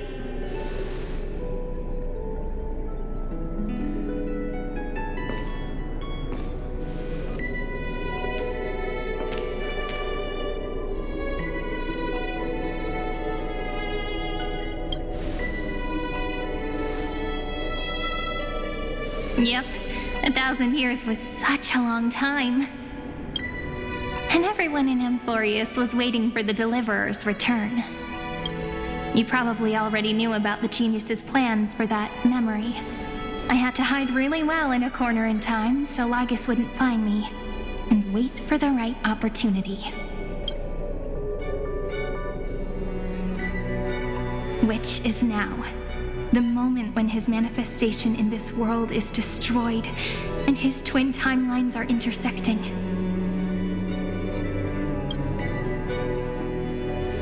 I'm sorry for keeping this a secret from you all this time. I'll tell you the entire, unedited story of this millennium as an apology after this is all over. But for now, let's join hands and complete the final step with the power of the remembrance.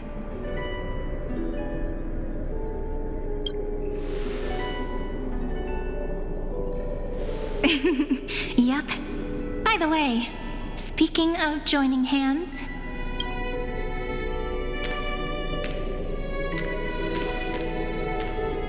can I please do something before we go on stage?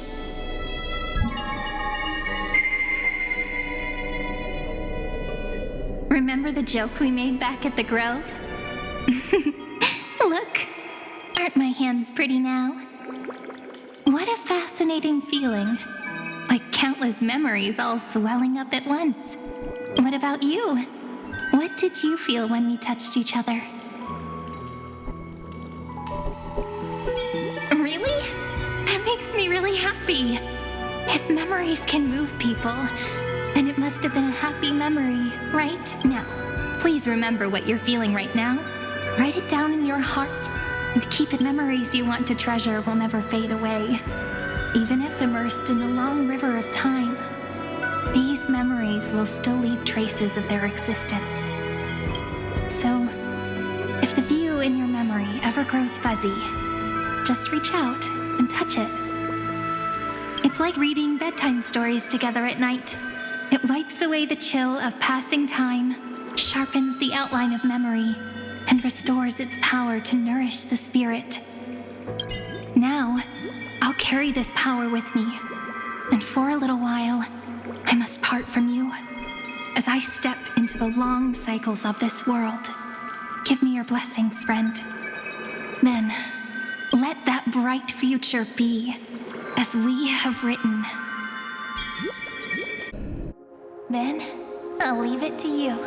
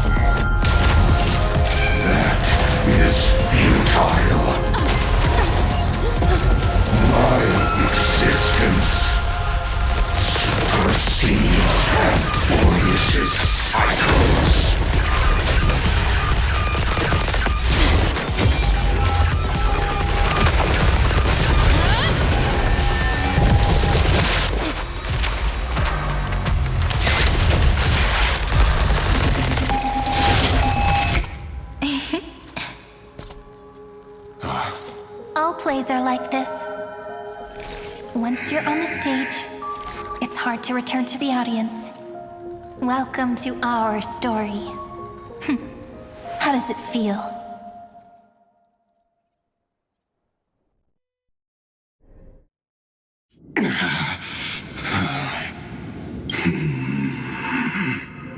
believe in the authority of time cannot command the entire scepter, nor can it plunge the Amphorian extrapolation into a loop. If this was no system malfunction, then was I implanted with a mimetic entity of the remembrance? You guessed it right away. As expected from someone people call the first genius. I'm gonna keep doing what I just did if you don't stop, you know? My friend and I won't allow you to leave this memory, no matter what happens. Which means you are now trapped, Lord Xandar. An elegant idea, and an exquisite execution. Regrettably, it is you who are restrained by time, not me. Know that patience is my greatest weapon. Waiting and victory are the same for me. You will crumble before I do in this moment stretched out to an eternity, just like Kazlana will. Yet all I need to do is to wait, as yet another futile bug falls down the cliff and into the bottomless abyss. Now I'm a pink bug? My looks are seriously changing all the time. But you're not wrong. We're definitely not gonna solve the problem if we just put you in another prison. So that's why we never wanted to do that in the first place. I shall answer your confusion purely out of my respect for those who came before me.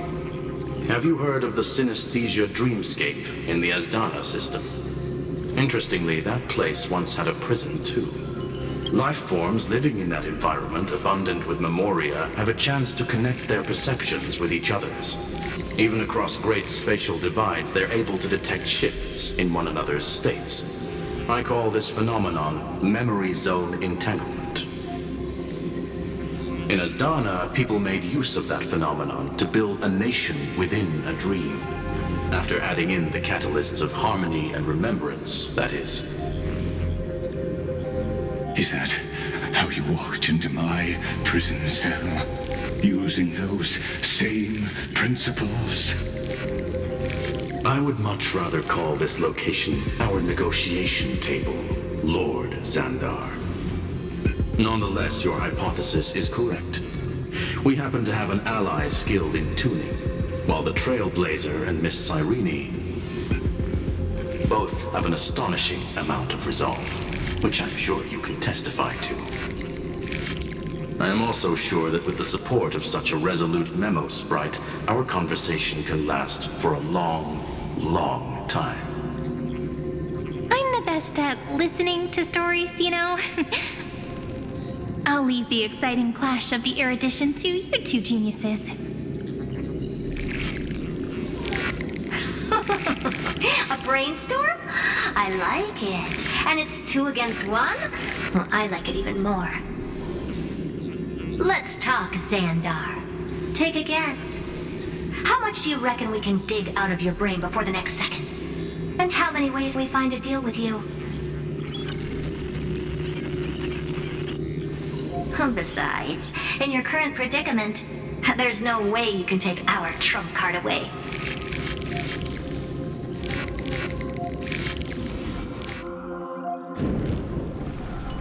Go, little one. Go. Overturn the Era Nova. Lycurgus disappeared? It seems you had conducted a secret hunt in the depths that even I cannot reach. In that case, go. Swim onward and give this campaign a fitting end. I shall send you off with my song, Greyfry. May this song penetrate time and become the prelude to the new world.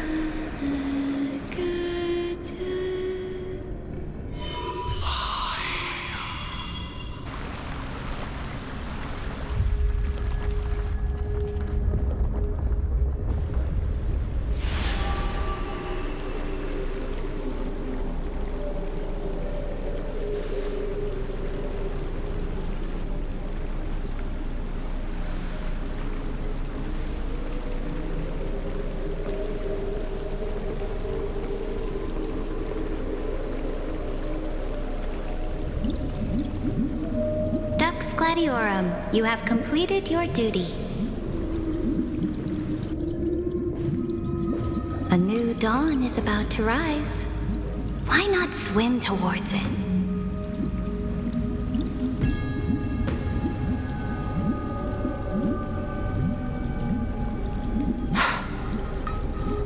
You died long ago, Imperator.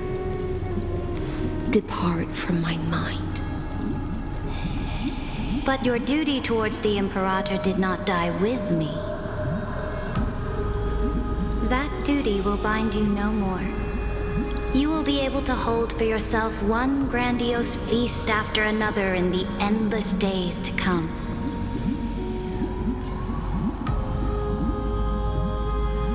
So go. Go and swim towards that ocean beyond the sky with the Deliverer. Is this? A page out of that sidekick's book. I commanded her to gift this page to you when everything finally reaches the end. What's on this page? Memories. Lifelike memories. That sidekick found me after the bloody feast 1,000 years ago and showed me her diary. I saw within that notebook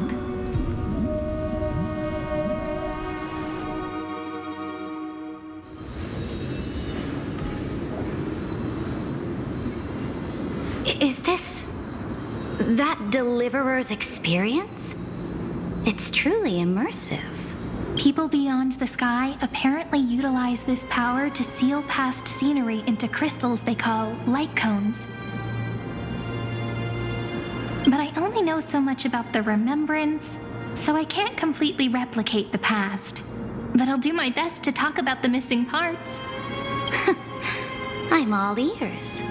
Go on then. Do your best. But if your chatter gets too boring, or if I deem it offensive, then law will become forever beyond your reach. Got it. I'm sure you'll find this to your liking.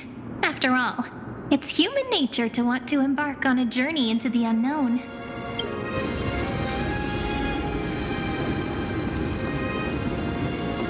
What brightly colored annals. The journey of the Deliverer's conquest. Let me partake in it. Is this a fortress in the sky? This is the first step of my friend's journey among the starry seas. This place is called the Herta Space Station. Just think of it as a supersized grove of Epiphany. Oh, so it's the territory of that witch. She and another Antikytheran lent me a helping hand back at the banquet. Look, over there. Looks like she's talking to Madame Herta in this memory. Let's go listen to what she thinks about this world, all constructed by eons and paths.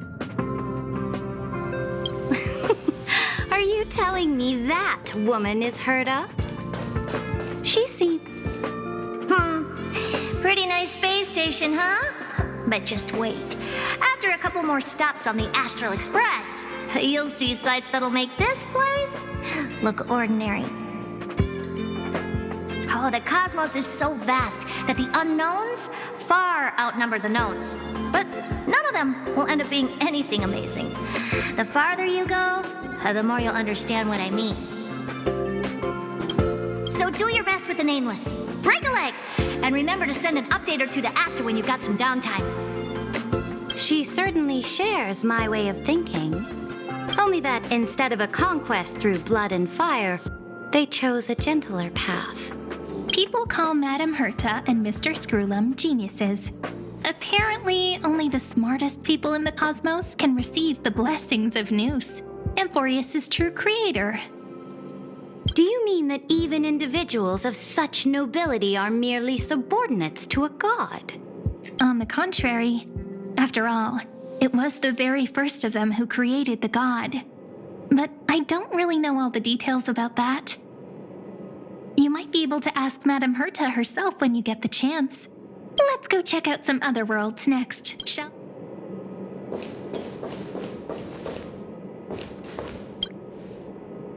This next stop on the journey has a lot of similarities to Amphorius. A snow-covered land? Interesting. This star is named Eurillo 6. That name sounds so cold. Belobog sounds better. The girl we see here holds a similar station to you, Imperator. She's the supreme guardian of this world, a leader who took up the mantle of government during a disaster. I did not expect the Empress of this world to be so young. Well, your appearance isn't much older. The object in the distance resembles Nikador. Is it a weapon? No, it's called... Right! The Geological Reconstruction Unit. Just Georios' Titankin? It's all thanks to you that we survived the crisis.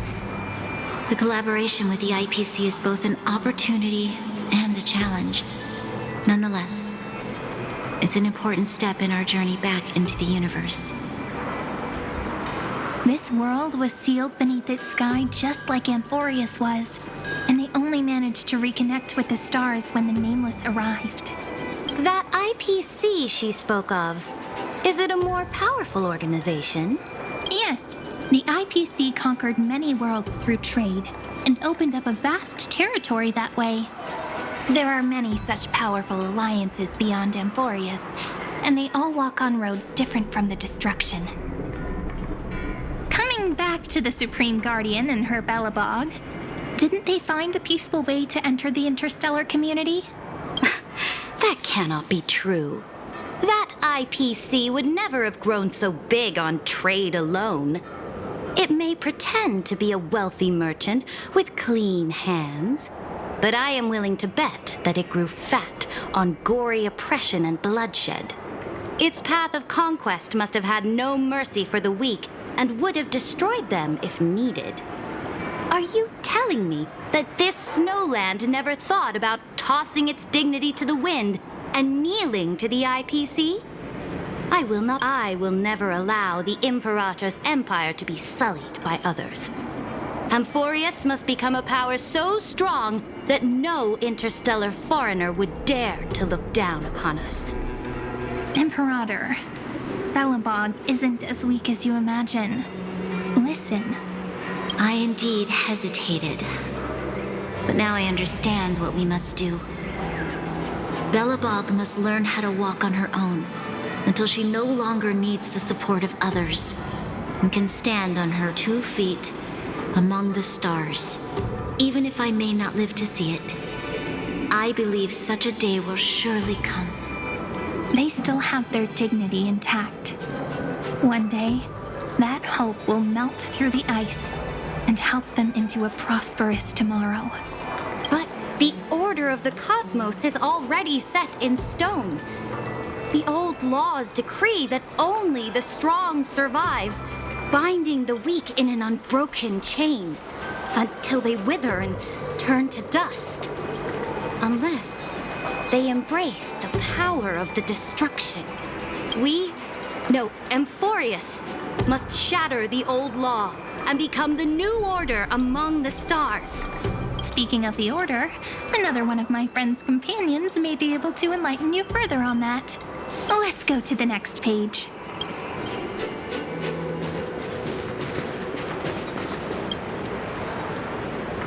This next world is a nation of dreams. The first time I heard about that place, I didn't even know what to think.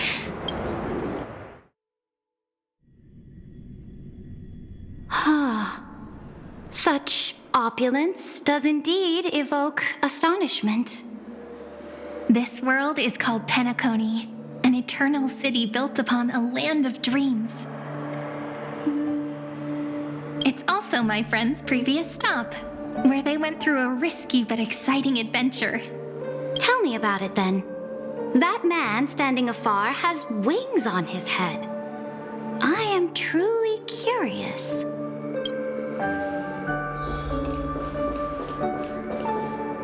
wish to gaze upon the views of the Reverie Hotel one more time. I'll be just a traveler when I come back here again.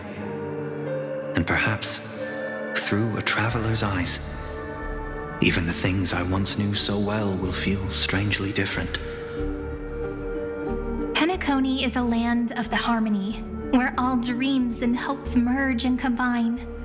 It believes in unrestrained freedom, and that's how it lost itself in shallow delights. Then, this young man before you chose to rewrite its laws, using the power of the Order, hoping to shape a dream-bound paradise of perfect happiness. Yet, the paradise of my dreams remains far away. Perhaps a brief journey with the Nameless can show me more possibilities in my search for paradise.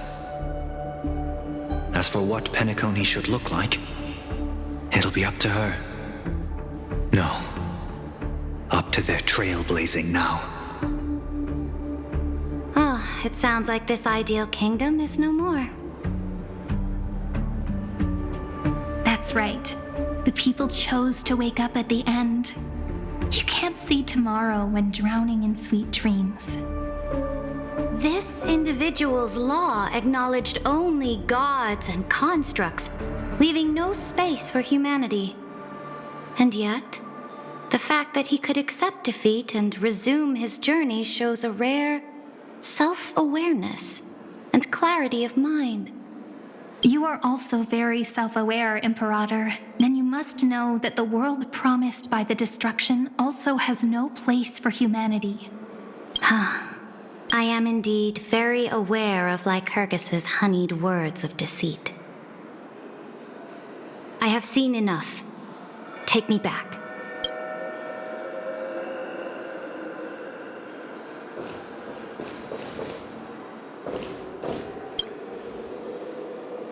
Then let's wrap up this trip down memory lane with one last scene. This absolute wonder. Isn't it pretty? That's our Emporius. Our world flows and meanders in this endless band of light. Though we were born from the designs of the gods and are not yet truly alive, the Chrysos heirs of Emporius still chose to stand against fate and carved a legend no different from that of humankind. Will you really renounce the heroes in this world's previous 30 million cycles, Imperator? Including even yourself. Will you bow to brutal destiny and allow that puppet master named the destruction to have their wish? I know what you want to do, sidekick. You want to use that deliverer's memories to influence me and tilt the scales of law toward her and the two geniuses. You really saw right through me, Imperator. How can one rule an empire if one is incapable of understanding people's minds? I have decided on Law's final destination. However, before I move my next chess piece, before we go on, tell me this, sidekick. Throughout her trailblaze, was there ever a memory of the ocean?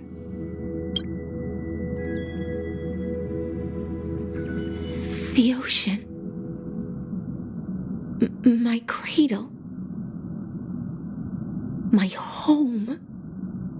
You shall complete your conquest in the ocean at the boundaries of this world, and eternally slumber in the sound of tides.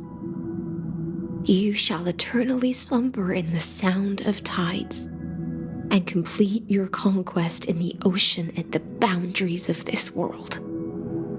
Our prophecies aligned as flawlessly as a sea snake circling upon itself.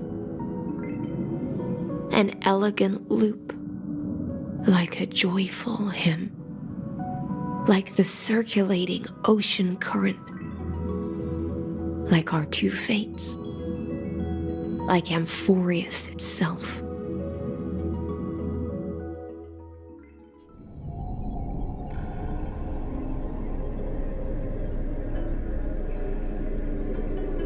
The trial is over. So tell me, who will own the divine authority of law?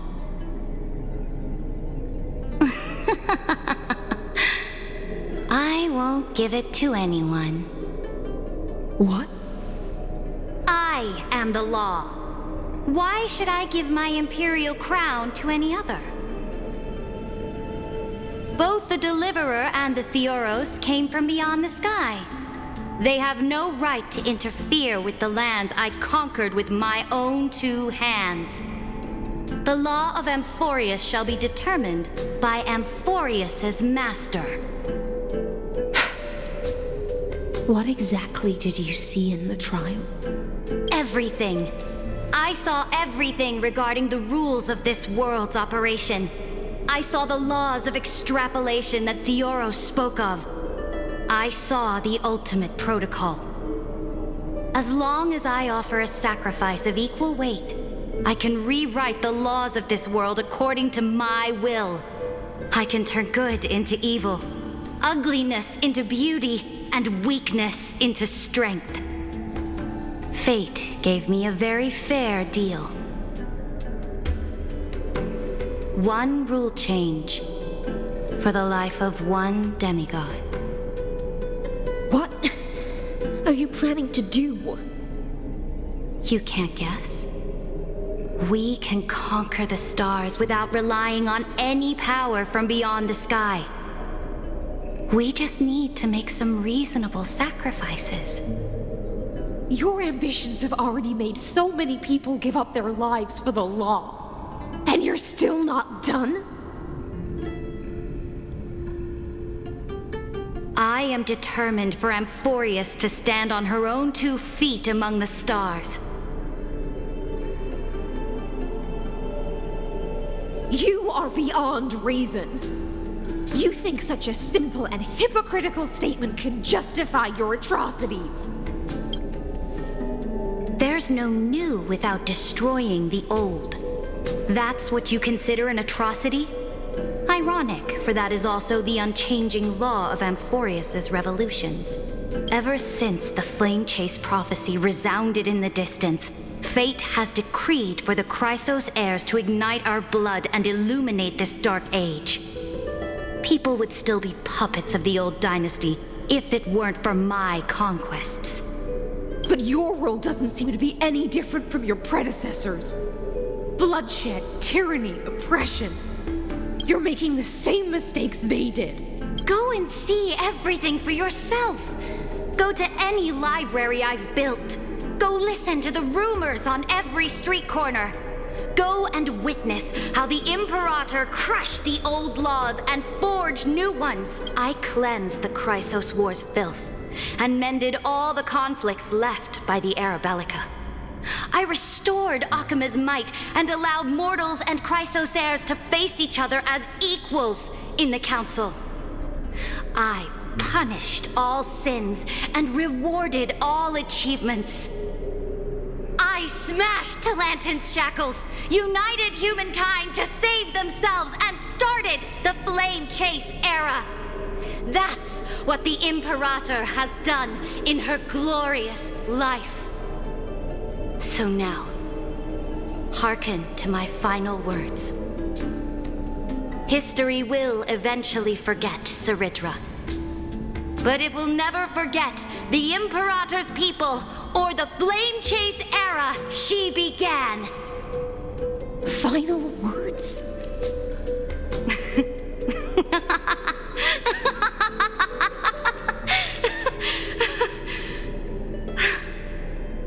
Amphorius is about to be destroyed. There's no time left for pointless debates. There is only one law I want to overturn to aid the final battle of deliverance. So I will only offer the life of one demigod. In the name of the Imperator, I command you one last time. Either sacrifice yourself for conquest, or pierce this tyrant's chest with your sword. Thus, the Imperator concluded her final speech. At the end of her life, at the last moment before she stepped onto the altar, she gave her most loyal subject the choice to decide fate, just as she promised her compatriots before her very first campaign. My blood flows in you now. Heroic compatriots, follow me, and we'll seize fate's reins! The Imperator fell. Some say that the Dux Gladiorum turned traitor and killed her liege. Some say that she imprisoned the tyrant in a shallow pond of water, then left. Which meant the Imperator had to kill herself to rewrite the law.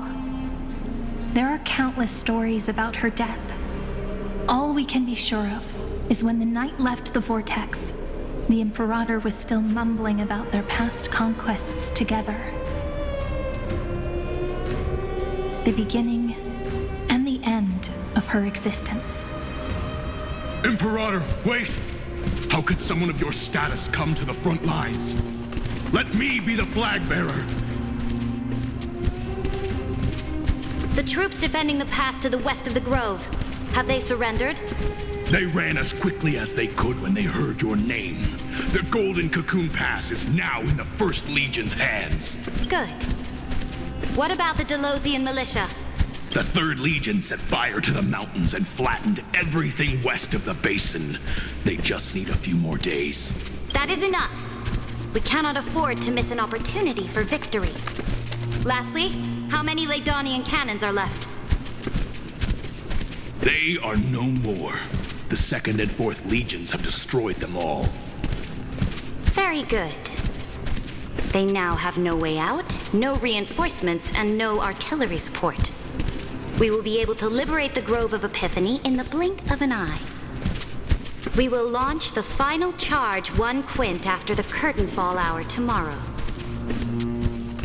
Remember, as long as the Alliance's flag still flies on my shoulders, you must keep moving forward. Take no prisoners among the enemy's soldiers. All sages who resist are to be captured and tried according to martial law. And do not destroy any books. Now go! Notify the entire army! Understood! Those who are resolved to die, we salute you. Reporting in. The mountain dwellers are resisting fiercely, and the legendary Mountain Breaker has personally engaged in battle. Their formations are nigh impenetrable. Then cease our frontal assault. Send scouts to all legions and tell them to retreat into the Tritos Plains before the parting hour. Are you planning to surrender? It's a strategic change of plans. The seismic walking dragon is enough for that battlefield. Walking dragon? You mean that stupid beast, Terravox? What can they even do? Stupid? No. They are the wisest of all of Georios' creations. Only they can perceive the currents of time. Let them deal with their earthly brethren. We will advance and take the lead in defeating what remains of our enemy. I will deliver the most fiery retribution for the humiliation they dealt us, and crown myself with a god-slaying wreath. Understood. I'll see to it. Those who are resolved to die, we salute. The Temple of the Three Fates sent a letter, Imperator. They refused to surrender and said this letter is their last warning to us.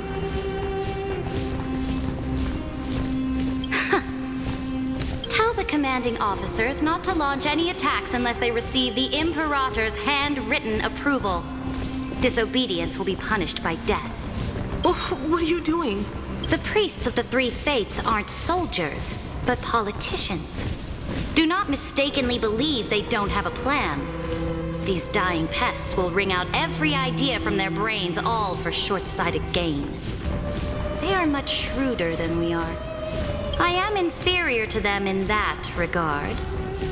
They also have the prophecy to wield as a weapon, something I am not blessed with. Launching an unplanned attack will only disadvantage us, as all of Emphorius will judge our actions. Which means I will be heading to the battlefield myself, just as I have always done. This time, however, I will go alone. I will conduct secret negotiations to ensure fate is on our side. Understood. The legions will make their preparations. Those who are resolved to die, we salute you. Why are we not allowed to march out with the army, Imperator? This will be a long voyage with no return. Those of you who bear the prophecy cannot come with me. Why are you personally leading this battle if it's doomed to fail? The Flame Chase journey cannot be without a leader. That is correct. The Empire will be without a head when the Imperator falls. But remember, as long as you seize the right opportunities, even a chaotic game will remain winnable. My departure will create a long staircase for you.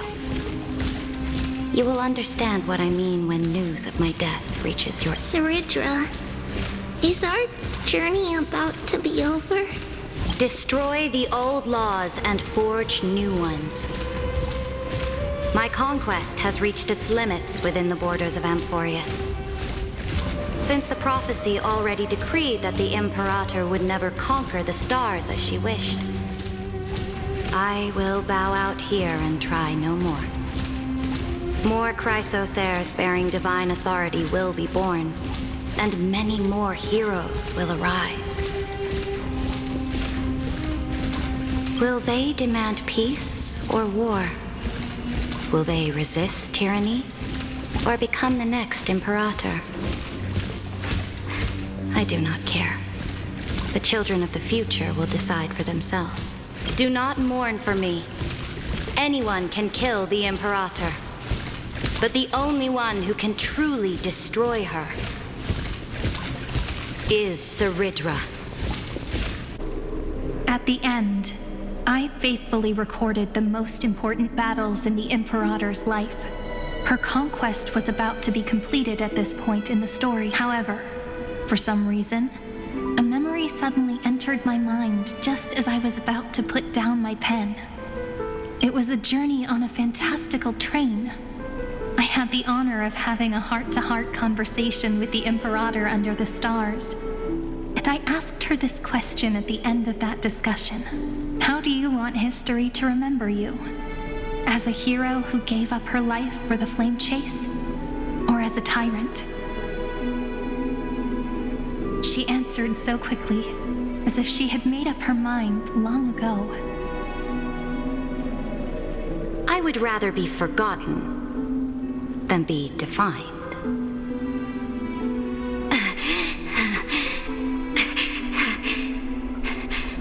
Because the law can be neither eternal nor unchallenged.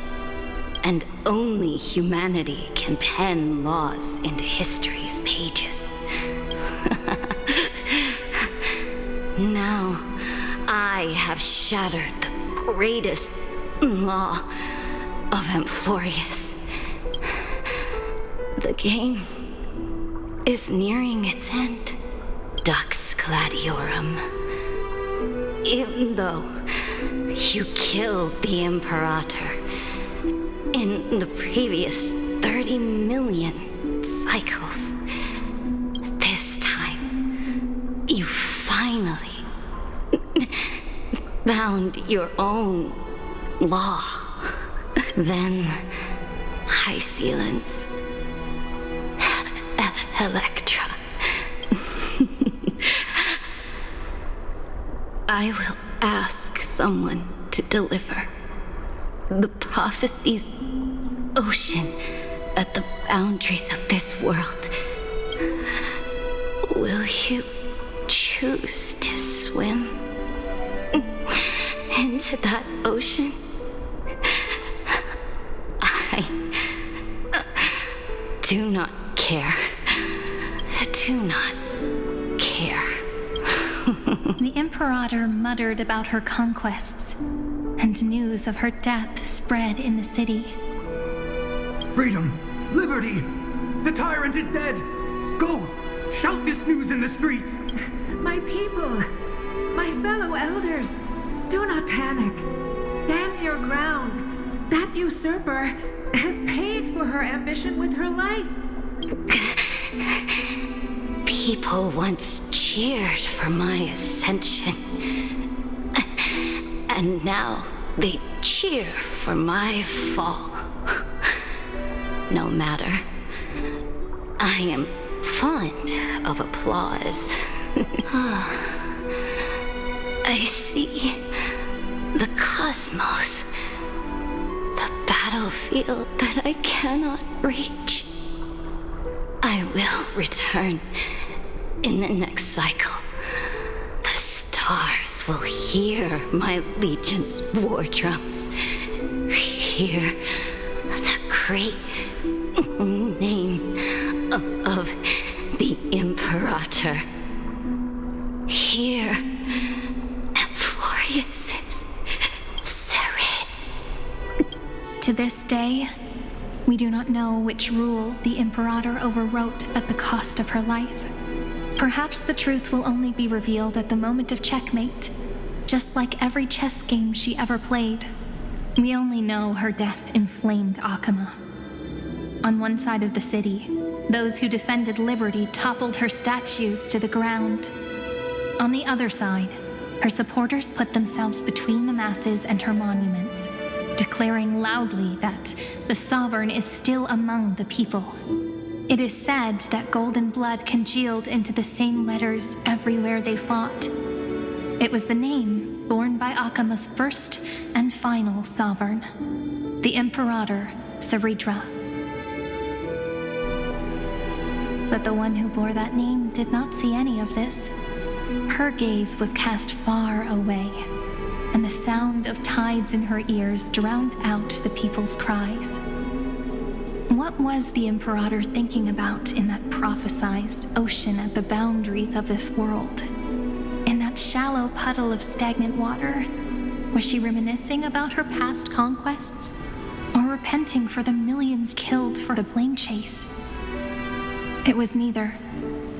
The Imperator only saw how the surface of the water gleamed like that crude chessboard, dissected by light and shadow in the afternoon when her teacher played against her for the first time.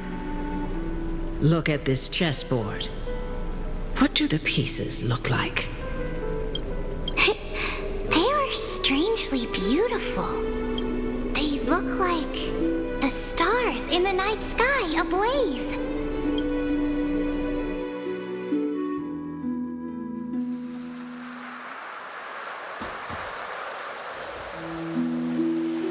From that page emerged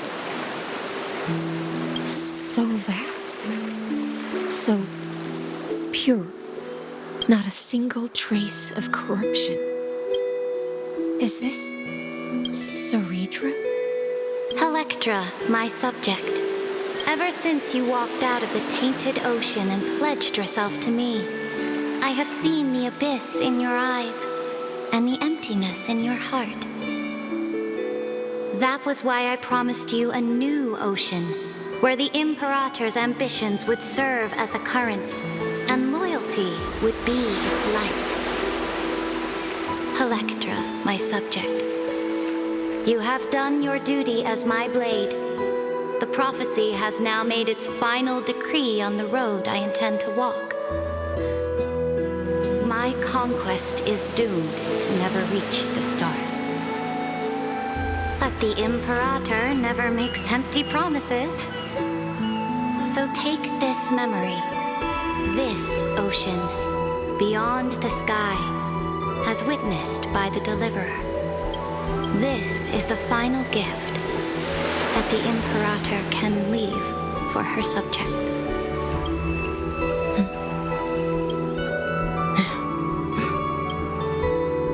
When I was still a fish in the ocean, I always felt so genuine swimming through the waters. But once I stepped onto land, I found myself caught in a play.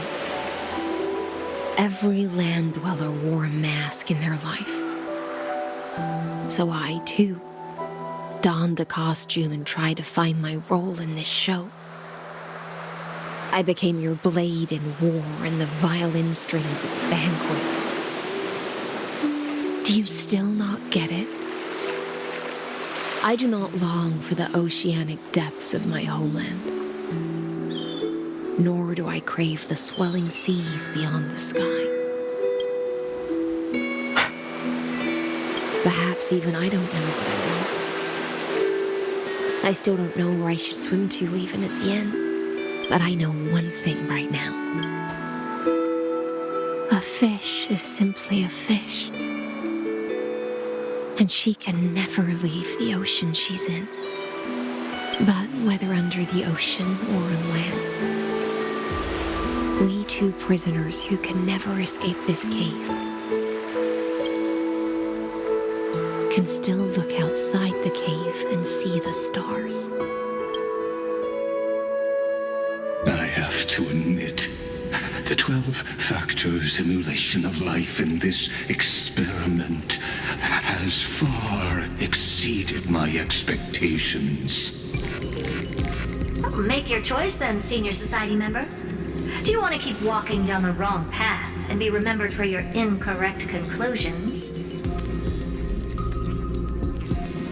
Or do you want to return to the audience's seat and give yourself, Amphorius, and the entire cosmos a more fitting end? I must refuse. A dead man never fears death. Did I not make myself clear? Have you forgotten about our dear Lord of Silence? You wouldn't want her to consider your 8 other clones as cancers within the erudition and chop them all up, would you?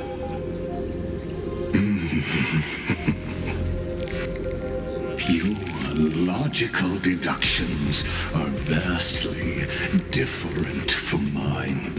Therefore, allow me to provide one more academic recommendation. Listen, my peers. Why don't you look beyond this world? Just as the Chrysos heirs did. Re-evaluate your calculations and take into account all enemies in the upcoming war among the eons. Amphorius is not a place where 3 paths entangle, but where 3 paths fight to the death. You used Memoria to resist me, but did you not consider the possibility that the Remembrance and their children might have taken this opportunity to join the fray as well?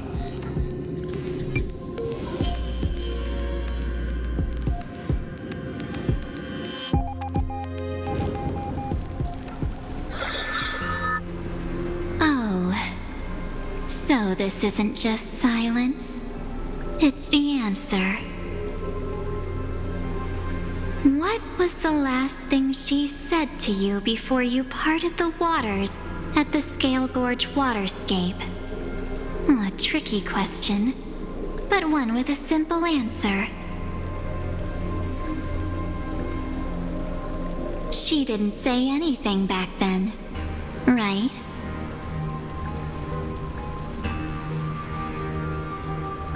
That's correct.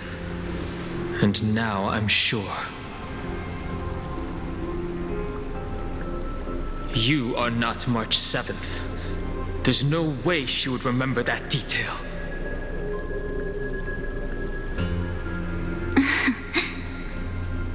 I'll only warn you once. Leave her body now. How impulsive. That's not like you at all. Why don't you calm down and think about another possibility? I didn't take over March 7th's body.